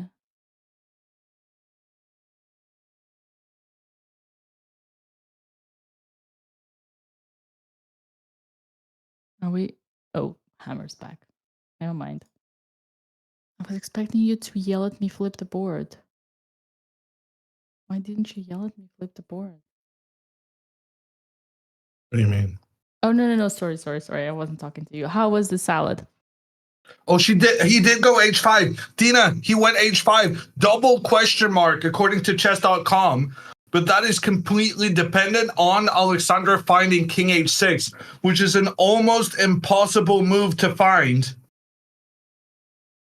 Alexandra now has a winning position, but she needs to find king to h6. And she does king g5 right away. Oh my gosh, she calculated all that. Zero hesitation. But now take your time. Take your time. Please take your time. No, she's about to move. I can see on the screen she's about to make her move already. Take your time. Get your thinking pose. You have 25 minutes. Do not know.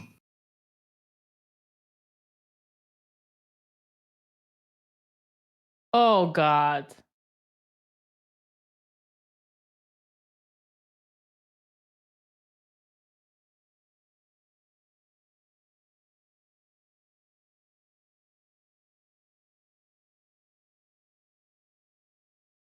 Hammer, we're still winning.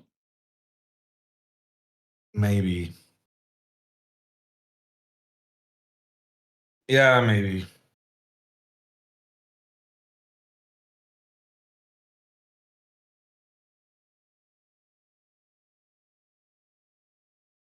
We're still fine. How easy was this to understand? Knight takes. Rook a7. King g5, correct move. Hammer, she makes the first line. Give your students some credit. King g5 is the correct move? I mean, both are good, but this is Now better. he can just give checks to win the... he cannot win the pawn. Check, and then if king moves, then check, attacking both the king and the rook. Okay, that's kind of important. It's important that Alexandra keep as many pawns as possible on the board. So it's very important that he doesn't have a clear path to getting rid of this e5 pawn for Alexandra. Still not as good as it could have been, but it's still very, very good. The only thing we gotta watch out for, Dina, is if this black king manages to activate itself to attack the pawn in the center. That is my major concern right now. But right now, king f7 is not going to be a move because then the king is blocking the path between the rook and the knight, allowing Alexandra to capture the knight.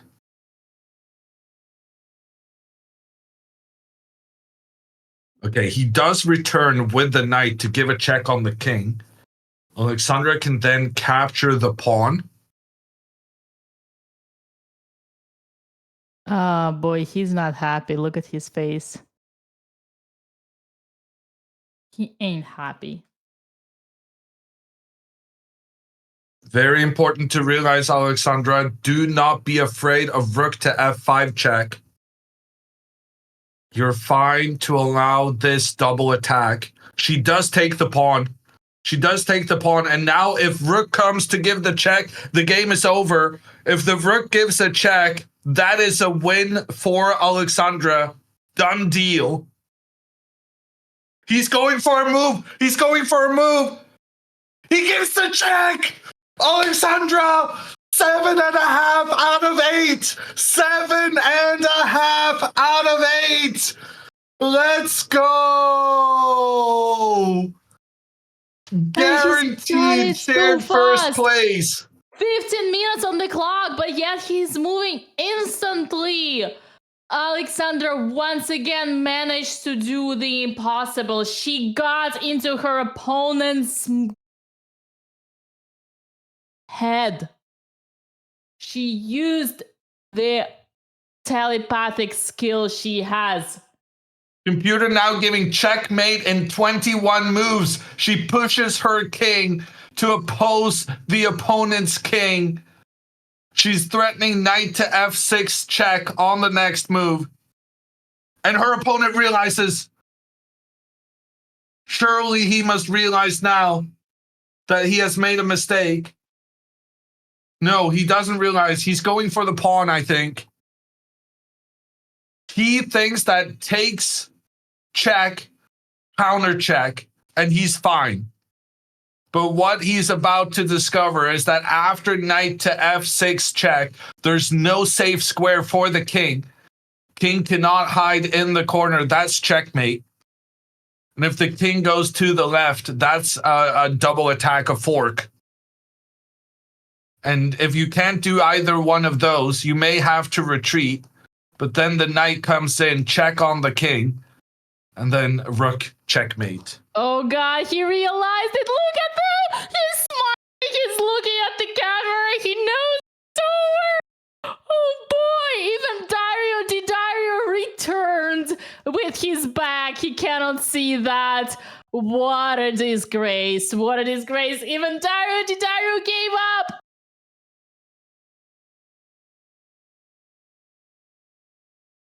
And Alexandra is officially bored. No, she is not bored. Let me assure you. Her heart is beating so fast right now. So fast. Beating out of her mind. She's looking up at her opponent. She's realizing, kind of at the same time as he's realizing, I think, that this is over. Yeah, she's looking up at him, trying to get some clues. And she can see a distraught opponent here. Oh boy. Man, who knows, maybe after this game, Alexandra will finally believe in endgames. And I told you, Hammer, I told you that. Going to the endgame was a correct decision because she has more class in those, and she did. Her opponent completely collapsed in the endgame. Yeah, but it was helped by her having the extra pawn. It's all connected, of course. Yeah, but how did she get the extra pawn? Because the opponent completely misplayed. Yeah. He was very low on time, though. So it's kind of like, I'm going to be critiquing her for her time usage, but then at the same time, him being low on time contributed to the win, which is not really encouraging Alexandra to get into better habits.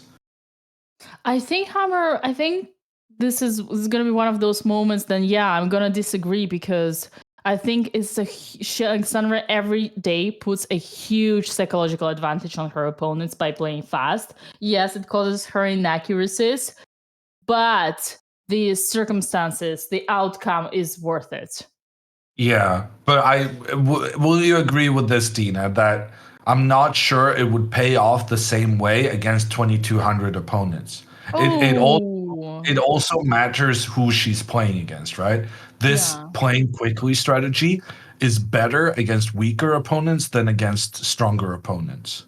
Yeah, And if yeah, but she wants to get to 2,200, I'm not saying that's a goal for her, but if she wants like a regular spot for the Canadian Olympiad team and not be nervous about whether other people will say no or not, then she needs to raise her rating, and that means also having even higher demands speaking of from her Hammer, coach. both as I are gaining huge amount of rating. But would that mean that Andrea crossing 1900 could be qualified for the board 5 as well?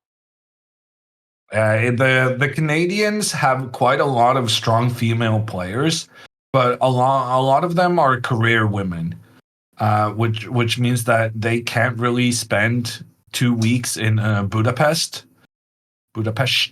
um, just like that. Which means that Andrea definitely has a shot, but she needs other people to say no for her to get her debut in the world team championship, which is the chess Olympiad. Also known as the Chess Olympiad. Man, Andrea Botes, the Olympian of chess. Who would have guessed?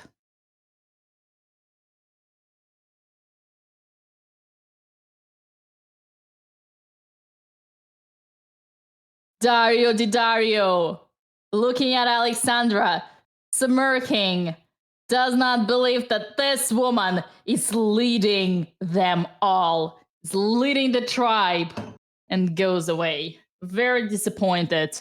Was he rooting against?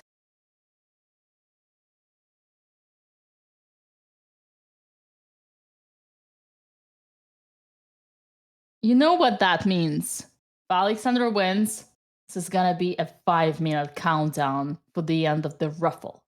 And you know that today we have $2,500 the giveaway. Thanks to Andrea Botes, who already guaranteed 3 extra prizes. We think that her.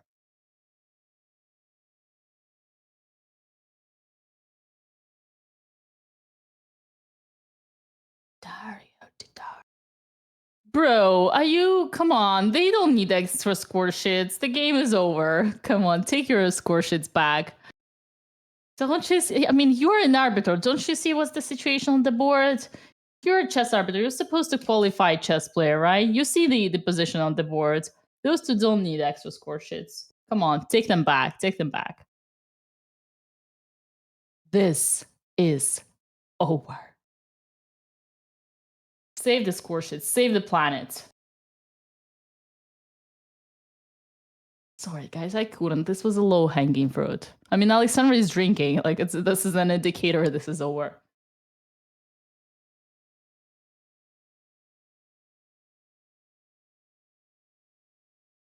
A hammer is like, come on. I think she sees the checkmate on e8, which is my only kind of concern. So if rook to f1, then Alexandra can go check on the king, and then check on the king again, and then check here. Oh, to be fair, there's also no. So just as long as you see that this is checkmate with the king and knight contributing around, then there's just nothing to be concerned about. And Alexandra with 7.5 points out of 8, it's just an incredible score, Dina. And it means that she's guaranteed to be on the same amount of points as the winner. And it also means that if she makes a draw tomorrow, she will have won the tournament no matter what in the other games. Boy! And if she gets to play against Dejan Dimitrov, there might be a scenario in which a draw would also put Alexandra over over 2,000. Because Dimitrov is 30 points higher rated. And if she gains 0.5 from that, it would put her above 2,000.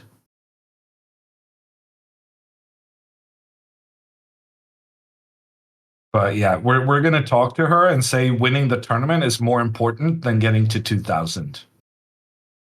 She's not gonna listen, but we're gonna make sure to mention it. 16,000 people on Twitch are watching Alexandra Botez crushing the tournament and leading with 7.5 out of 8. What a phenomenal result. And in the meantime, over 8,000 people are watching us on YouTube. We're also streaming to X and Instagram on BotezLive. And this is an important moment for us to announce that we are going back to weekly community events, arenas, tournaments, and more. So do not hesitate to check out and join our chess.com BotezLive fan club. You guys do want to be a part of this one because there's going to be lots of action happening soon. YouTube, we see you, we hear you. Don't you worry, guys. You are with us. With this beautiful ride of the Botez sisters.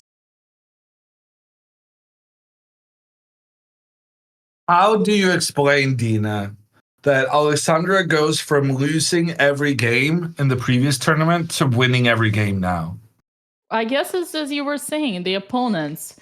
The opponents were higher rated. And here they're just, but I also think that she's probably in that previous tournament. I mean, I remember Alexandra was on the call with us, and she said there are two types of Alexandra: the tilted Alexandra, who throws all, puts all her business back, and the unstoppable Alexandra. I think she just got in the zone. I think that's it. She's in the zone, and even when she plays fast, even when she does imperfections, her opponents always let it slide. Always let her slide with it, and she manages to find her way. And I think she has, frankly speaking, I think she's a telepath, because for all those stupid mistakes that she has done so far in this tournament, stupid moves, her opponents would do just the same. How many times would we see Alexandra putting the rook in front of the opponent, then opponent doing the same? Here, was it necessary to push h5? No, but he did it. And look, now she's staring at him, and she just smells. She smells the heat. She smells the little medium well cilantro filet mignon. You want me to save you, Dina? Sure. Let's just ignore everything Dina just said, chat, and instead focus on Alexandra, 7.5 points out of 8. If I look at the standings and look at the tiebreak scores of her closest opponents, Dejan, someone said that I was pronouncing it wrong. Dejan Dimitrov. He has a terrible tiebreak score. He will not have a chance to be first place, even if he beats Alexandra in the final round. So the only problem is the 14-year-old, Alessia Natoli. She is the biggest competitor. And actually, Dina, the fact that Andrea beat a 1900 rated player today, that is incredible news for Alexandra, because the tiebreak score is calculated based on how your opponents do in the tournament. And since Alexandra has played against Andrea, it is very good for Alexandra's chances of winning this tournament on tiebreaks that Andrea manages to win her games as well. Andrea can participate in helping Alexandra win the tournament, even if Alexandra loses tomorrow. This is the only thing. Like, now we're doing calculations whether Alexandra has won the tournament now, no matter what. But if Alexandra makes a draw tomorrow, it's a done deal. But she may finish first, even if she loses tomorrow, and Andrea can be a part of that. Bro, I think we are witnessing a historical moment. Historical moment in the history of BotezLive. We came back to the competition, Hammer. We came back to the OTB after 5 years. He does knight d4. And now knight to f6, or actually rook a8 is immediate checkmate. It's a mate in 3. Rook a8, rook f8, knight f6, king h8, rook f8, checkmate. And she's doing it. It's Jover. It's over. Dario not impressed. Smile on Dario's face. He resigns. Alexandra Botez is the winner. She is guaranteed shared first place in the tournament. The same amount of scores as the winners, but if she makes a draw tomorrow, she will have won the tournament outright. If she wins tomorrow, she will be rated above 2,000 yet again. And what a success. What a game. What a player. What a domination. Once again, Alexandra manages to get into her opponent's head, pushes them, puts extreme pressure on each and one of them on time, and makes them crack. And we are starting the 5-minute countdown for the Ruffle giveaway.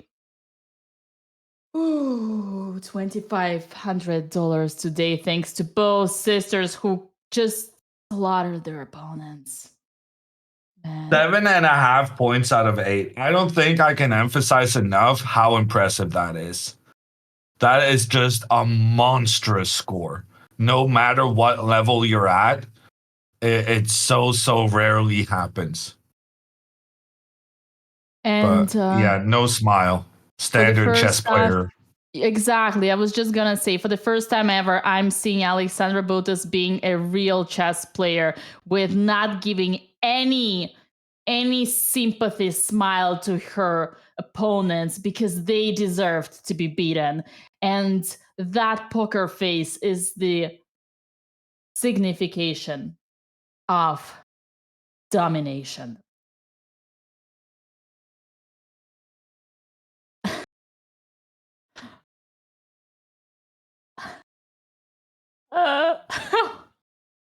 What, Hammer? Is your French really worse than your English?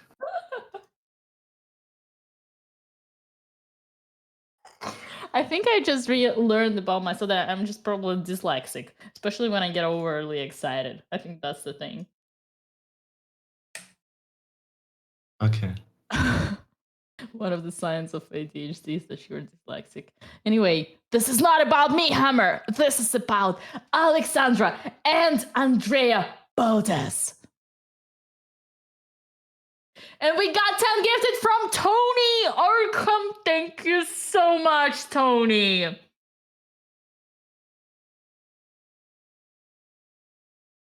Ooh. 3 minutes remaining.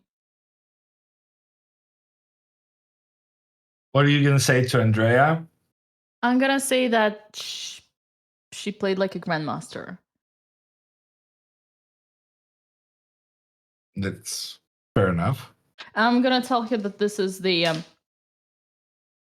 her highest ever win with black pieces. Someone in chat said that, Dina. Like, well, I that's didn't what I'm fact gonna check say. it. I think chatter. This is exactly what I'm gonna say. You think all these people here there to watch? No, they're to help the hosts. Yeah. No, but I do think it's accurate. It was Nick Simon who said it, and he's very reliable. There are some reliable chatters. I know it sounds incredible, but There are some of you I trust more than others. And 2 minutes left for the giveaway. What a beautiful day in the office. Oh my lands. Alexandra has guaranteed herself a share of first place. I'm checking the official website on the current standings, and on the standings from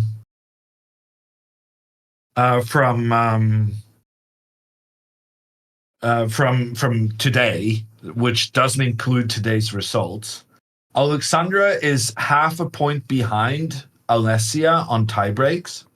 But the thing is, Alessia has 1 point less. So for Alexandra to get, Alexandra will get 1 extra tiebreak point if she loses tomorrow, because then her final round opponent will get 1 point, whereas Alessia needs to win, so her opponent will get 0. So already now, Alexandra is ahead on tiebreaks. And the fact that Alexandra played Andrea, who won her game, that's very good. But it might also depend on some of the other players further down. But we could have a situation where Andrea winning the final round could impact Alexandra's placement in the tournament. But all of this is like an emergency solution. Because if Alexandra draws or wins tomorrow, which seems fairly likely given how she's played so far, then she is the champion of this Sardinia Chess Festival. Champion! That's our champion! 30 seconds left for the end of today's giveaway. Hurry up! Before it's too late, we're gonna know the winners very soon. Man, what a day in the office. Not one, but double win. And I have just been informed that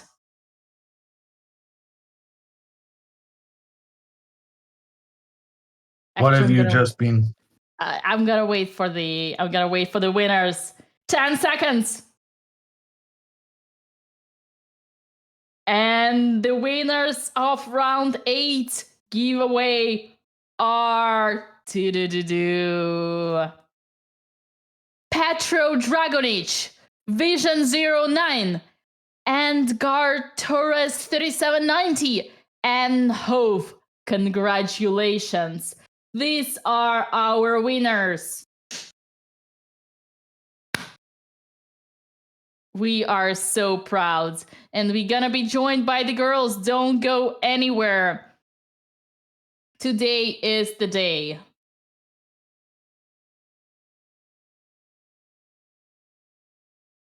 And the girls coming in 3, 2, 1. I mean, you've tried that a couple of times now, Dina. I gotta say, I'm impressed with that you still have faith in it, but at some point you gotta give it up. Okay. You're not gonna hit it. No, I just wanted to troll chat. All right. What a day. What a day. Don't go anywhere. Chatters, we have amazing champions join us.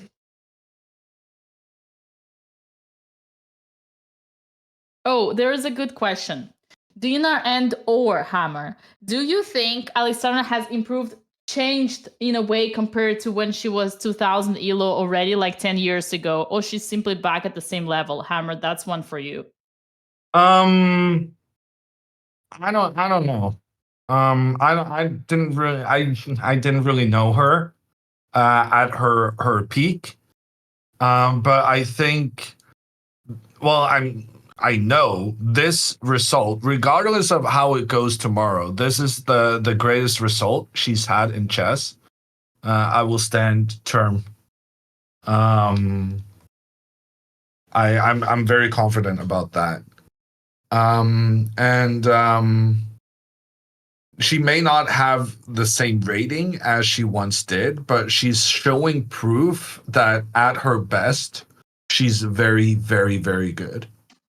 And then it becomes a matter of keeping that consistency and keeping the good performances coming tournament after tournament. And maybe in particular, her next challenge is going to be being able to perform like this, even when she's playing higher rated opponents. Because, like you said, based on what Alexandra said previously, she benefits from being in the zone. And when you're playing a open tournament where if you win 2 games in a row, you play at 2300, it's more difficult to get in the zone because you at some point just face too strong of an opponent. And that kind of breaks your flow in the tournament. And so the next challenge becomes to consistently perform well and not get tilted by losses in stronger tournaments. Nice. Nicely said. Speaking of tournaments, after this result, they have to go to Norway. You think so?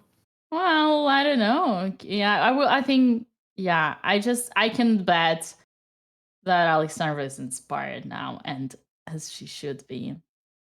She's gonna join us in a minute. Don't go anywhere.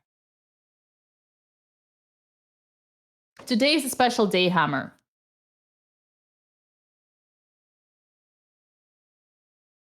That is the kind of sentence. When you say today is a special day, then you have to continue. Because I cannot guess what you have in your mind that makes this a special day. You cannot leave me hanging there. Okay. I just received a message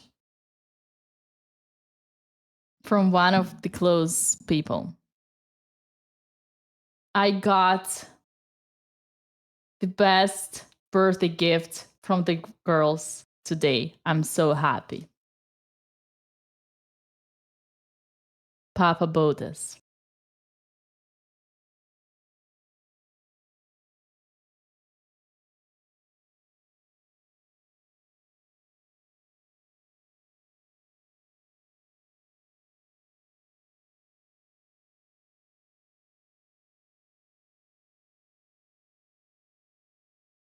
I'll say it again.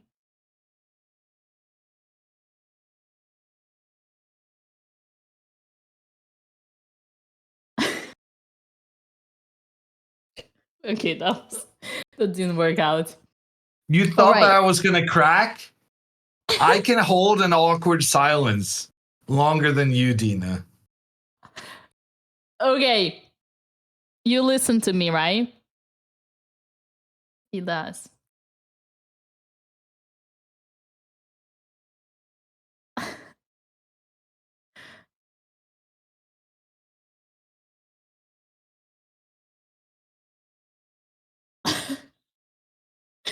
BotezLive, join now before it's too late.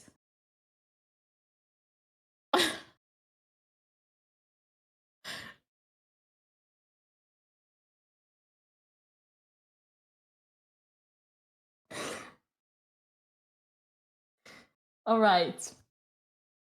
Oh, I can't. Okay, this. Okay.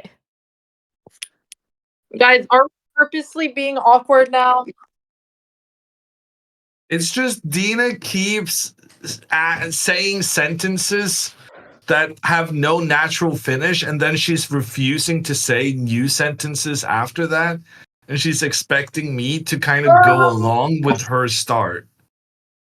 One sec, Andrea's at the door. No, I see it, and it's funny to watch you suffer. Hello. I'm not suffering, she's suffering. I'm completely fine. Okay, my bad.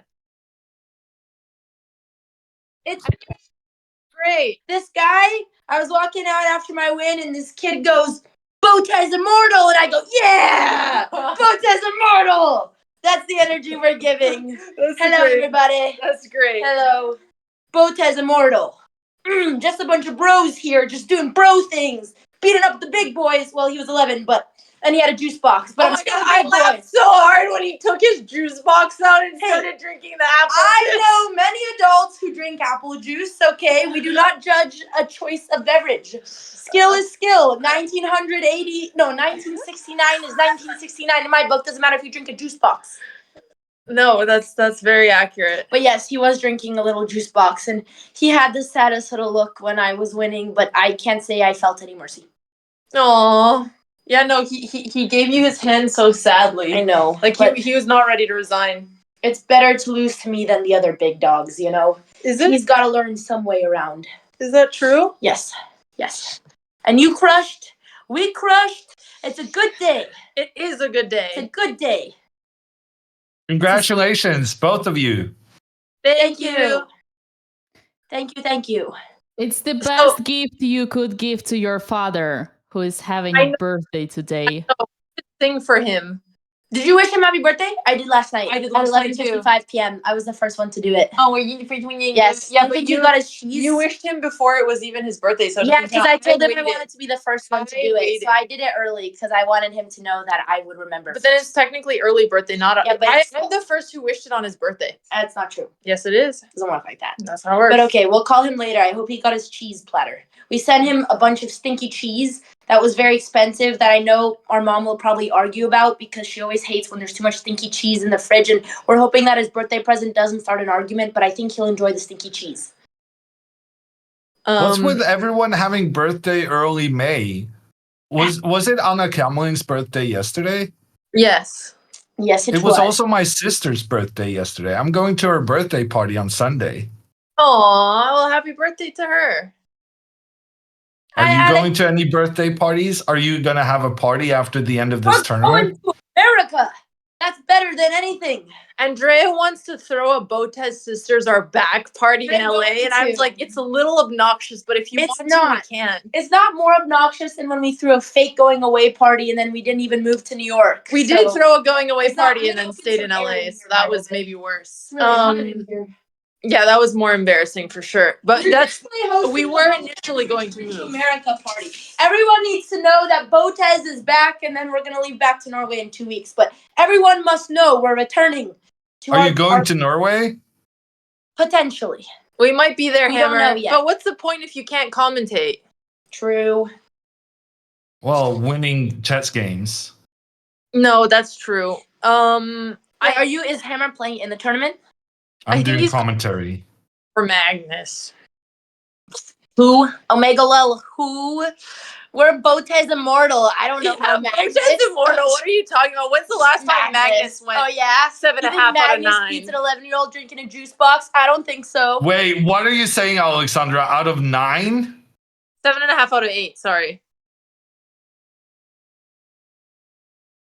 We need to be 8.5 out of 9. Although I still need to I'm not first automatically, right?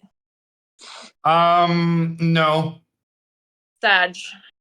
One more Alessia game. might catch you. Dayan is way behind on tie breaks, but Alessia is close. It really helps you that Andrea won her game because Andrea is your tie break. Oh, Wow. True. It could help you if Andrea wins tomorrow too.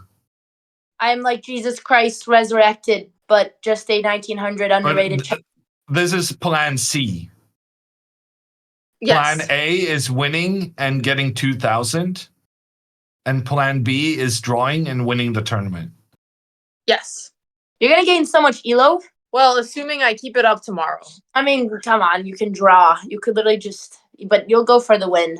Wow. Well, if I play but I'm gonna play Alessia tomorrow, right? No, you're probably getting Dimitrov. Okay. Who is Andrea played him, right? Yeah, he absolutely Oh. destroyed Andrea. He played very, very well. The guy from Bulgaria, yeah, he was quite good. He He was played very- very well. Yeah, Okay. he was a strong lad. Okay, well, He was quite scary. that's intimidating. But I guess I'll do my best against him tomorrow. He played E4, right, Andrea? No. Uh, yeah. yes. I don't think he had any games online also. No, but so- I mean, people who play E4 against Alexandra is like, what are you doing? Game over. French. Yeah, time to avenge me. No, but he was very, very strong. He was quite scary. He was taking it very seriously. But he did give me a magnet at the beginning. That's nice of him. Yeah. It probably cost him his whole penny box allowance. Good one, sister. You took get me him. a while. Wait, he played D4? Oh, never mind. He played D4. I forgot. Oops. Andrea. Oh, yeah. It was the one where I transposed into an E4 position and then lost specifically because it was not an E4 position. Actually, never mind. He plays D4. I forgot. I erased that game out of my memory. Well. Okay. It's okay. We're gonna keep it up. Okay, let's go on a walk. I want to go to the ocean today. We didn't go yesterday. Can we go, sister? Sure. Yes. No one will go with me. Finally. I went Are you early. not going to have some food? After the walk. Yeah, we'll walk and then we'll have some food. Yay, finally. Sea time. Okay. Anything you want to say to chat? I don't know. I think when I played Queen D4, my life would have been a lot easier with Queen D6. That was my bad. Yeah. What is this clip about the King's Indian saying it's just a loss, forced, basically? Was that my game? No, don't watch that. Knight takes E6 was just a big mistake. Oh, really? Yeah, because you can go Queen D6 there, and then you're forcing the Queen trade. Oh, okay. That makes sense. Excuse me, Mr. Hammer. I asked you a question. Whose game was that about? A No, clip? Andrea, I that don't know. was me, but you first time ever you actually played today correct King's Indian and you destroyed your opponent, so that clip should be erased. Okay, I'll take it. The internet never forgets, Dina. I'll You may take think it. we're not listening, but we watch the tapes. Yeah, but the thing is, when you watch the tapes, you get better. Like, look at Andrea. She literally first time ever won a game in King's Indian, and this is her highest win against like rated opponent. Her highest win with black. True, but it's not because I watched any tapes that I also thought I forgot all my theories. So I honestly don't know how I won that, but that's a question to be answered later. Okay. Good luck tomorrow. Morning Okay. round. Bye, Thanks, Dina. Thanks, chat. bye guys. Morning round. Congratulations. So get some sleep. You Yes. tomorrow. Right. Tomorrow. That was anticlimactic. All right, and speaking of tomorrow, it is not tomorrow, it is tonight for some of us. Midnight Pacific, round 9, 3 a.m. Eastern, and 9 a.m. Central European. Make sure you have your clocks on the alarm right. 13 hours and 14 minutes from now. It's going to be a big one. Damn, you calculated that so fast?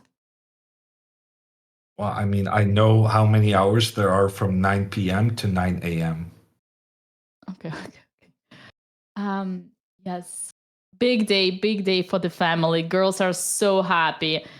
Well, we are heading off to AKA Nemsko with another raid party. Listen, everybody, I cannot believe what happened today. Who would have thought that is such a anticlimax? Round 8, you'd expect drama, tears, nerves, but no, 2-0 for today. Absolutely no suspense for the first place. Truth to I be don't know. told. There's still going to be some suspense. Let's try and finish the tournament on a good note. If both girls can avoid a loss tomorrow, that would count as a massive success, I think. Yeah, no, I'm exaggerating, of course. We need to finish the job, but half a point guarantees Alexandra clear first, and she's already tying for the first, which is simply phenomenal. And Andrea plays her best chess ever, Grandmaster level game, absolutely destroying her opponent in the King's Indian. What a day, what a day. beautiful birthday gift for the proud father, we are heading off, but we'll see you very shortly. Thank you, Hammer. Thank you, chat. Thank you, YouTube. Thank you, Twitch. Thank you, Coinbase. Don't forget to check out BotezLive Club on chess.com. Bye. Bye. Bye. See you tomorrow morning.